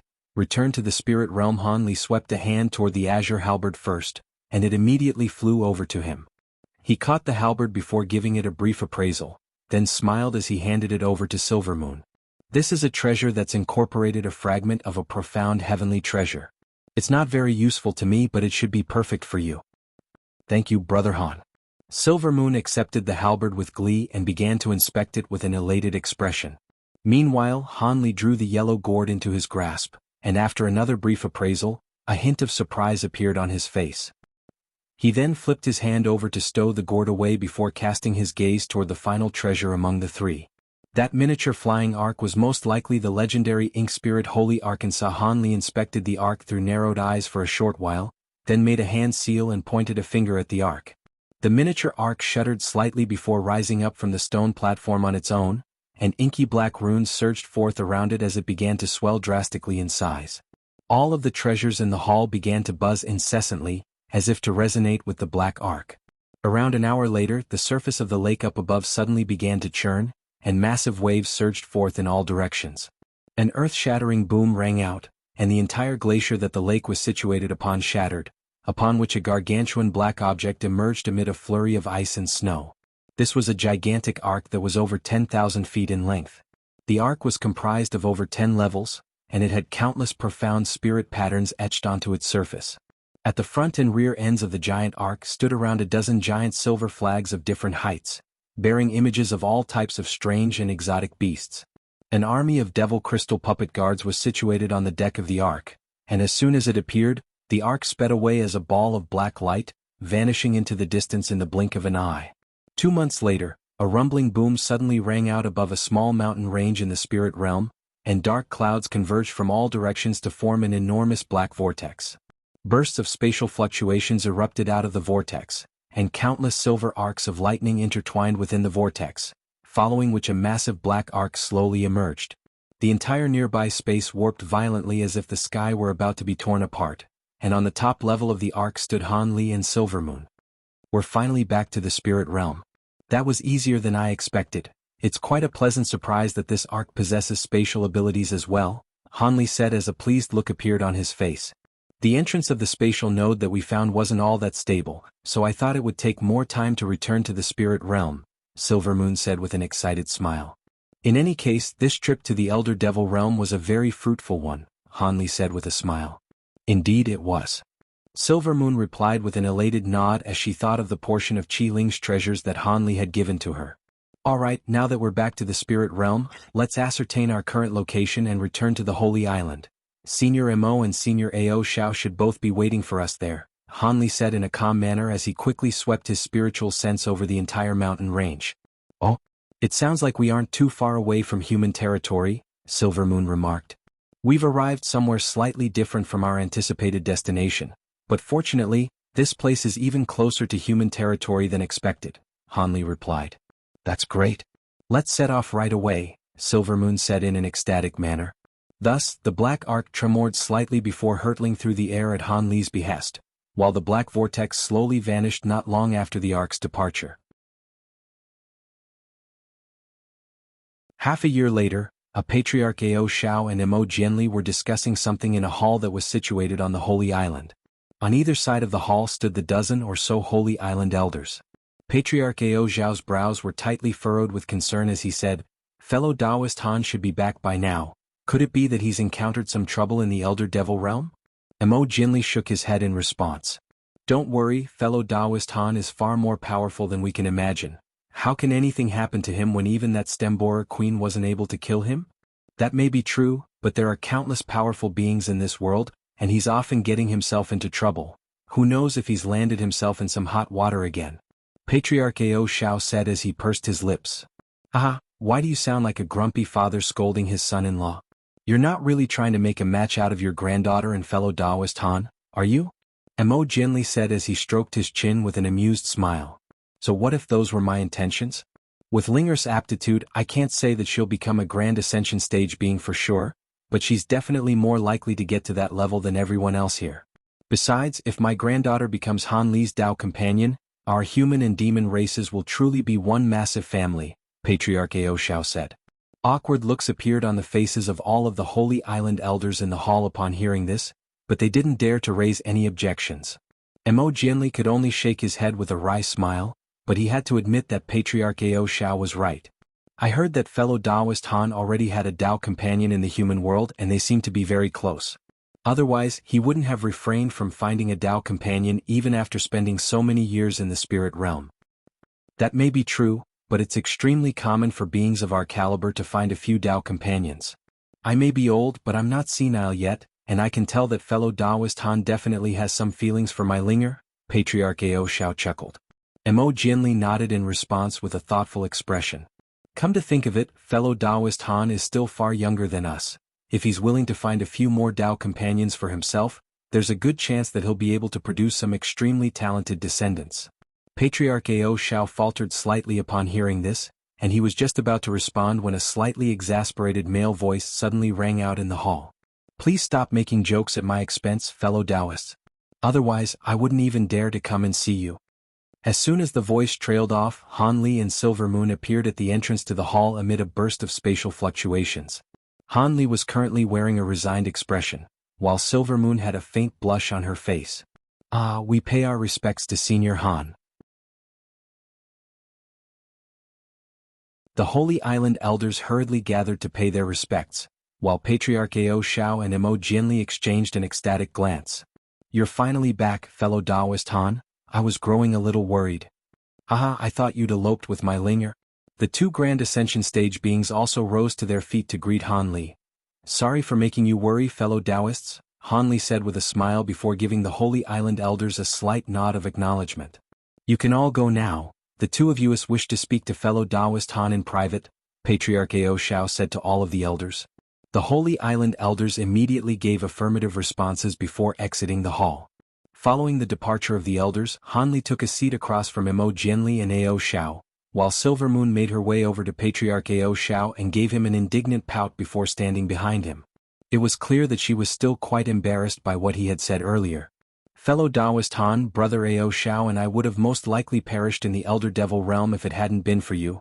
I'll remember what you did for us, Mo Jianli said in a genuine manner as he cupped his fist in a salute toward Han Li. Indeed. If fellow Taoist Han hadn't come to rescue us, that ancient seal would have become a tomb for all of us. I'll be sure to repay you for this, fellow Taoist Han. Patriarch Ao Shao also expressed his gratitude toward Han Li. You're far too kind, fellow Taoists. You've done so much for our two races over the years, it was only expected of me that I would do everything in my power to save you, Han Li hurriedly replied. That's not the same thing. We have indeed contributed greatly to our two races, but that still doesn't change the fact that you saved our lives. This is something that we must repay you for, Mo Jianli insisted. Patriarch Ao Shao also nodded in agreement. Han Li could only shake his head with a resigned smile upon seeing this. After that, Han Li and the two Grand Ascension stage beings discussed their experiences in the Elder Devil realm, as well as some matters regarding the Stemborer Queen. Of course, Han Li made no mention of the ancient true immortal still residing in the original sealed site. He merely attributed the destruction of the Stemborer Queen to Bao Hua and the ancient seal, and Patriarch Ao Shao and Mo Jianli had no reason to suspect that he was lying. Fellow Taoist Han, you've only just returned, so why don't you take a rest and refrain from going anywhere for now, Mo Jianli suddenly said with a slightly peculiar expression.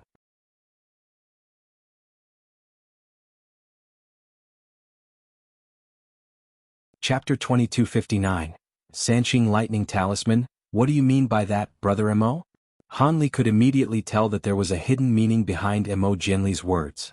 Brother Ao's next heavenly tribulation is going to arrive soon, and we'll have to assist him with that, Mo Jianli sighed with a grim expression. Han Li's expression changed slightly upon hearing this, and he immediately turned to Patriarch Ao Shao. Is that true, grandfather? Silvermoon's smile also instantly faded as her face paled slightly. Hee, my heavenly tribulation should have arrived over 1,000 years ago. It's only been delayed to this point as I had taken some special measures. As a result, this heavenly tribulation will be even more fearsome than it otherwise would have been. However, I never had much of a chance of transcending this tribulation to begin with, so the benefits outweighed the consequences. During this period of time, Linger has reached the body integration stage, and fellow Taoist Han has become a new pillar for our two races, so I can let go without any qualms now, Patriarch Ao Shao chuckled. So you did this for my sake, Silvermoon said in a trembling voice. Not entirely. Even if you didn't exist, I would have still made the same decision so I could be around to protect our two races from the invasion of the Elder Devil race, Patriarch Ao Shao said with a shake of his head. However, Silvermoon was shaking her head vigorously, clearly not trusting his alibi. Is there really no hope for you to transcend this heavenly tribulation, fellow Taoist Ao? If you require certain treasures, I can try to seek them out for you, Han Li said with tightly furrowed brows. If I hadn't delayed this tribulation, I'd still have a roughly 10% chance of being able to transcend it, but now that probability has fallen to less than 5%. As for treasures, I've already prepared as much as I can. There are a few that I still haven't found, but it was always going to be a struggle to find them, so I'm not too fixated on that, Patriarch Ao Shao sighed. Less than 5% is way too low. Isn't there any way to increase that probability, grandfather? Silvermoon asked as tears began to well up in her eyes. If that disciple of fellow Taoist Hans with the recessive lightning spiritual root were a grand ascension stage being, that probability would be increased by about 10% with his assistance. But as he currently is, he won't be of any use, Patriarch Ao Shao replied. Silvermoon's face paled even further upon hearing this. Han Li and Mo Jianli could only exchange a resigned glance as well. Perhaps it would be possible for them to raise Hai Yuetian's cultivation base to the body integration stage in a short time, but it was entirely impossible to help him reach the Grand Ascension stage on such short notice. As for Han Li's extreme mountains, they were very effective against heavenly lightning tribulation, but they had already been completely refined, so he couldn't lend them to anyone even if he wanted to. There's one thing that may be able to increase your chances of transcending your heavenly tribulation by as much as 15% to 20%, Mo Jianli suddenly said. What is it, Senior Mo? A hopeful look immediately appeared in Silvermoon's eyes upon hearing this. At the same time, a surprised look appeared on Patriarch Ao Zhao's face, indicating that he had never heard Mo Jianli mention this before. Instead of directly answering Silvermoon's question, Mo Jianli asked, You've heard of Patriarch Shi Xan, right, fellow Taoist Ao Shao? Of course. Isn't he the Cloudmound race Grand Ascension stage being who entered the original sealed site with us? I spoke to him on one occasion, but didn't he perish in the ancient seal in the end? What does this have to do with him? Patriarch Ao Shao asked. Patriarch Shi Xan didn't possess any treasures that could resist heavenly tribulations, but he did know of such a treasure, and that treasure should be in the spirit race, Mo Jianli explained. Prior to entering the Elder Devil realm, those foreign Grand Ascension stage beings stayed at the spirit race for some time, so this information is most likely reliable. But what exactly is this treasure that you're talking about, Brother Mo? Patriarch Ao Shao asked. I'm referring to the Sanqing Lightning Talisman, Mo Jianli finally revealed. Patriarch Ao Zhao's expression changed drastically upon hearing this. What? Isn't that a talisman that can only be found in the true immortal realm? Is there really such a talisman in our realm? Han Li was also quite taken aback by this revelation. The Sanqing Lightning Talisman was one of very few types of treasures that could resist Grand Ascension stage heavenly tribulations, so it was vastly renowned across all realms. However, this was a disposable treasure, and it had always been said that only true immortals of the true immortal realm would be able to refine such talismans, so no one had actually ever seen one. Thus, as time passed, even most of the Grand Ascension stage beings gradually became unconvinced that such talismans could be found in the lower realms. As such, it was naturally a massively pleasant surprise for Patriarch Ao Shao to hear that this talisman could be found in the nearby spirit race. Theoretically speaking, there shouldn't be any Sanqing lightning talismans in the lower realms, but Patriarch Shi Xan saw the talisman in person, and I can guarantee you that his information is reliable. As for why that is, I'm afraid I can't reveal that, Mo Jianli said with a meaningful expression. In that case, I'm sure this information is trustworthy, But why is it that Patriarch Shur-Xan didn't try to obtain those talismans for himself? Even though he was quite far away from his next heavenly tribulation, surely he wouldn't be willing to miss out on such a priceless treasure, Mo Jianli said with furrowed brows. Indeed, I would also do everything in my power to obtain such a treasure if I were to discover one, Han Li chimed in agreement. It's not that Patriarch Shur-Xan didn't try to obtain the treasure. He had already made an agreement with the owner of the talismans, and once he returned to the Elder Devil realm, he would fulfill the agreement and receive the talisman, Mo Jianli said with a smile. Even Patriarch Shur-Xan had to make an agreement with that spirit being? Who is it? A hint of wariness appeared on Patriarch Ao Zhao's face as he spoke. Who else could it be? Mo Jianli sighed with a wry smile. A perplexed look appeared on Silver Moon's face upon hearing this, but a thought then immediately occurred to her. Meanwhile, Han Li suddenly chuckled. You must be referring to the spirit monarch. Patriarch Ao Zhao and Mo Jianli exchanged a quick glance upon hearing this, and the latter nodded in response. I am indeed referring to the spirit monarch. He is in possession of the Sanqing lightning talisman, and he seems to have more than one. More than one?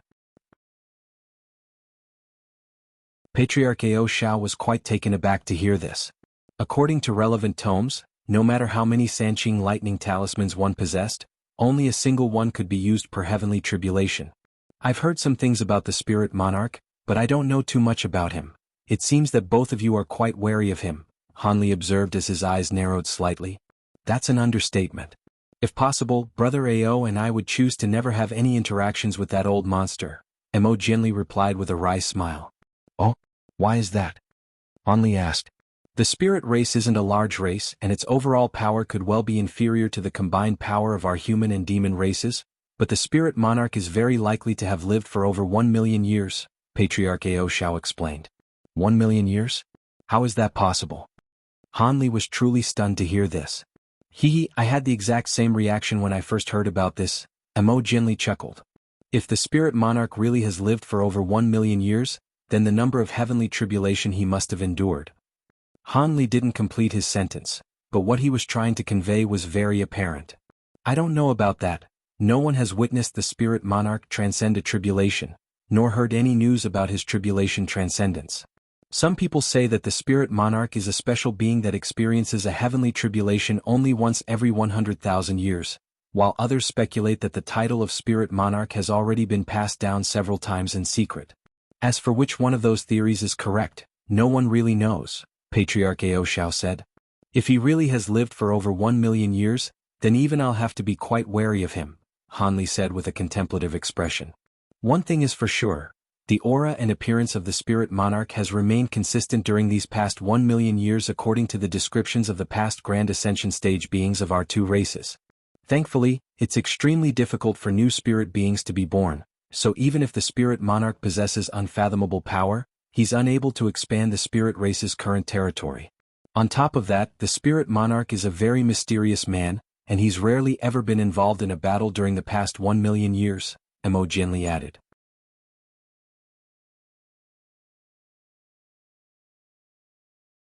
Chapter 2260.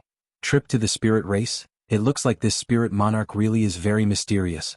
Do you know what kind of deal Patriarch Shur-Xan struck with the spirit monarch in exchange for that Sanqing lightning talisman? Han Li asked.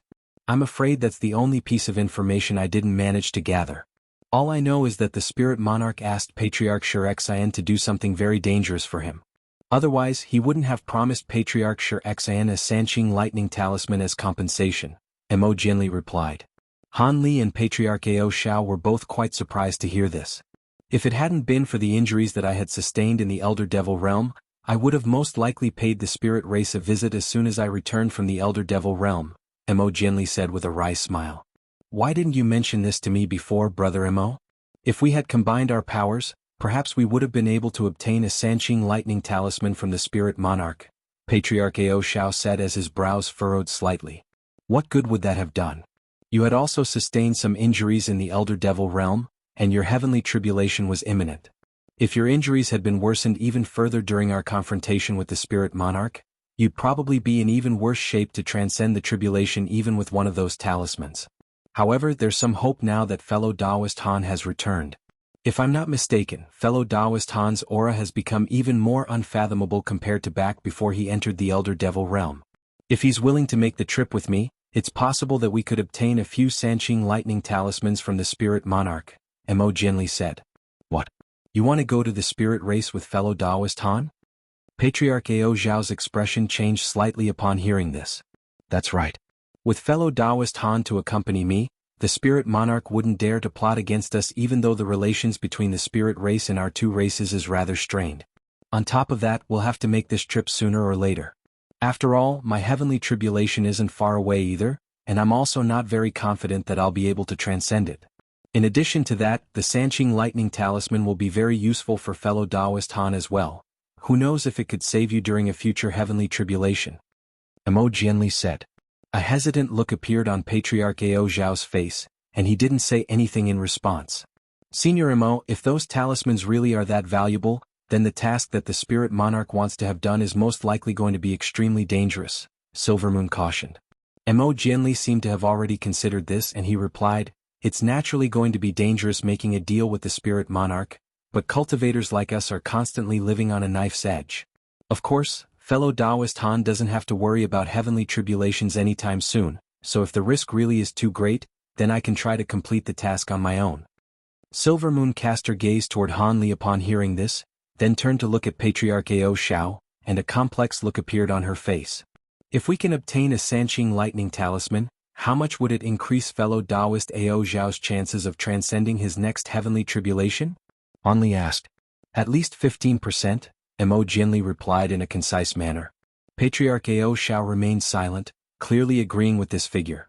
That's a significant improvement. Fellow Taoist Ao Zhao, how much longer will you be able to delay your heavenly tribulation? Han Li asked. 10 more years at most. I won't be able to manage any longer than that, Patriarch Ao Zhao replied. 10 years should be more than enough time, Han Li said as a decisive look appeared in his eyes. Obtaining the Sanqing lightning talismans would be greatly beneficial to all three of us, and it could save fellow Taoist Ao Zhao from a potentially dire situation, so there's no reason for me not to go on this trip.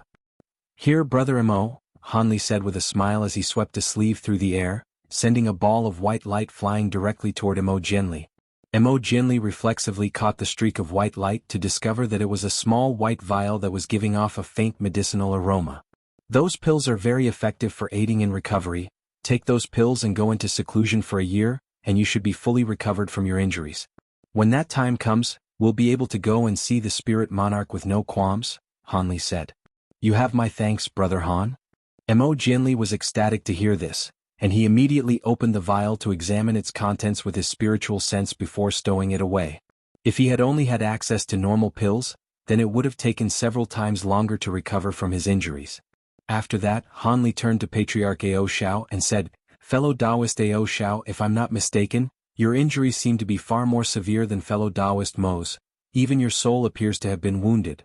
Back when I was trapped in the ancient seal, I fell prey to a sneak attack by several extremely powerful insects, and my soul was damaged as a result. It'll take some more time for me to recover, and I'm not 100% sure whether I'll be able to fully recover before my heavenly tribulation.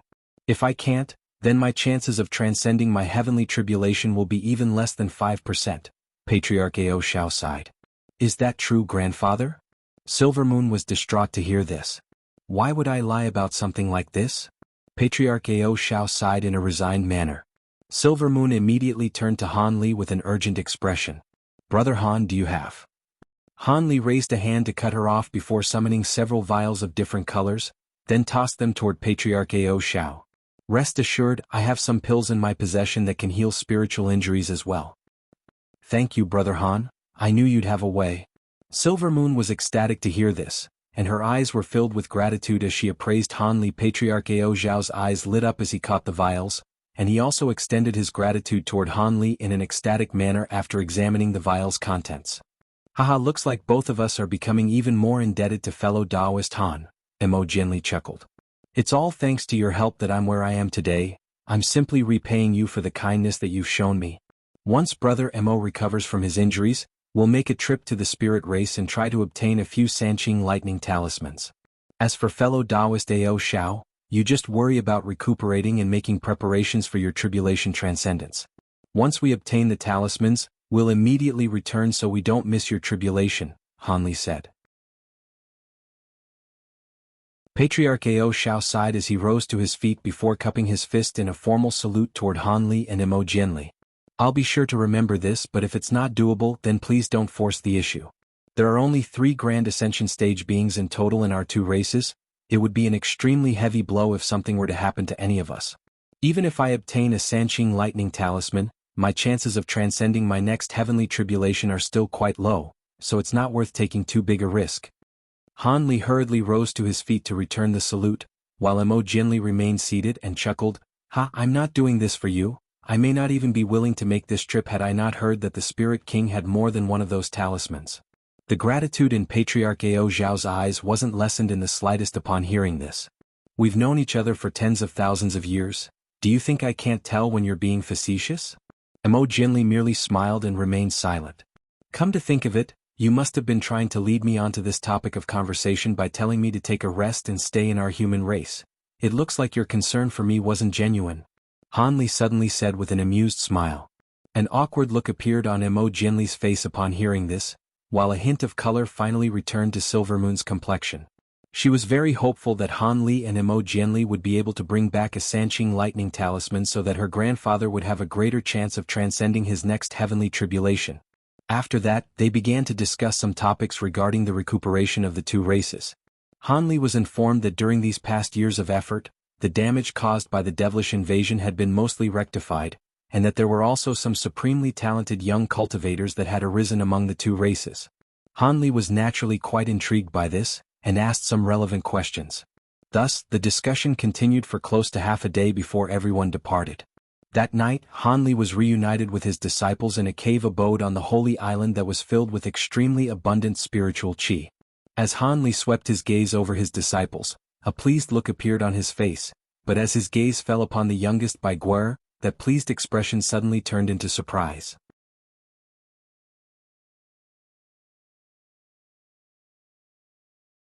Chapter 2261. Acquaintance in the Primordial World. I'm surprised that you've already reached the late deity transformation stage in such a short time, Guer. Looks like your ice essence body is living up to its reputation, Han Li said with a smile. It's all thanks to your guidance and pills, Master. Otherwise, there's no way I would have reached this level so quickly, Bai Guer replied with a respectful duck of her head. Qi Lingzi, you've also reached the late deity transformation stage bottleneck, right? Han Li asked. Qi Lingzi's heart jolted slightly upon hearing this and he hurriedly replied, I am indeed only one step away from reaching the late deity transformation stage, but I'm unable to take that step no matter what I try. Looks like it's about time you 2 ventured into the primordial world. Your cultivation journey has progressed very smoothly thus far due to your exceptional aptitude and the pills I provided you with, but if you want to reach the spatial tempering stage, cultivation alone won't allow you to get there. As is the case with a flower in a greenhouse, there's no way you can develop to your full potential without experiencing hardships. Only in the primordial world can you find the opportunities that belong to you. I can bestow upon you my experiences and insights, but they may not be suitable for you, Han Li said in a meaningful voice.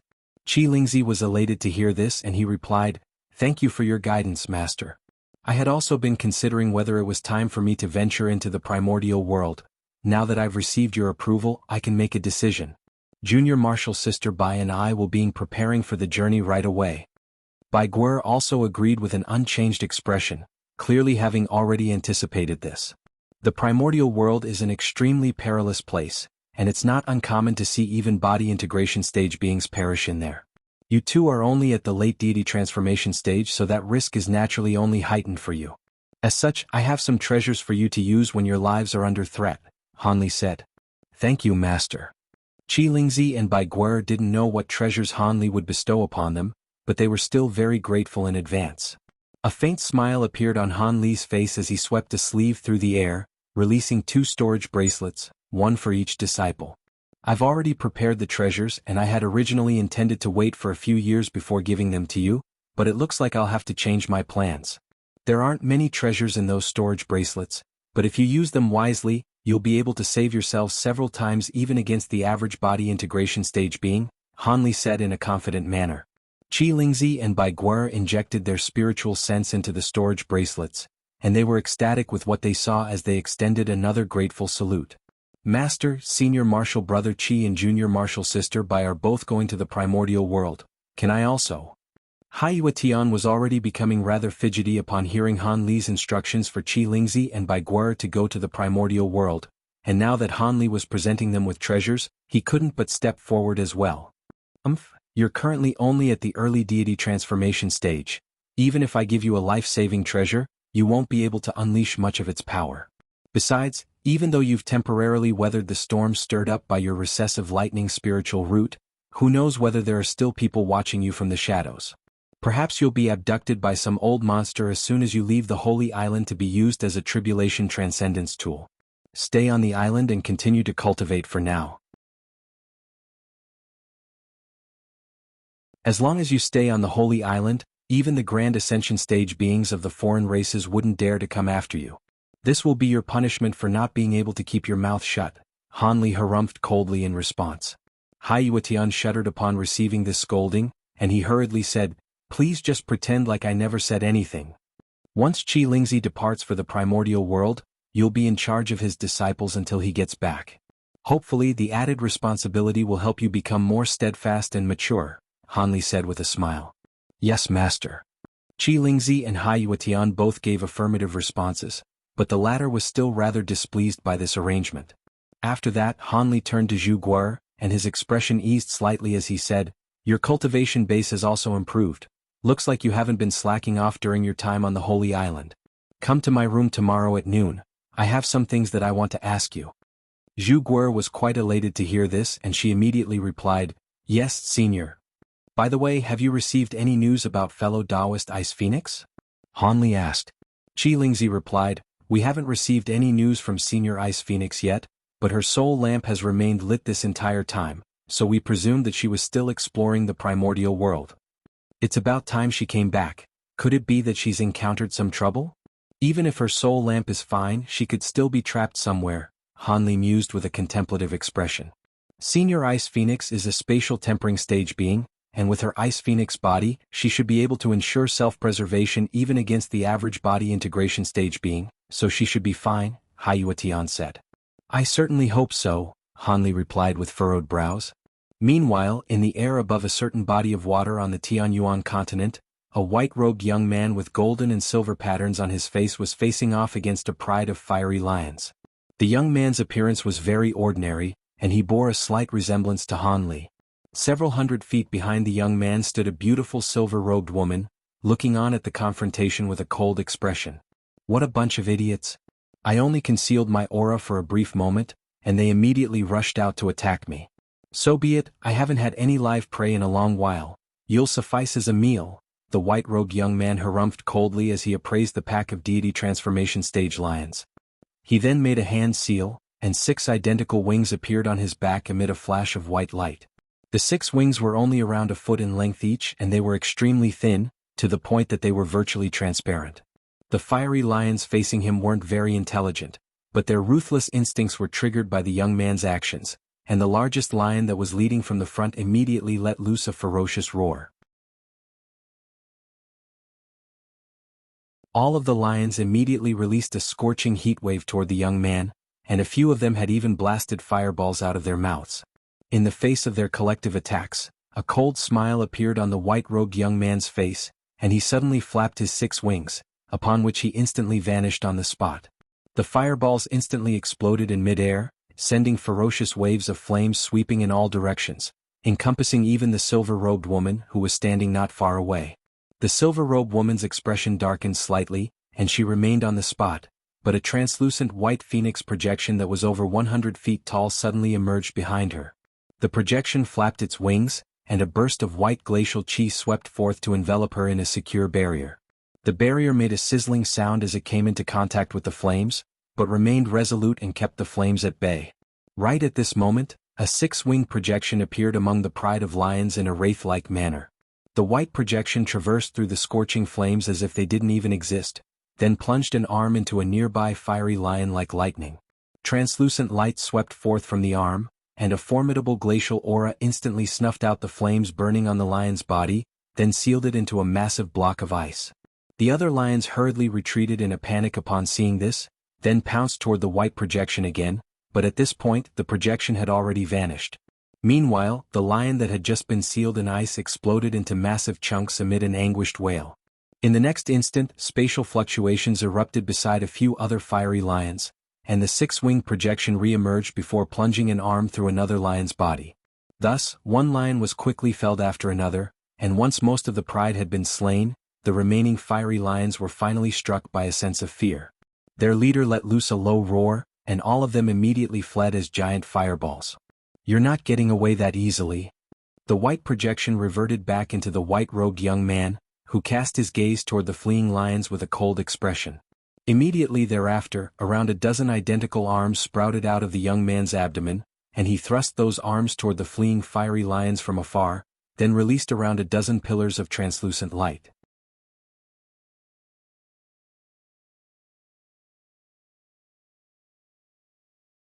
Chapter 2262, Vastine Stone. The pillars of light vanished in a flash, and at this point, all of the fleeing fiery lions had been frozen into massive chunks of ice. A cold look appeared on the white-robed young man's face as he flapped his wings and instantly appeared before one of the blocks of ice, then thrust a nonchalant palm toward it. The fiery lion within the ice abruptly shuddered, then exploded into a cloud of blood mist. A ball of red light formed by its soul was desperately darting around within the blood mist, but was unable to escape its icy prison. The white-robed young man then opened his mouth in an unhurried manner to expel a burst of white light that seeped into the chunk of ice, sweeping up both the blood mist and the lion's soul before drawing them into his mouth to be devoured. He then did the same thing to a few other fiery lions, and a pleased look appeared on his face as he turned to the silver-robed woman in the distance. "Fellow Taoist Ice Phoenix, would you like to taste some of this live prey? It's quite delicious." The silver-robed woman was none other than the Ice Phoenix that had left the human race many years ago. However, her aura was several times more powerful than it had been back then, and she seemed to be only one step away from reaching the body integration stage. "I don't consume live prey, you can help yourself, fellow Taoist," the Ice Phoenix replied in an expressionless manner. Immediately thereafter, he devoured the rest of the fiery lions in the blink of an eye, then arrived back beside the Ice Phoenix. "Let's keep going, fellow Taoist Ice Phoenix. I heard that the U race nearby shares close ties with a certain major race on the Thunder Continent, so they must have set up a super teleportation formation capable of traversing between continents. If we can make use of that, we'll be able to save a lot of time," the white-robed young man said. The Ice Phoenix hesitated momentarily before asking with a grim expression, "Are you really planning to travel to the Thunder Continent, fellow Taoist Six-Wing?" "Of course. If I hadn't received the news that my former master has also reached the Grand Ascension stage, I would have perhaps returned to the human race, but now, a trip to the Thunder Continent is mandatory.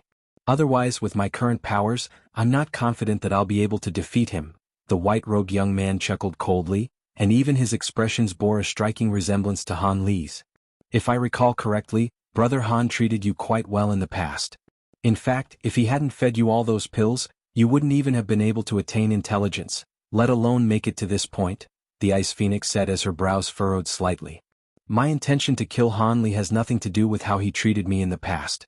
Back when he was my master, he planted a servant mark in my soul. Even though I've erased most of its effect using a secret technique, I won't be able to completely escape its influence unless he's dead. I've already attained intelligence and a human form, so I'm destined to pursue the great Tao. How could I allow such a damning weakness to continue to exist? As such, this trip to the Thunder Continent is one that I absolutely must make," the white-robed young man replied in a cold voice. "Even so, do you really think you'll be able to find what you're looking for on the Thunder Continent? That thing only exists in legends. If you ask me, you have next to no chance of finding it," the Ice Phoenix said. "Don't you worry about that, I wouldn't be making this trip if I didn't have confidence. The Plain Een race has indeed rarely ever been sighted on the Thunder Continent, but it's said that this race can communicate directly with the Een star to manifest Plain Een star chi. If I can absorb that star chi with my reverse spirit true Een technique, I'll be able to attain a body that's powerful enough to match those of true spirits. When that time comes, I'll be able to kill Han Li with ease," the white-robed young man replied in a nonchalant manner. The Ice Phoenix's expression darkened slightly upon seeing this, and she said through gritted teeth, "Why is it that you insist on taking me along with you? If you want to kill me, then just do it. Why would I do that? Extreme beings that have attained human bodies like you and I are extremely rare, and we're of opposite genders as well, so we're a perfect match. After I kill Han Li, you can become my Dao companion, the white-robed young man chuckled. The Ice Phoenix's face paled upon hearing this. You're a grand ascension stage being. Don't you think it's unbecoming of someone of your status to force others into becoming your Dao companion? It's exactly because I'm a grand ascension stage being that I'm unwilling to give up on a potential Dao companion like you, who possesses power of the same attribute as myself and aptitude to match mine as well. As for how others see me, why should I care? The white-robed young man harumphed in a disdainful manner. A hint of fury flashed through the Ice Phoenix's eyes upon hearing this, but she knew that she had no chance of escaping from this man, so she simply fell into a brooding silence. The white-robed young man didn't continue the conversation either, and he swept a sleeve through the air, upon which a six-winged white centipede projection emerged behind him, then encompassed both of them before flapping its wings and flying away as a streak of white light. After just a few flashes, both of them had vanished into the distance. Meanwhile, on the Holy Island, Han Li discussed some important matters with his disciples in his cave abode, then waved a dismissive hand and instructed, "All right, aside from Bai Guer, you can all go now. I'd like to speak to her in private." "Yes, master."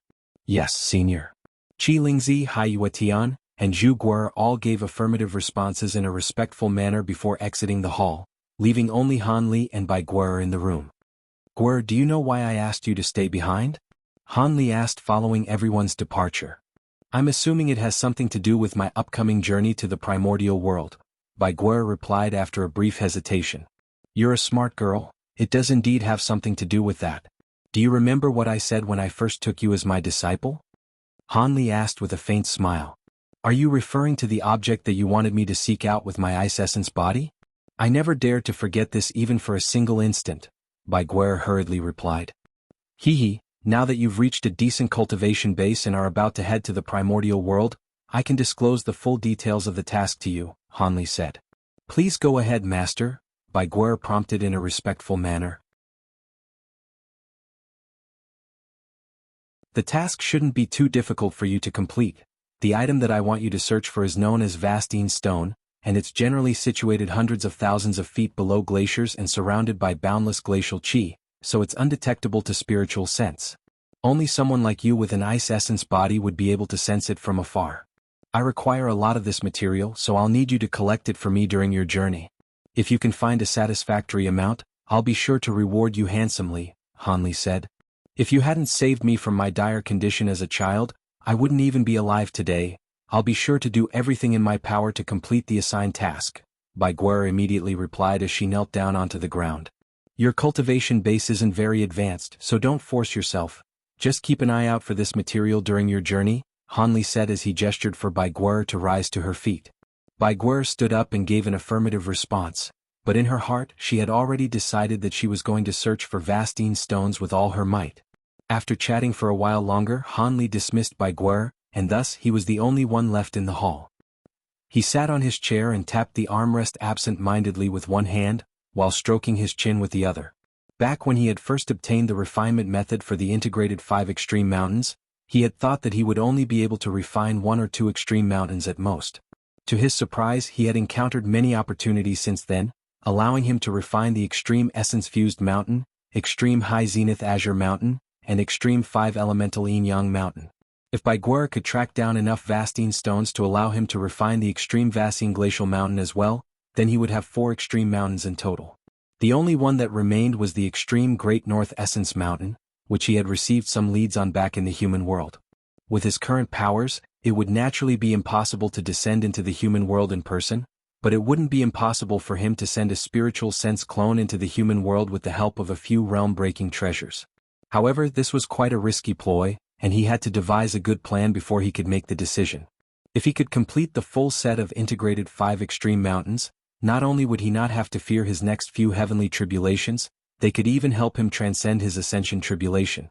With that in mind, a faint smile appeared on Han Li's face.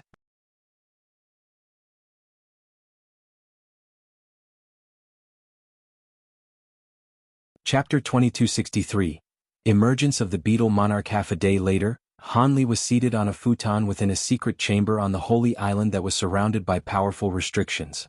There was a yellow ball of light hovering before him, within which was contained a fist-sized yellow gourd. This was none other than one of the 3 most premium treasures he had obtained from Qiling's collection. The azure halberd had been given to Silvermoon, and the final one of those 3 treasures was naturally none other than that ink spirit Holy Arkansas. The azure halberd had been infused with a fragment of an unknown profound heavenly treasure, granting it immense metal and wood attribute powers. As for the ink spirit Holy Ark, not only was it extremely massive and fast, it also possessed the ability to tear through space, so it certainly lived up to its reputation as one of the top 3 flying treasures of the Elder Devil realm. In contrast, this yellow gourd was refined from some type of unknown material that could absorb one's spiritual sense, and its lid was sealed tightly on its opening, making it impossible to open through conventional means. As such, Hanli had no idea what the gourd contained, nor what its true purpose was. However, whenever he grabbed the gourd and shook it around, a string of resounding booms would ring out within, indicating that it most likely contained something quite extraordinary. The mysterious nature of the gourd naturally made Hanli very intrigued. Back when he had first obtained the item, he had swallowed it and used his true essence to refine it day and night. Now that so many days had passed, the treasure had finally been mostly refined and could be truly opened. Hanli appraised the gourd momentarily before making a hand seal, then instantly flicked his 10 fingers through the air. A string of 5 colored runes shot forth, then vanished into the gourd in a flash. He then made an extremely peculiar hand seal, and the Provenance True Devil projection emerged behind him amid a flash of golden light. A ball of black chi also surged out of his glabella before transforming into the Law Destruction Eye. Black light flashed erratically within the eye, following which an inky black translucent thread shot forth before revolving around the opening of the gourd in a flash. The lid of the gourd shuddered before falling off on its own. A resounding boom rang out as specks of yellow light surged out in a frenzy, transforming into countless grains of yellow sand. These grains of sand were very translucent and had wisps of yellow chi revolving around them. All of the grains of sand then converged to form a yellow cloud that was around 10 feet in size, looking completely unremarkable. Hanli swept his spiritual sense toward the cloud of yellow sand, and a surprised look immediately appeared on his face. This is baleful golden astral sand. On top of that, it's been carefully refined so that it's completely fused as one with the gourd. It's quite impressive that this sacred ancestor Qiling was able to track down such an exotic treasure, Hanli murmured to himself as he made a grabbing motion toward the cloud of sand. A burst of invisible suction force swept toward the yellow sand, and all of the grains of sand suddenly converged to form a translucent sand ball that was extremely heavy. As a result of its enormous weight, the sand ball only moved a short distance before stopping on the spot. Hanli's expression changed slightly upon seeing this. He hadn't even unleashed 1/10 of his power with that grab, but it was still more than powerful enough to crush the average body integration stage being, yet it wasn't even enough to move this ball of sand. This was further testament to the remarkable properties of baleful golden astral sand. Hanli had read about this rare material on some ancient tomes, and he knew that the most remarkable aspect about this material wasn't its incredible weight. Instead, it was a pair of fearsome abilities that the sand possessed. This is quite a pleasant surprise. Having said that, I'm the only one that can maximize the power of this sand.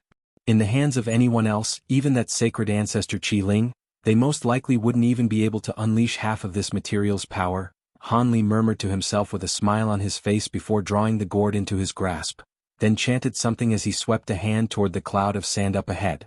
The ball of sand immediately disintegrated, fusing back into the surrounding sand cloud, following which the sand cloud transformed into a massive yellow python that pounced toward the gourd. The yellow gourd drew in the sand python amid a resounding boom, and the lid that had fallen off earlier somehow reappeared to seal the gourd's opening once again. Hanli swept a sleeve through the air, and the gourd was stowed away amid a flash of golden light. After that, he began to meditate in the secret chamber. Around 2 hours later, his eyes suddenly sprang open again, and he flicked his wrist to release a black bracelet. He then chanted something before pointing at the bracelet several times in succession, and a black object emerged from the bracelet amid a flash of golden light before hovering still in midair. This was a black insect cocoon that was riddled with thin purple patterns, and it was roughly the size of a watermelon. Hanli's brows furrowed slightly as he appraised the cocoon, then waved a hand through the air to draw it closer to him. He laid his hand onto the cocoon while inspecting it through narrowed eyes, seemingly using some type of secret technique to detect something. Moments later, an elated look appeared on his face. "It's very close to breaking out of the cocoon, let me give it a hand."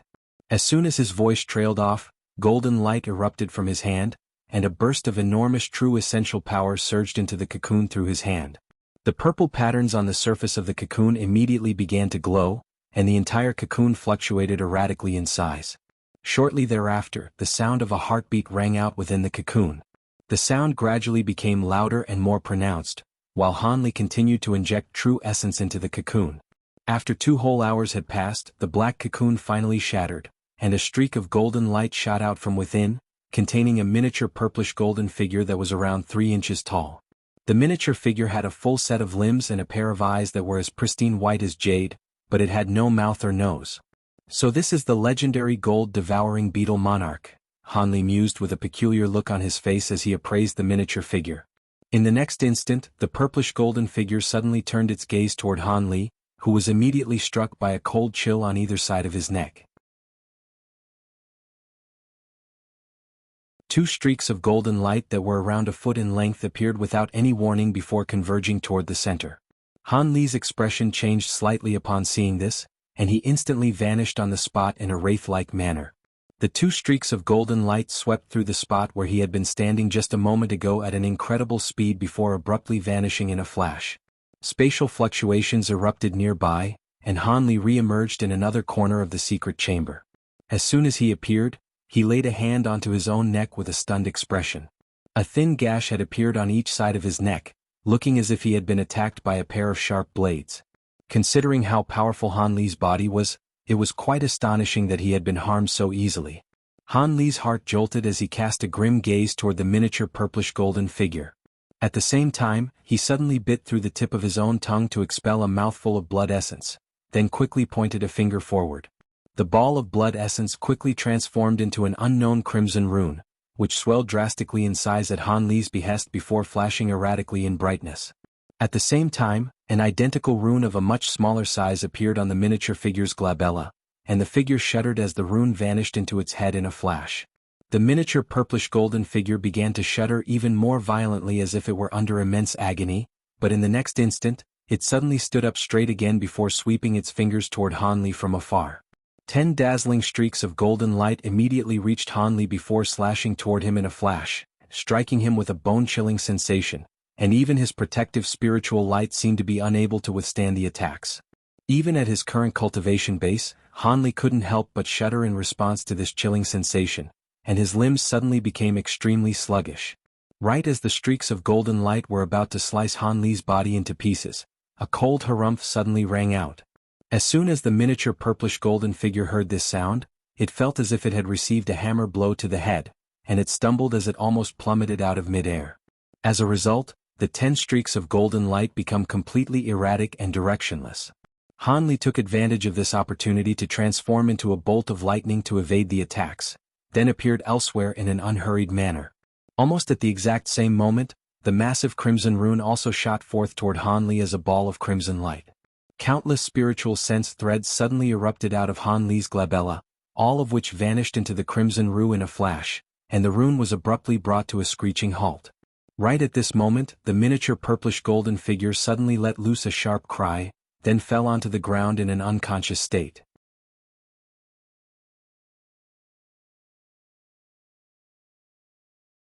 Chapter 2264. Demonic Cultivator. Huasher. Spiritual light flashed from Hanli's glabella, and his law destruction eye vanished before he cast his gaze down toward the miniature figure and heaved a faint sigh. I knew that the restrictions I planted in the past wouldn't work once this thing evolved to become a beetle monarch. Fortunately, I had the foresight to tamper with the 3 faux beetle monarchs before they devoured one another. If I hadn't done that, it would be very difficult to control this beetle monarch. However, as a safety precaution, it looks like I'll have to refine it again using a secret technique. As soon as his voice trailed off, Hanli swept a sleeve through the air to release over 100 flags, which instantly formed a formation that was several tens of feet in size in the secret chamber. At the center of the formation was none other than the unconscious published golden figure. Hanli began to chant an incantation as he flicked incantation seals through the air, all of which vanished into the formation in a flash. Countless thin 5-colored threads emerged around the formation, then quickly converged toward the center to bind the miniature figure tightly. Han Li then opened his mouth to expel several more balls of blood essence that transformed into crimson runes, which shot forth toward the purplish-golden figure. At the same time, loud buzzing rang out within the entire formation, and waves of light surged toward the center of the formation. After a long while, the door of the secret chamber was opened, and Han Li emerged from within with a smile on his face. It was clear that his refinement of the gold-devouring beetle monarch had been very successful. A month later, Qi Lingzi and Bai Guer bade farewell to Han Li, embarking on their journey to the primordial world. After roughly another half a month, Han Li, Silvermoon, and Zhu Guer also departed from the Holy Island, traveling toward a certain region of the demon race on the Ink Spirit Holy Arkansas. Close to a month passed by in a flash, and the Ink Spirit Holy Ark encountered any demonic beings, but all of them immediately gave the Ark a wide berth upon seeing its mountainous stature and the vast array of powerful devil crystal puppets standing on the Ark's deck. However, not long after that, Han Li's Ark still alerted a demonic cultivating residing deep in the sea as if it was flying over that stretch of the ocean. This demonic cultivator was at the early body integration stage, and it had arrived here over 10,000 years ago before forcibly evicting several powerful demonic tribes in the area. Since then, it had regarded this area of the sea, which was quite abundant in resources, as its own territory. Not only was this demonic cultivator extremely powerful, it also had a very foul temper and several powerful treasures, so even other body integration stage demonic cultivators generally refrained from encroaching upon its territory. Thus, all demonic beings that traveled through the area had to inform this demonic cultivator in advance. On this day, the demonic cultivator was in the process of refining a cauldron of extremely important pills in a secret chamber of its underwater cave abode when a siren suddenly rang out outside the secret chamber.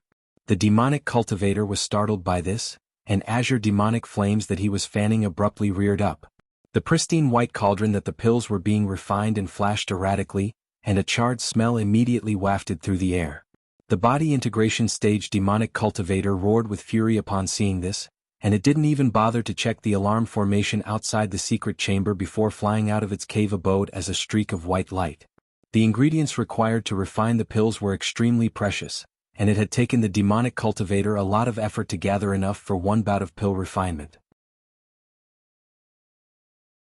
Now that the pills had been ruined, it immediately flew into a blind rage and rushed out to confront the culprit. Even though it didn't know who it was that had activated the alarm restriction, it had already made up its mind. If the culprit were an important figure, then it would let things slide with some compensation. However, if that weren't the case, then it would tear the culprit to shreds to assuage its fury.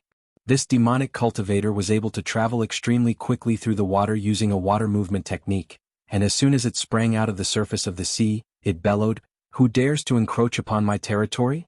Surrender yourselves now and perhaps I'll."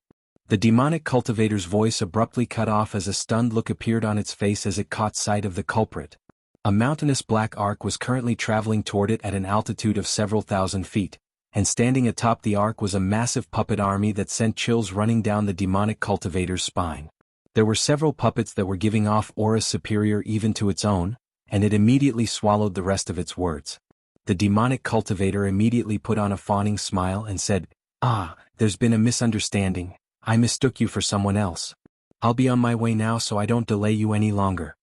Immediately thereafter, it began to descend toward the sea down below. "Hold on, you're Patriarch Washer, right? We just so happen to be looking for a powerful being familiar with this area. You can stay for now." Silvermoon's voice rang out from the ark. As soon as her voice trailed off, 4 body integration stage puppets rose up from the ark before flying directly toward the demonic cultivator. Patriarch Washer's expression changed drastically upon seeing this, and he immediately plummeted out of the sky as a streak of white light while releasing several protective treasures at once. However, right at this moment, the 4 devil crystal puppet thrust their 8 palms down toward Patriarch Washer in unison, unleashing a burst of tremendous force that instantly shattered his protective treasures into specks of spiritual light. Patriarch Washer himself was also completely immobilized as the air tightened around him. His face turned deathly pale, and he could only look on helplessly as the 4 puppets flew toward him. One of them puppets picked him up with a single hand, then flew back toward the giant black ark with its puppet companions. Moments later, Patriarch Washer was presented before Han Li, Zhu Guer, and Silvermoon in the hall on the highest level of the Ink Spirit Holy Arkansas. The puppet tossed Patriarch Washer onto the ground, then retreated expressionlessly out of the hall. Even though Patriarch Huashur was no longer being bound, the puppets had somehow managed to completely seal away his magic power, making it impossible for him to access it.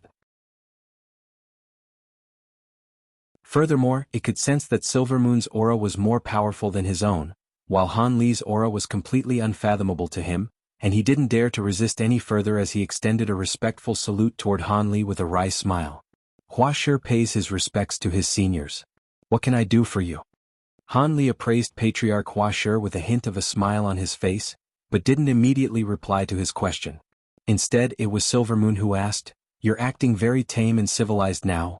Why was it that you were trying to escape just a moment ago?" "That was only an instinctive reaction for self-preservation.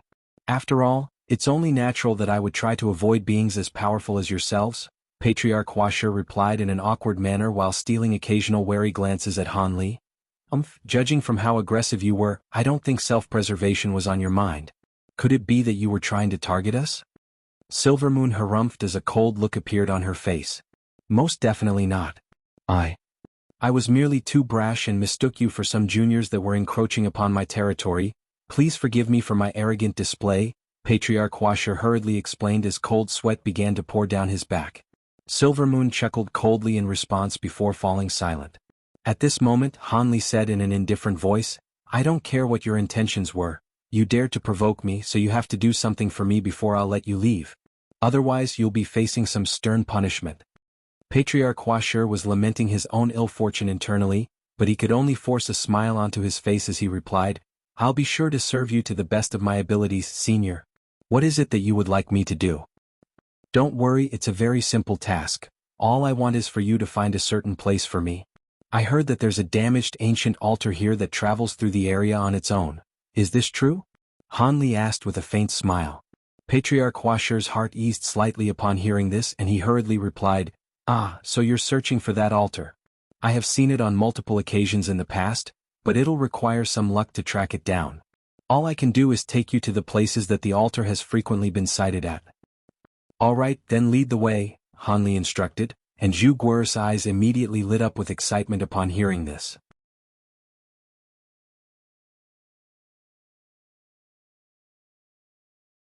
Chapter 2265. Ancient Altar. Thus, the giant black ark paused in midair for a while longer before flying toward another direction, quickly vanishing into the distance. 2 months later, the mountainous ink spirit holy ark appeared in the sky above a massive lush forest. Han Li, Silvermoon, and Zhu Guer were all standing at the front of the ark, while Patriarch Huashur was standing slightly behind them with a respectful expression.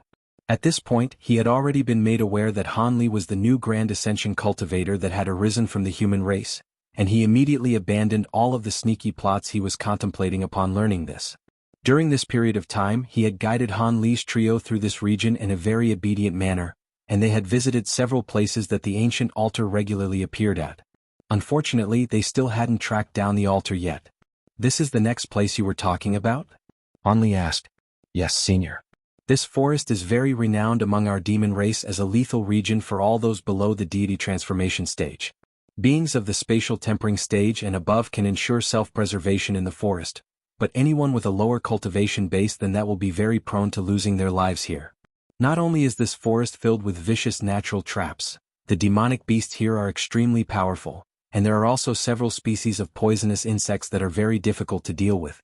Of course, none of that applies to a powerful being of your caliber, senior," Patriarch Huashur explained in a respectful voice. Han Li nodded before asking in an expressionless manner, "Has the altar really appeared here before?" "I've heard from several fellow Taoists that they've seen the altar from afar on a few occasions at the center of the swamp down below. However, the altar is already damaged, so it doesn't have much use aside from some of the ancient runes on its surface that can be referenced by formation masters," Patriarch Huashur replied. "In that case, let's go down there. I have a feeling that there's a 70% to 80% chance that the altar is situated here," Han Li said with a faint smile. Silvermoon and Zhu Guer were both elated to hear this. Thus, they descended from the giant ark toward the vast swamp in the forest down below. There was a layer of poisonous green mist above the swamp, and no cultivator below the spatial tempering stage would be able to stay in there for very long unless they possessed special protective treasures. Furthermore, there were tiny wasp-like poisonous insects within the mist that were extremely difficult to expel once they entered one's body. As such, this was indeed an extremely perilous place for the average demonic cultivator, but it was naturally nothing in the eyes of Hanli. Several balls of silver flames erupted out of his body, and bursts of heat waves instantly swept forth in all directions, eradicating all of the poisonous mist within an area of around an acre. All of the poisonous insects lurking within the mist were also instantly incinerated into nothingness. Occasionally the group was attacked by a few reckless demon beasts, but those were all taken care of by Silvermoon with ease. A short while later the group arrived at a nondescript corner of the swamp, and Han Li's eyes abruptly lit up. From several kilometers away, he could see an ancient altar that was around 1,000 feet tall hovering in midair. "There it is. Huasher, you can stay here while we go on ahead," Han Li instructed. Patriarch Huasher naturally had no objections and hurriedly agreed with a respectful bow. Thus Han Li's trio headed toward the tall altar, and a short while later, they arrived at their destination. Han Li paused on the spot as he carefully examined the altar to find that it was rectangular in shape and was comprised of 3 levels. Its surface was riddled with unidentifiable ancient characters, but most of it was covered under a layer of green moss. The 4 corners of the altar were all damaged to a certain extent, indicating that it was a very old structure. This really is an ancient compass altar. According to Bao Hua, all we have to do is use a secret technique at a set time to activate the coordinates recorded on the altar, and we'll be able to find the entrance to the small spirit sky. Guerra, you were born in the small spirit sky, so your soul naturally contains a hint of that realm's aura. As such, the coordinates can be calculated more accurately if I can borrow a wisp of your spiritual sense, Han Li said. "No problem, senior," Zhu Guerra hurriedly replied, and judging from her joyful expression, it was clear that she was also very much looking forward to being able to return to the small spirit sky. Silvermoon was also very happy for Zhu Guerra. Han Li had already revealed to her that there was a good chance that Nangong Wan was in the small spirit sky, but with Silvermoon's current mental state, she naturally wouldn't become jealous like a normal woman. Instead, she was happy to go with Han Li to search for Nangong Wan in the small spirit sky. Han Li was confident that Bao Hua wouldn't lie to him about something like this, but it was his first time calculating the coordinates of an entrance to another realm using an ancient altar. As such, he didn't know if any mishaps could occur or how much deviation he should account for in the results. Thus, even though he appeared quite calm, he was not as confident as he looked. If it weren't for the fact that Bao Hua had told him that this type of altar could only be activated at a set time, he wouldn't have waited so long to do this. A series of thoughts were racing through Han Li's mind as he appraised the altar before him, and he suddenly swept a sleeve through the air, releasing a burst of golden light that swept up both himself and Zhu Guerra before the two of them vanished in unison. In the next instant, spatial fluctuations erupted on the highest level of the altar, and the two of them re-emerged there. Silvermoon remained at the foot of the altar, looking up at Han Li with a hint of concern in her eyes. Han Li swept his gaze through the surrounding area to find that the altar was completely empty. However, as he cast his gaze onto the ground below, he immediately discovered that there was a circular compass-like formation on the edge of the altar. The entire formation was over 100 feet in size and covered virtually the entire top level of the altar. However, some of the runes on the formation were displaying signs of wear and had become very unclear. Han Li had already been informed that as long as the majority of the formation remained intact, small missing sections wouldn't affect the outcome of the calculations, so he wasn't all that concerned about this. Thus, he took a deep breath before making a hand seal, then cast an incantation seal into the formation. The formation flashed erratically several times as it was activated, and balls of light of different colors immediately began to appear in the air above the altar before injecting themselves into the altar. Han Li continued to flick his fingers through the air, releasing more and more incantation seals, and soon, slight tremors were running through the entire formation. At the same time, bands of gentle light had begun to take shape nearby before revolving around the altar. Right at this moment, Han Li let loose a low cry, then suddenly thrust a palm toward the ground down below. An azure pillar of light erupted out of the center of his palm, then injected itself into the altar through the compass formation. With this influx of pure magic power, the commotion ringing out from the altar intensified, and after a long while Han Li had already injected close to a quarter of all of his magic power into the altar. But the suction force being released by the compass formation still showed no signs of relenting. It was no wonder that so many people were aware of this ancient altar's existence, but no one had taken an interest in it. One had to at least be a grand ascension stage being just to be able to supply the altar with enough magic power for its activation. Of course, some body integration stage beings could also activate the altar to a certain extent with the assistance of top-grade spirit stones, but it was difficult to say just how much of the altar's functions they would be able to activate. Furthermore, none of the altar's functions could benefit one in their cultivation, so even Grand Ascension stage beings weren't interested in trying to activate it. Just as these thoughts were running through Han Li's mind, the suction force being released by the compass formation down below suddenly ceased. Countless runes of different colors then erupted out of the formation in a frenzy, gradually forming a massive round disc above the altar. The same compass design as the one on the formation was present in the disc, but some parts were extremely bright while other parts were very dim. An elated look appeared on Han Li's face upon seeing this. He stood up as he removed his hand from the formation, then swept a sleeve through the air to release an antiquated azure mirror. He then pointed a finger toward the disc up above several times in succession, and several translucent threads erupted out of his fingertip before vanishing into several parts of the disc in a flash. The runes on the disc that had been slightly dim immediately lit up and began to slowly revolve on their own. Now Guer. Han Li instructed as his eyes narrowed slightly. Yes, senior. Zhu Guer immediately tapped a finger onto her own forehead, releasing a wisp of her spiritual sense, which vanished into the center of the giant disc in a flash. All of a sudden, the runes that were revolving slowly shuddered before accelerating drastically in their rotation.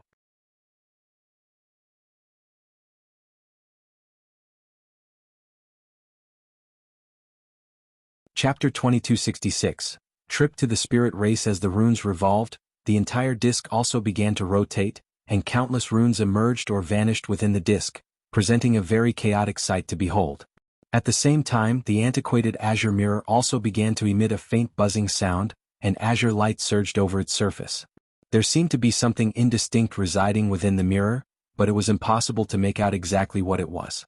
Han Li was staring intently at the changes unfolding in the disc with an unblinking gaze, seemingly calculating something in silence. After a long while, the giant disc had already revolved countless cycles, and Han Li suddenly yelled, "I found it." He then pointed a finger up at the disc, and a burst of invisible energy fluctuations erupted forth to encompass the entire area within a radius of around half a kilometer.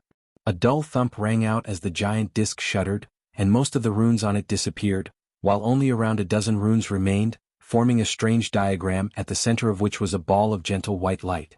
Han Li carefully examined the diagram, then cast his gaze toward the azure mirror up ahead. The blurry image on the mirror gradually became clearer and clearer, and all of a sudden, a massive map appeared on its surface. There was a scintillating speck of light on one part of the map, and it seemed to be resonating with the diagram on the giant disc. Han Li stared at the map for a short while before his brows furrowed slightly. Zhu Guer had been waiting this entire time, and she couldn't help but ask, "Senior Han, have you found the entrance to the small spirit sky?" "Not really, I can only say that I've narrowed its location down slightly," Han Li replied with a shake of his head. "What do you mean by that, Senior Han?" Zhu Guer was rather perplexed. "The entrance to the small spirit sky isn't situated on our Tianyuan continent. Instead, it's on one of the other two continents," Han Li replied. "It's on another continent? Is it the Thunder Continent or the Blood Sky Continent?" Zhu Guer asked. "I'm not sure. The sensory range of this altar is limited only to the Tianyuan continent, so if we want to find the location of the entrance to the small spirit sky, we'll have to find the same altars on the other continents," Han Li replied. Zhu Guer's face immediately fell upon hearing this. "So that means we'll have to go to the other continents." "It looks like we'll have to. Thankfully, once the entrance to the small spirit sky is finalized, it won't change location for at least the next few centuries, so we have plenty of time to do this. It's just that our entry to the small spirit sky will have to be delayed," Han Li sighed with a resigned expression. Fortunately, with his current level of power, he was virtually a dominant force across the entire spirit realm, so exploring the other continents wouldn't be a perilous task for him. Furthermore, this was also an opportunity for him to complete the task that he had agreed to complete for Fairy Ice Soul's clone. With that in mind, he swept a sleeve through the air, releasing a burst of golden light that stowed the azure mirror away, then cast string of incantation seals toward the formation on the altar. Another burst of violent tremors ran through the altar, and all of the lights on it were instantly snuffed out, while the compass formation also reverted back to its original form. As a result, the giant round disk up above also slowly disintegrated into nothingness. Another burst of golden light erupted from Han Li's body, and both he and Zhu Guer vanished on the spot. In the next instant, the two of them appeared beside Silver Moon amid a burst of spatial fluctuations. "How did it go, Brother Han?" Silver Moon asked. "It didn't go very well, but it didn't go too badly either," Han Li replied with a wry smile, then revealed the outcome to Silver Moon. After hearing his recount, Silver Moon chuckled. "It's just like you said, it's not great but it's not bad either. Even though we haven't found the entrance to the small spirit sky, this at least confirms to us that the method provided by Bao Hua is feasible. Now all we have to do is explore the other continents and find ancient compass altars there as well. It looks like I'll have to leave the Tianyuan continent for some time. I just so happen to have some things I need to do on the other continents anyway, so I'll be able to kill multiple birds with one stone. However, before that, I have to make a trip to the spirit race and resolve the issue of your grandfather's tribulation transcendence first," Han Li replied. "We'll do as you say, Brother Han. That spirit monarch is an extremely mysterious figure. Make sure to take care when facing him," Silver Moon cautioned. "I'll be sure to do so. Regardless of whether this spirit monarch really has lived for 1,000,000 years, his origins are very suspicious, so I'm very interested in him," Han Li said with a smile. With Silver Moon's exceptional intelligence, she was immediately able to infer what Han Li was implying. "Are you suspecting that he's not a being from our spirit realm? I checked through some tomes, and according to the information I found, the spirit race has existed for the shortest time among all of the races in this area. Apparently, it's only been around for about 1,000,000 years, and most of the spirit beings seem to have suddenly emerged in a very short time, but their population has been increasing extremely slowly since then," Han Li analyzed in a calm manner. Silver Moon's expression changed slightly upon hearing this, and she didn't ask any further questions, but she had already formed her own conclusions on the matter. "It's time for us to go back now. That Patriarch Hua sure isn't all that powerful, but he possesses some decent water attribute abilities, so he may be useful on our trips to the other continents. Let's take him back to the Holy Island with us," Han Li said. "That shouldn't be an issue. I'm sure fellow Taoist Hua sure wouldn't refuse the chance to stay with a Grand Ascension stage being and occasionally receive some guidance from you," Silver Moon chuckled. Han Li merely smiled in response, then released a burst of golden light that swept up all three of them before flying away into the distance. Over half a year later, a clear cry suddenly erupted into the heavens from a restricted area on the Holy Island, causing all of the spirit clouds above the Holy Island to tremor violently. All of the high-grade beings on the Holy Island all sensed this commotion, and elated looks appeared on all of their faces. Han Li was in the process of refining a certain type of pill in his cave abode, and he smiled as he cast an incantation into his cauldron, then murmured to himself, "Fellow Taoist Mo has finally recovered, so it looks like we'll be able to set off to the spirit race soon. I hope I'll reap some rewards from this trip." After that, Han Li continued to cast incantation seals toward his cauldron. A month later, the enormous ink spirit Holy Ark appeared above the Holy Island again, then immediately sped away into the distance. Han Li, Silver Moon, and Zhu Guer were all situated on the Ark, and they were accompanied by Mo Jianli and Patriarch Hua Shi. Just as Silver Moon had anticipated, Patriarch Hua Shi was ecstatic that Han Li was willing to keep him around for a while, and he immediately rushed back to his cave abode to pack up his things before traveling to the Holy Island with Han Li. To his credit, Han Li had treated Patriarch Hua Shi very well, bestowing upon him some pills and guidance in his cultivation.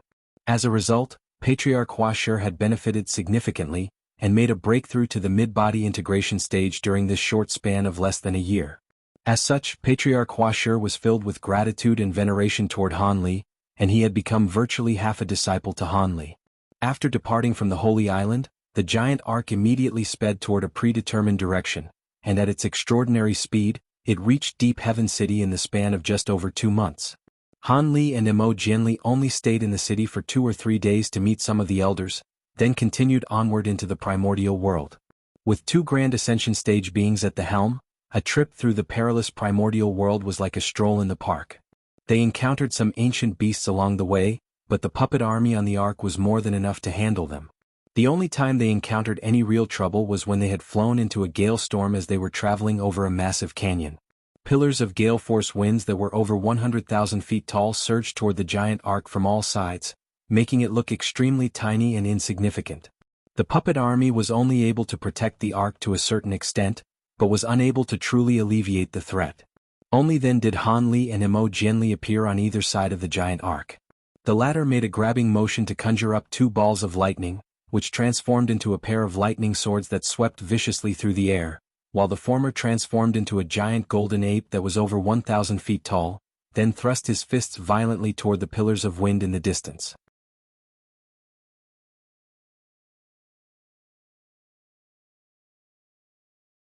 Chapter 2267, Spirit Sky Stronghold. The pair of gargantuan lightning swords flashed through the air, and several pillars of wind were instantly sliced in half before dissipating into gusts of fierce winds.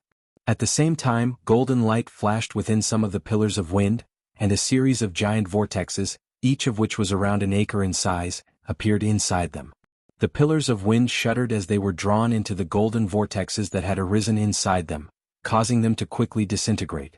In the face of the combined attacks from the pair of Grand Ascension stage beings, the fearsome natural phenomenon was dispelled in the blink of an eye. After emerging from the gale storm, the Ink Spirit Holy Ark quickly flew out of the canyon. During the rest of the journey, Han Li and the others didn't encounter any other noteworthy perils, and they finally arrived in the territory of the spirit race after around half a year. Han Li and the others stood at the front of the giant Ark, looking on at the natural city wall in the distance that was formed by a series of connected undulating mountain ranges. Beyond this massive city wall, a gigantic mountain that was hundreds of thousands of feet tall and pierced directly into the clouds could be seen in the distance. Halfway up the mountain was a series of triangular pagodas that were spread virtually over the entire mountain. The vastly renowned Spirit Sky Stronghold of the spirit race is just up ahead. As opposed to a stronghold, it's actually more accurate to call it a city. Its function is similar to that of Deep Heaven City in that it acts as a barrier against foreign invasions. However, where we've set up super formations to encompass the entire territory of our 2 races with the exception of Deep Heaven City, the outskirts of the spirit race's territory is mostly comprised of extremely treacherous landscapes that are very dangerous for armies to traverse, so they only have to worry about guarding a few strategic locations. In total, there are 7 of these strongholds in the spirit race, Mo Jianli explained. This stronghold is very well guarded, but if we want to pass around it, we should be able to do it with ease. Do you think we should do that or enter the city through more conventional means? Mo Jianli seemed to have already considered this in advance, and he immediately replied, "We didn't request an audience with the Spirit Monarch in advance, and I don't want any word to spread of the Sanqing lightning talismans, so I think we should approach the Spirit Monarch in secret." "You're right, Brother Mo. In that case, let's sneak around this stronghold into the spirit race," Han Li agreed with a nod. Silver Moon and Zhu Guer naturally didn't dare to raise any objections either. Thus, the giant Ark changed directions and began to fly toward the side. Meanwhile, inside a rectangular building on the giant mountain behind the natural city wall, there was a middle-aged beauty who appeared to be in her 30s, appraising a white wall that was riddled with countless rune formations with her brows slightly furrowed. An abnormal fluctuation had just appeared on one part of the formation on the wall, and even though it was extremely faint, it indicated that an extremely powerful treasure had appeared near the stronghold. Otherwise, it wouldn't have registered at all on this formation. With that in mind, the woman called for a subordinate to enter the room, and an armor-clad spirit being immediately strode into the room before extending a respectful bow. "I pay my respects to Mistress Tianjian. Go and take a look at area number 3, there are abnormal fluctuations registering there," the woman immediately instructed. "Yes, mistress," the spirit guard replied in a respectful manner before exiting the room. Moments later, a group of over 100 spirit guards left the Spirit Sky Stronghold to inspect the region that the Ink Spirit Holy Ark had just been detected in. At this point, the Ink Spirit Holy Ark was already hundreds of thousands of kilometers, so the guards were naturally unable to discover anything. The woman's brows furrowed even more tightly upon hearing the outcome of their search.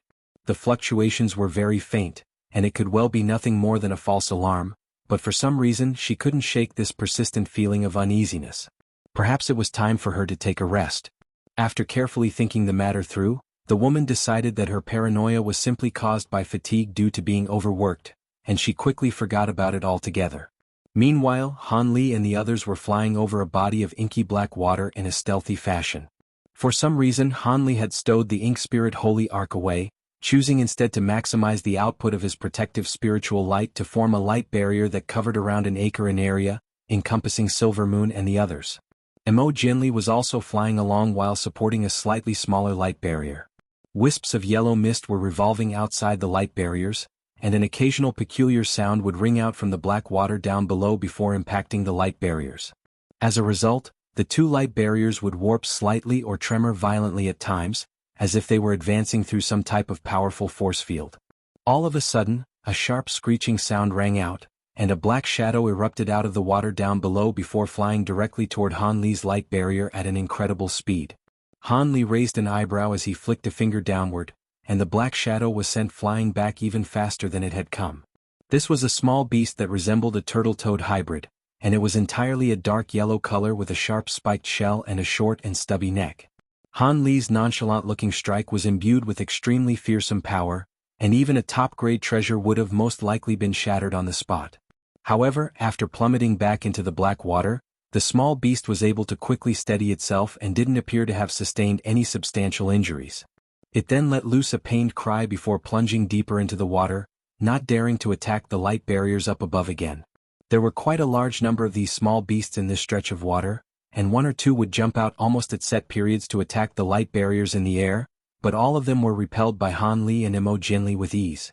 After flying for a few hours, Han Li and the others finally emerged from this region, and a lush mountain range with no end in sight appeared up ahead. We finally entered the true territory of the spirit race. The natural poison of the black water lake wasn't that difficult to deal with, but those dark toad beasts really were a pain in the backside. Their offensive prowess isn't all that remarkable, but their stamina and durability are both incredible. Even a body integration stage being would have struggled to shake them off, Silvermoon said with a relieved smile. If fellow Taoist Han's arc could have been used to traverse over the lake, then we wouldn't have had to worry about those dark toad beasts. Unfortunately, the arc just so happens to be susceptible to the restriction within the black water, so it would have been reduced to an even slower speed than what we would have been capable of through flight, Emo Jinli replied with a smile. It's not just my ink spirit holy arc. Most of the flying treasures in the world would be severely impacted when flying over this lake. Throw those dark toad beasts into the mix, and this place really is a very perilous region to traverse through. It's no wonder that the spirit race hasn't deployed any guards to this area. Having said that, this has made it a lot easier for us to sneak into the spirit race in such a short time. It's a pity that the dark toad beasts have nothing of value to offer though. Other beasts of their caliber would normally present much more value, Emo Jinli said as he stroked his beard with a faint smile. Those dark toad beasts don't possess demon cores, and their bodies can't be refined into treasures or pills, so they don't attract any interest. Had this not been the case, there most likely would no longer be any of those beasts in that area. Alright, now that we've made it here, we've already completed half of our objective. We just need to travel to the central region of the spirit race to meet the spirit monarch now. During the rest of our trip, we still have to focus on stealth, so let's not reveal your identities unless we absolutely have to, Han Li said in a confident manner. Emo Jinli and the others all nodded in agreement. Thus, Han Li released the Ink Spirit Holy Arc once again, but on this occasion he shrank it down significantly so that it was only just over 100 feet in length, and its appearance was also altered to resemble a normal flying arc. Immediately thereafter, Han Li swept a sleeve through the air, and several spatial tempering stage devil crystal puppets appeared before him. Spiritual light flashed over their bodies, and their auras suddenly became extremely similar to those of artifact spirit beings. As long as we don't encounter too much trouble, these puppets should be enough to handle everything while we rest inside the ark, Han Li said with a faint smile. That's a great idea. Those beings of the artifact spirit race arose from artifacts, so they're not that dissimilar to these puppets of yours, Emo Jinli chuckled before drifting into the ark first. He was followed closely by Silvermoon and the others, and Han Li brought up the rear, entering the ark only after everyone else had already done so. Moments later, the black flying ark tremored slightly before departing toward the distance. Meanwhile, in a certain place in the central region of the spirit race, there were two foreign Grand Ascension stage beings that bore a slight resemblance to one another discussing something in a mysterious manner within a pavilion that was surrounded by layers of restrictions. During their conversation, it could be heard that the term, Sanqing Lightning Talisman, was being brought up on multiple occasions. At the same time, there were 5 translucent jade badges hovering in midair within a pristine white pagoda in a mysterious restricted area of the spirit race. The jade badges were each around a foot in length with golden arcs of lightning occasionally crackling over their surfaces.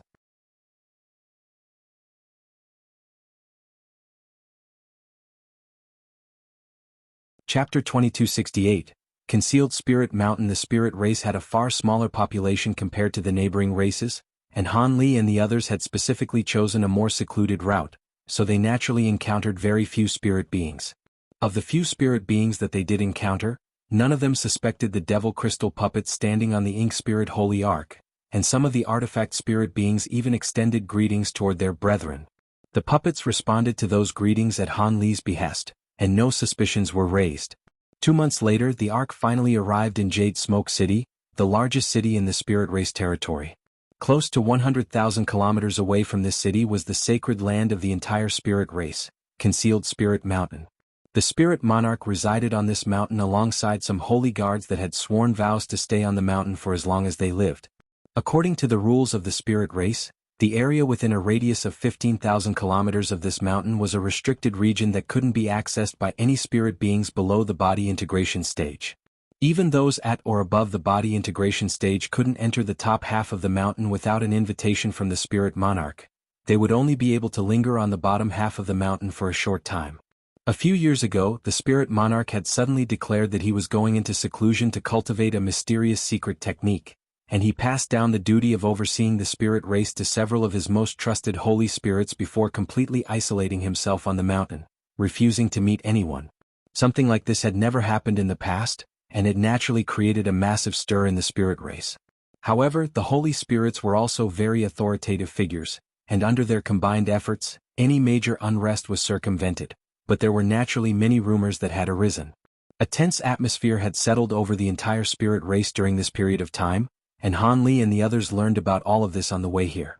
They were quite surprised by this unexpected change in the spirit race, but that didn't change their objective of meeting the spirit monarch. After all, the spirit monarch had made a deal with a foreign grand ascension stage being not long, so he was clearly plotting something in secret rather than actually cultivating in seclusion. Regardless of what the spirit monarch was planning, Han Li and Emo Jianli were determined to obtain the Sanqing lightning talismans. After a brief discussion, they decided to park the Ink Spirit Holy Ark near Jade Smoke City, leaving Silvermoon and the others behind, along with all of the Devil Crystal puppets.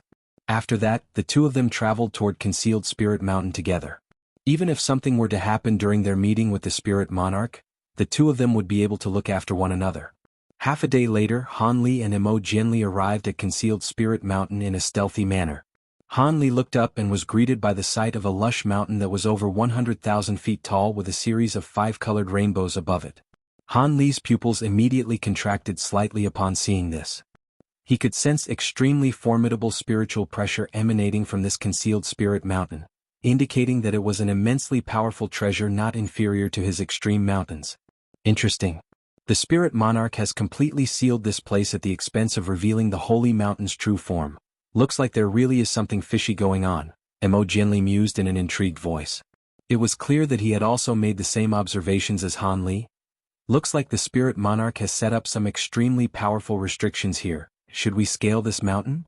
Han Li asked in a calm manner. Why not? The restrictions here are indeed quite powerful, but they're not powerful enough to stop us. Besides, if we don't display some of our power, the Spirit Monarch may not even be willing to grant us an audience. You're not having cold feet now, are you, fellow Taoist Han?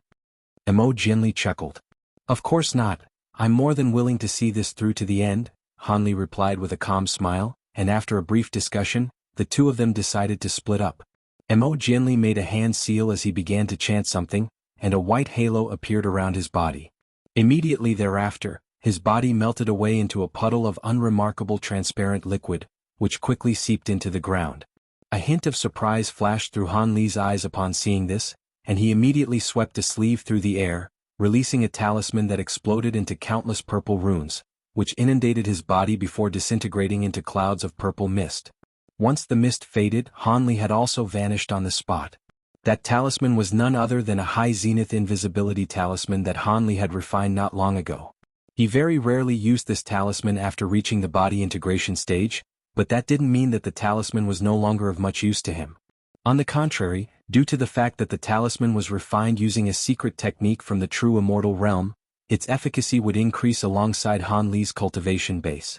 Unfortunately, the materials required to refine this talisman were extremely rare, and he had completely exhausted his supply in the past.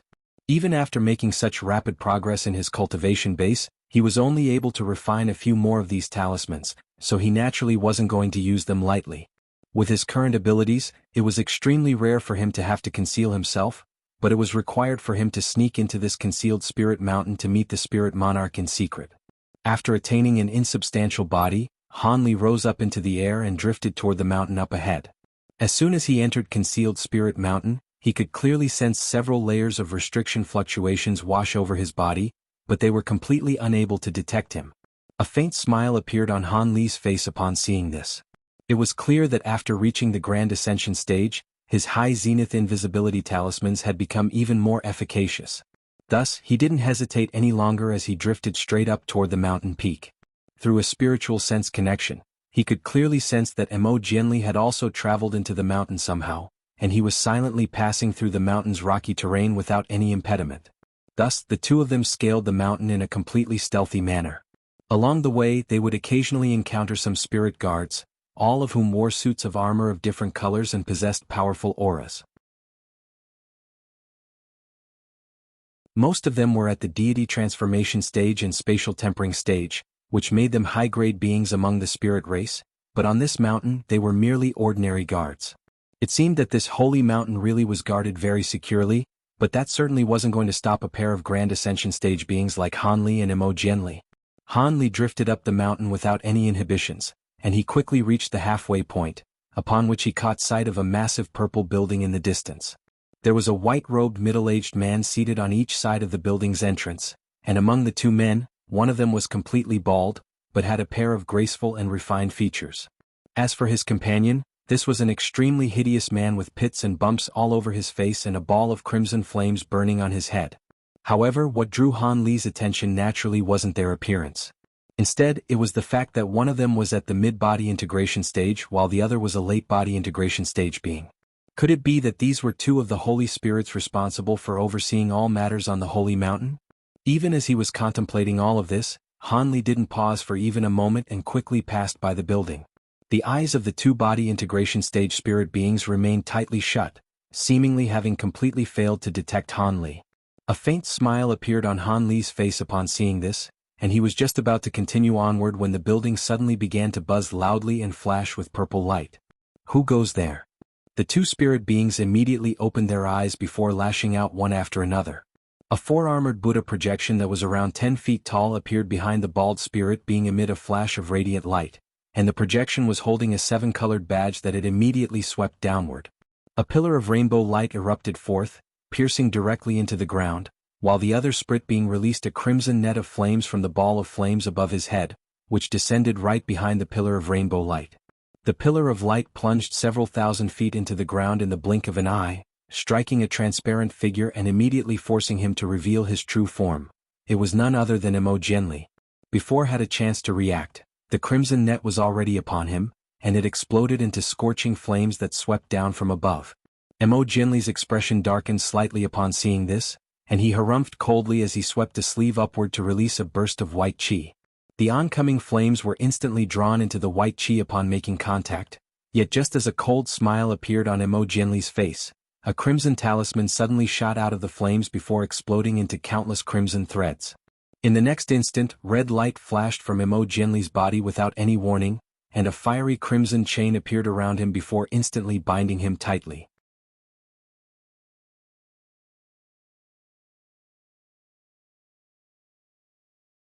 Chapter 2269. Coincidence. Mo Jianli was naturally quite alarmed by this, and his protective spiritual light immediately swelled as he attempted to force the chain open from the inside, but the chain merely expanded alongside his protective spiritual light, rendering him unable to break free. Right at this moment, the Buddha projection behind the bald spirit being had swept its rainbow badge through the air again, and a rumbling boom rang out as the surface of the badge warped and blurred before it released a huge rainbow rune. The rune then quickly transformed into a dazzling hiltless blade of light that was around 10 feet in size. There were even facial features that had appeared on the blade, making it look as if it were a living creature. Even with his grand ascension stage power, Mo Jianli felt a chill run down his spine as he swept his spiritual sense toward the blade. Right at this moment, the blade began to release a loud buzzing sound, and Mo Jianli's pupils abruptly contracted as he released several different defensive treasures at once, all of which transformed into balls of spiritual light above him. These were the defensive treasures that he was able to release the quickest under the restriction of the fiery chain. There were other more potent defensive measures that he could take, but he didn't have enough time to unleash them. All of a sudden, the light blade in the air vanished on the spot. At the same time, the defensive treasures above Mo Jianli were all sliced in half as if they were nothing more than blocks of tofu.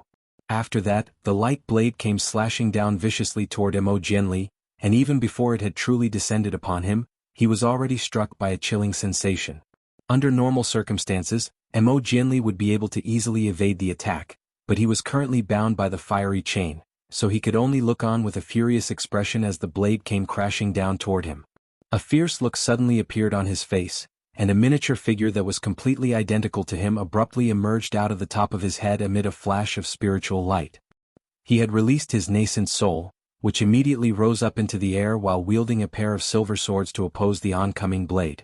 All of a sudden, a faint azure figure appeared beneath the blade in a wraith-like manner, and with nothing more than a nonchalant punch, he was able to destroy the light blade before appearing just over 100 feet away from Mo Jianli in a flash. The azure figure was none other than Han Li, and he had arrived at an incredible speed to save Mo Jianli from his perilous predicament. "Thank you, fellow Taoist Han." Mo Jianli was naturally ecstatic, and his nascent soul returned to his body again.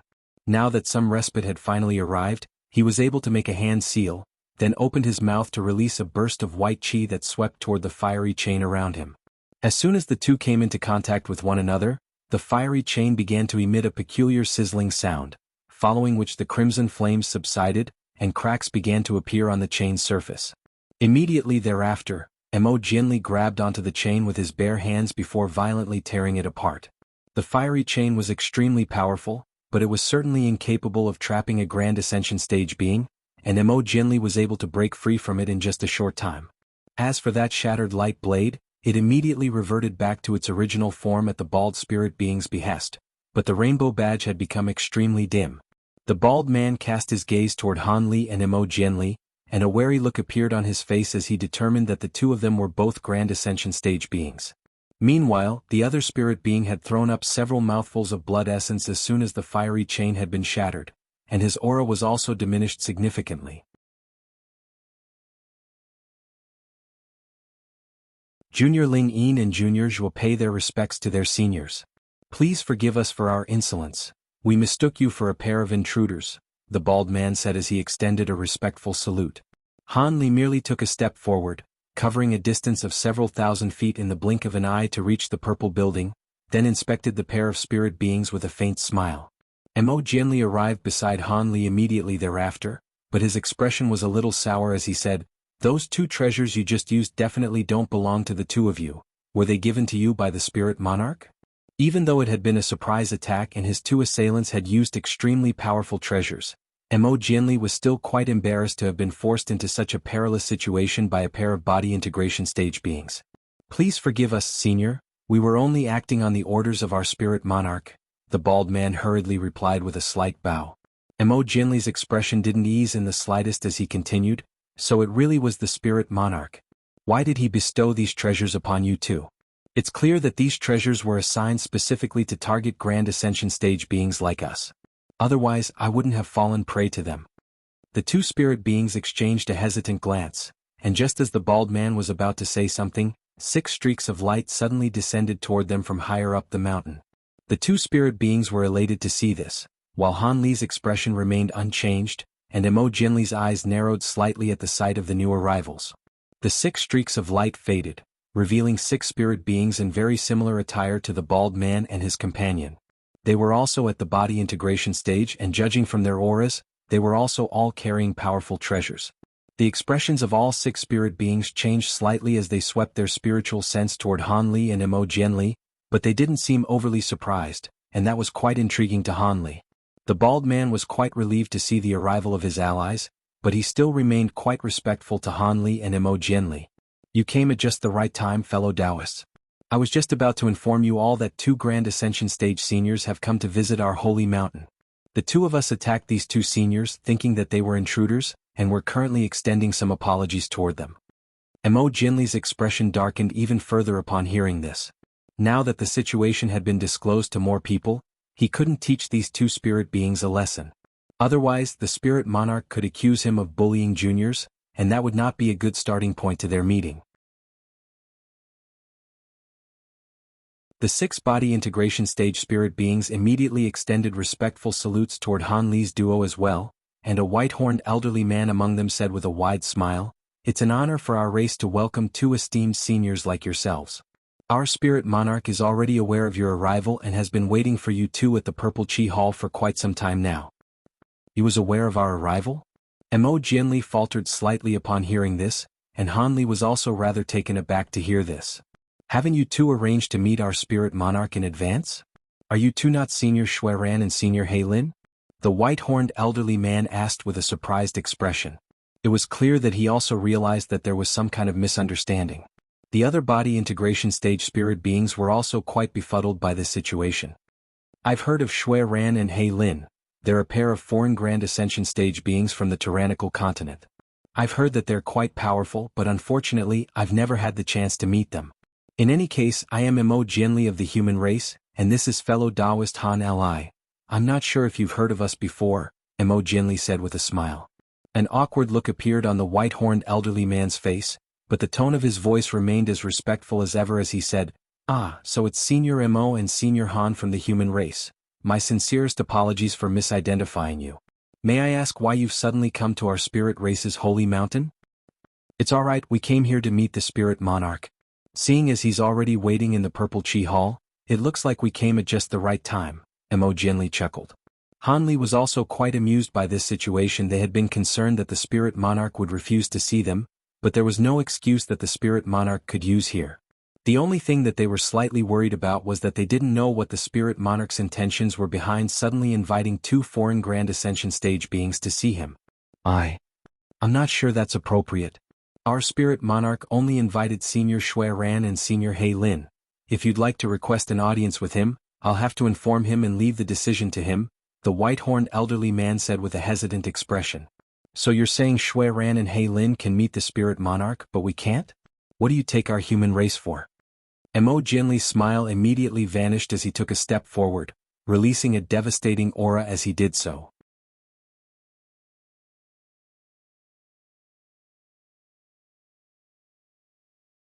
Chapter 2270.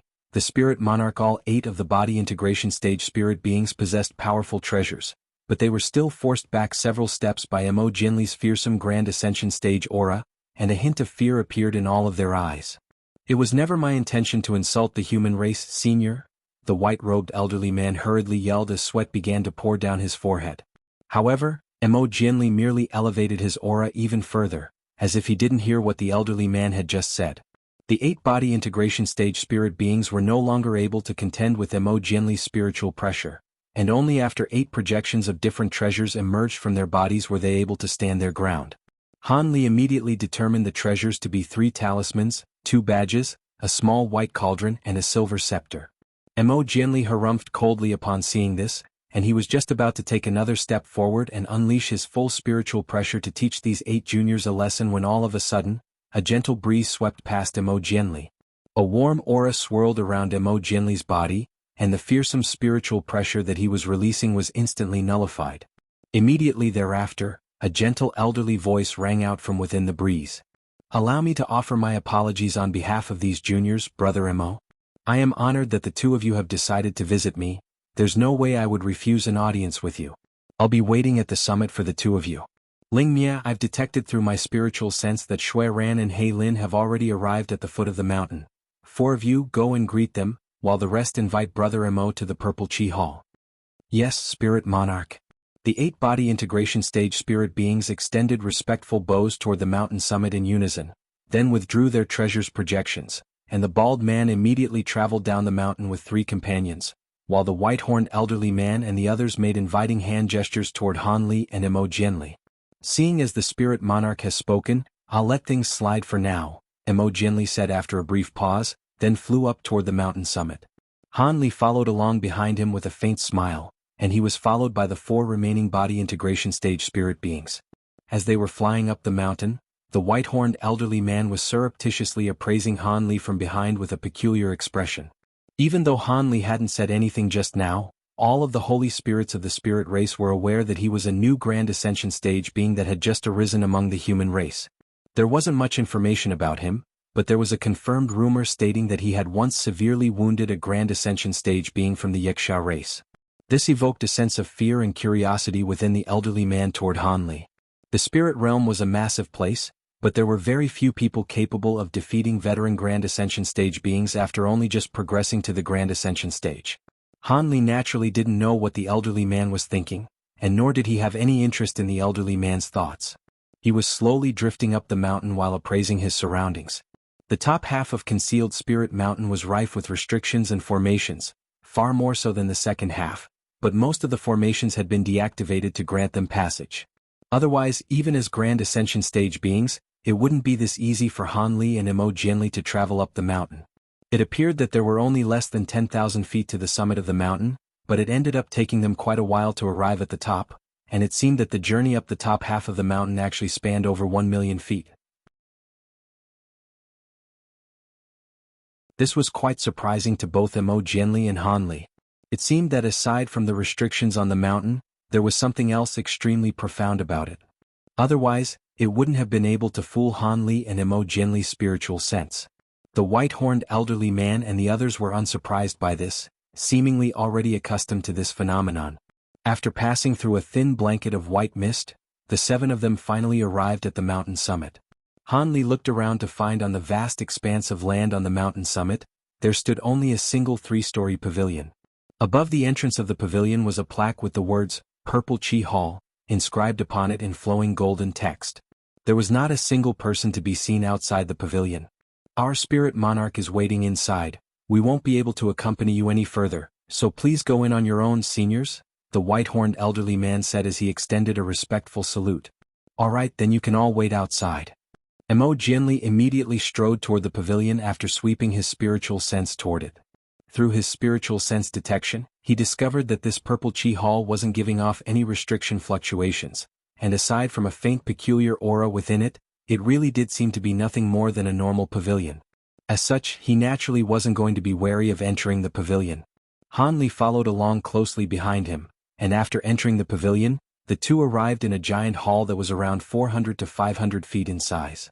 Pots of floral trees that were several feet tall were placed throughout the hall, and there on those trees grew fist-sized flowers of all types of different colors. In front of one of the pots stood a white-robed elderly man, who had his hands clasped behind his back, and was facing away from the entrance. Are you the spirit monarch? Mo Jianli asked with a slightly cautious expression. Please take a seat, fellow Taoists. The white-robed elderly man didn't directly reply to Mo Jianli's question. Mo Jianli appraised the elderly man for a while longer before doing as he was told. Han Li also took a seat on another chair before casting his gaze toward the white-robed elderly man. I'm used to living here on my own, so I can only offer you some tea. I hope you don't mind, the white-robed elderly man said with a faint smile. As soon as his voice trailed off, a side door was opened, and several small white monkeys sprang into the room. Each of the monkeys was around half a foot tall with snowy white fur and crimson eyes. The little monkeys were carrying teapots and teacups on their heads, and they quickly poured Han Li and Mo Jianli a cup of fragrant spirit tea each. Han Li took a glance at the spirit tea before downing the cup of tea in one go, while Mo Jianli didn't even take a single glance at the tea as he asked, I'm sure you're already aware of the reason for our visit, right, fellow Taoist? I've heard of you for a long time, fellow Taoist Mo, but this is our first meeting. How would I know the purpose for your visit?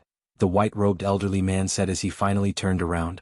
He had a head of white hair, but a set of surprisingly youthful features. His eyes were bright and piercing, but his expression was very calm, and there was a purple maple leaf embroidered on one of his sleeves. All right, then setting that aside for now, why have you invited fellow Taoist Shui Ran and fellow Taoist He Lin to see you? Mo Jianli asked. The white-robed elderly man's pupils contracted slightly upon hearing this, but he still replied in a calm manner, I invited them here to make a deal with them. Are you interested as well, brother Mo? Hee hee, what a coincidence, We also came here to make a deal with you, Mo Jinli chuckled. I'll have to disappoint you then, fellow Taoist Mo.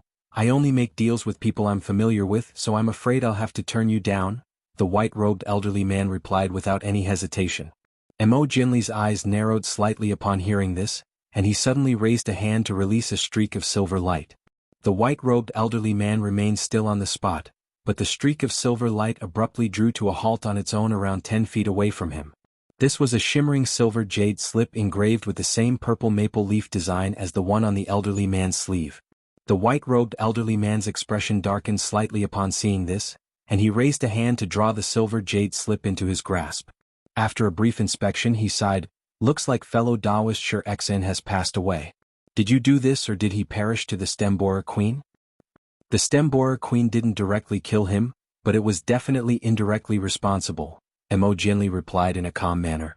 "Alright, I don't care how you managed to obtain this token, but seeing as it's in your possession, I'll include you two on this deal.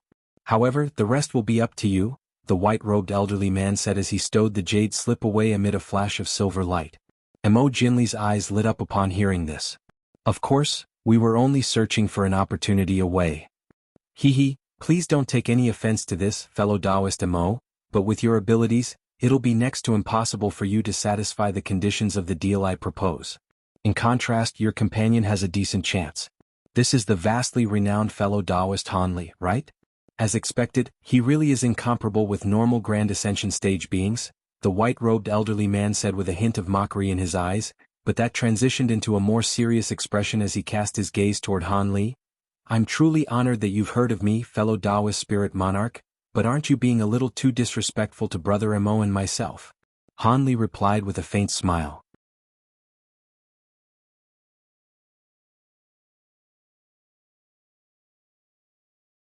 Chapter 2271, Shui Ran and He Lin. The elderly man faltered slightly upon hearing this. "What do you mean by that, fellow Taoist Han? If you mean no disrespect to us, then why have you welcomed us with a mere clone?" Han Li asked. "Clone?" It was Mo Jinli's turn to be surprised now. He hurriedly swept his spiritual sense toward the elderly man, but all he could sense was that the elderly man's aura was unfathomable to him, and his expression immediately darkened. The elderly man was rather taken aback, and after staring at Han Li for a short while he chuckled, "You have an exceptional eye, fellow Taoist Han.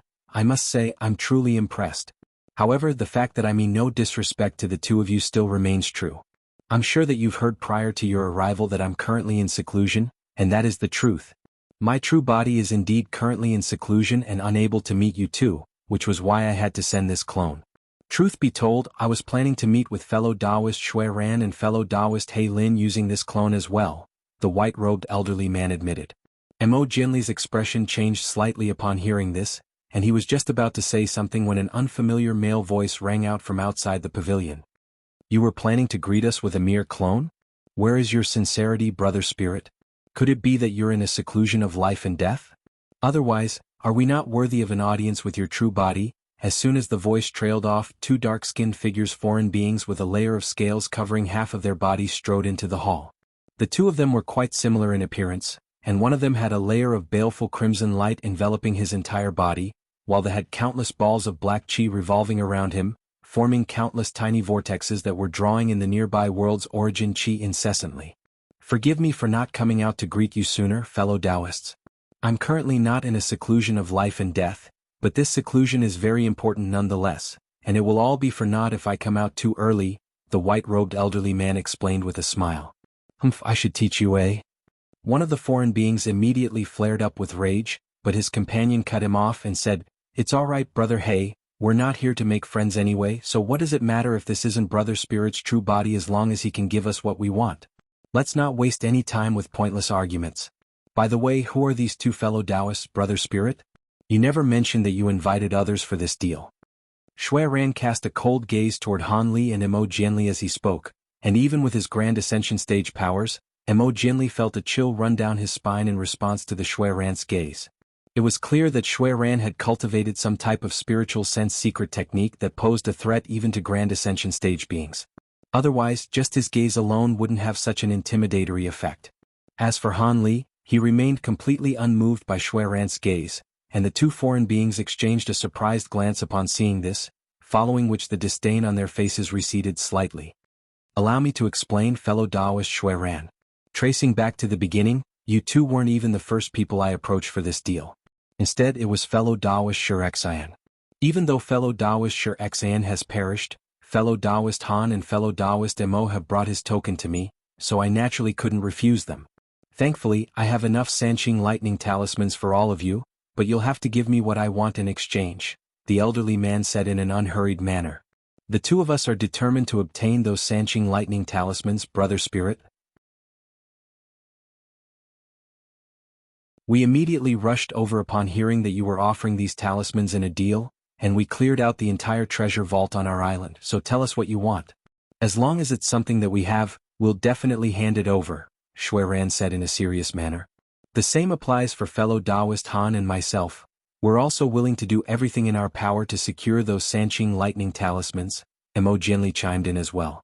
There's no rush. I made this spirit tea myself, please have some before we continued our discussion, the elderly man said. The two foreign Grand Ascension stage beings' brows furrowed slightly upon hearing this, but after exchanging a few words through voice transmission, Shui Ran nodded and said, "All right, I've heard that the spirit tea from your spirit race is quite exceptional. It certainly couldn't hurt to have a taste." Thus, the two foreign Grand Ascension stage beings also took a seat on two nearby chairs. The small white monkeys seemed to be very intelligent, and they scampered over to pour cups of spirit tea for the two dark-skinned beings even without requiring instructions from the spirit monarch, and only then did they depart from the hall. After Shui Ran and Hei Lin had also had some tea, the white-robed elderly man finally cut to the chase. I know that all four of you are here for the Sanqing lightning talismans, but before we begin our discussion, I must ask if there are any rare treasures or materials that you're interested in aside from those talismans. You can take a look at a list I've compiled before deciding what you want. Otherwise, once the terms of the deal are finalized, they can't be changed.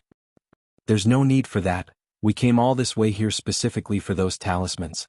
No matter how precious other treasures are, they won't be of any use to us if we can't transcend our next heavenly tribulations, Shui Ran immediately replied with a shake of his head. Hei Lin merely remained silent with a cold smile on his face, not even bothering to answer the question. Mo Jianli replied, "My answer is the same. What about you, fellow Taoist Han?"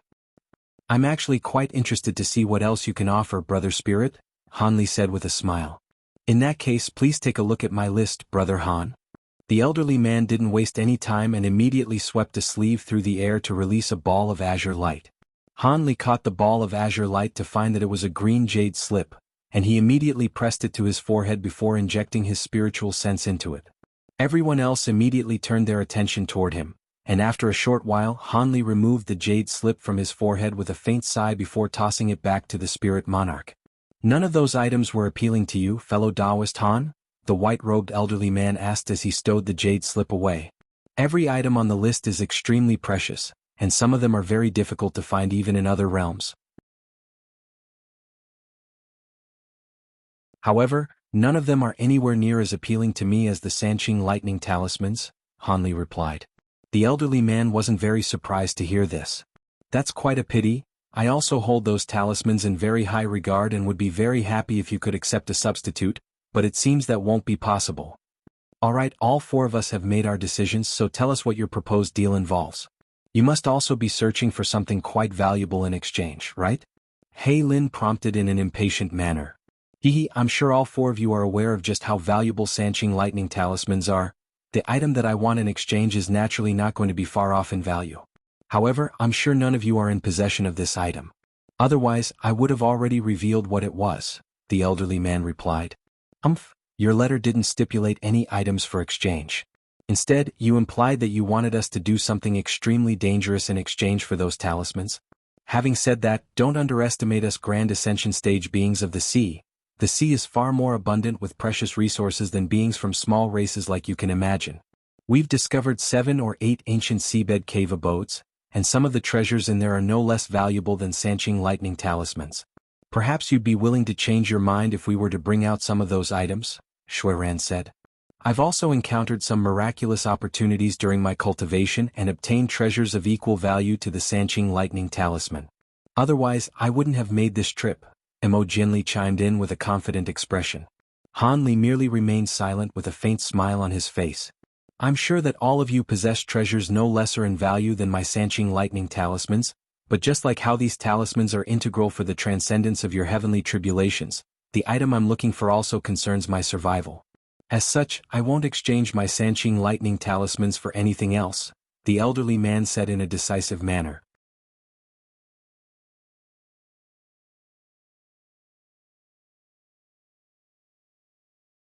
Chapter 2272. Small Azura Realm. There's no need to waste further time, fellow Taoist spirit. Just tell us exactly what it is you would like us to do, Mo Jianli urged. Alright, your wish is my command. I currently require a thread of time to save my life, and I'm willing to exchange one Sanqing lightning talisman for each thread of time. What do you think? The white-robed elderly revealed. Everyone faltered slightly upon hearing this, and He Lin immediately flared up with rage. You require a thread of time? Is that supposed to be a joke? How can we possibly find such a legendary item?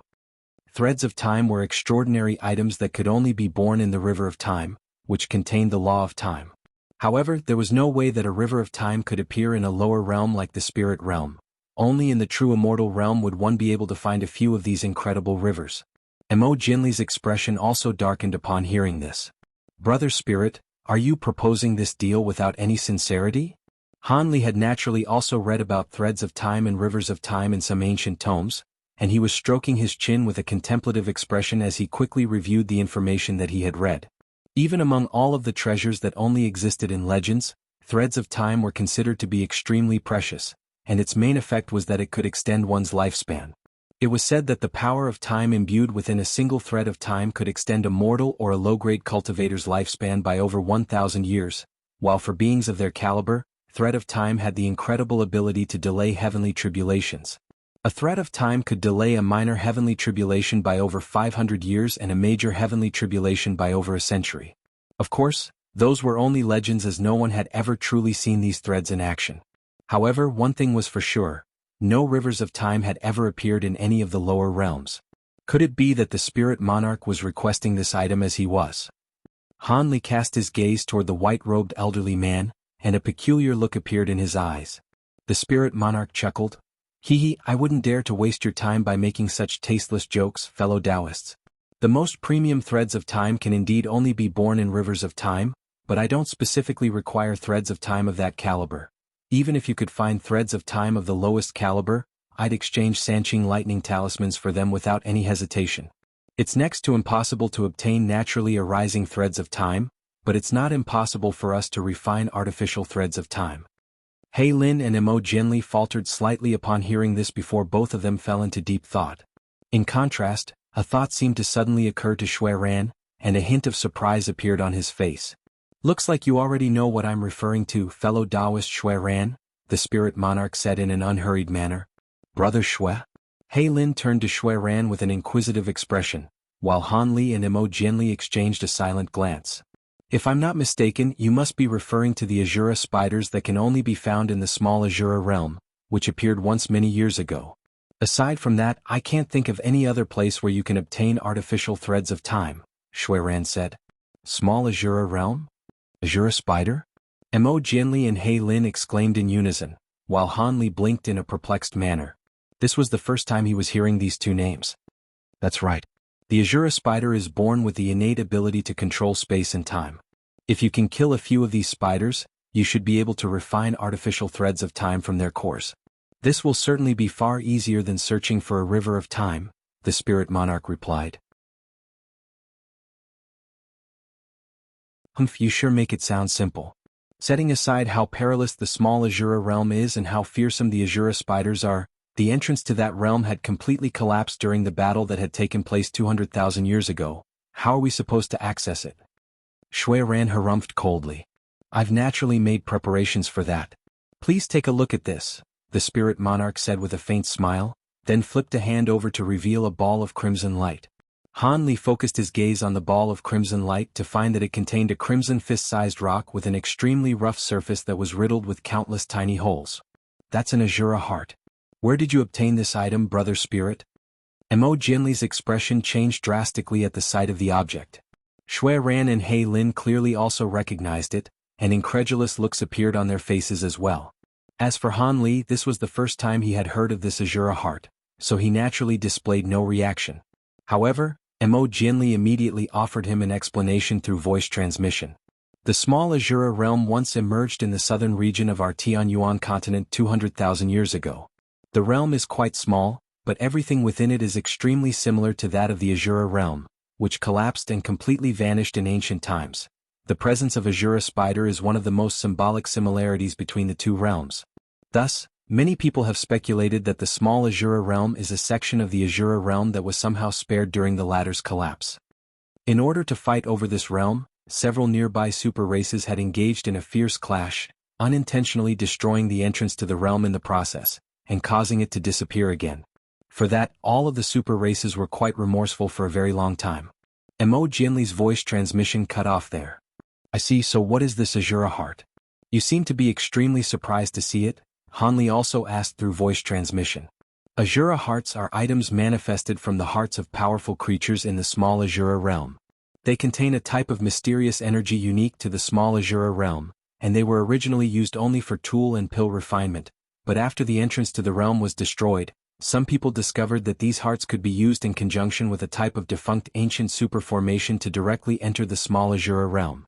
However, during this time, those who entered the small Azura realm AHD to refine the Azura heart into some type of protective treasure to oppose the resistance from the realm.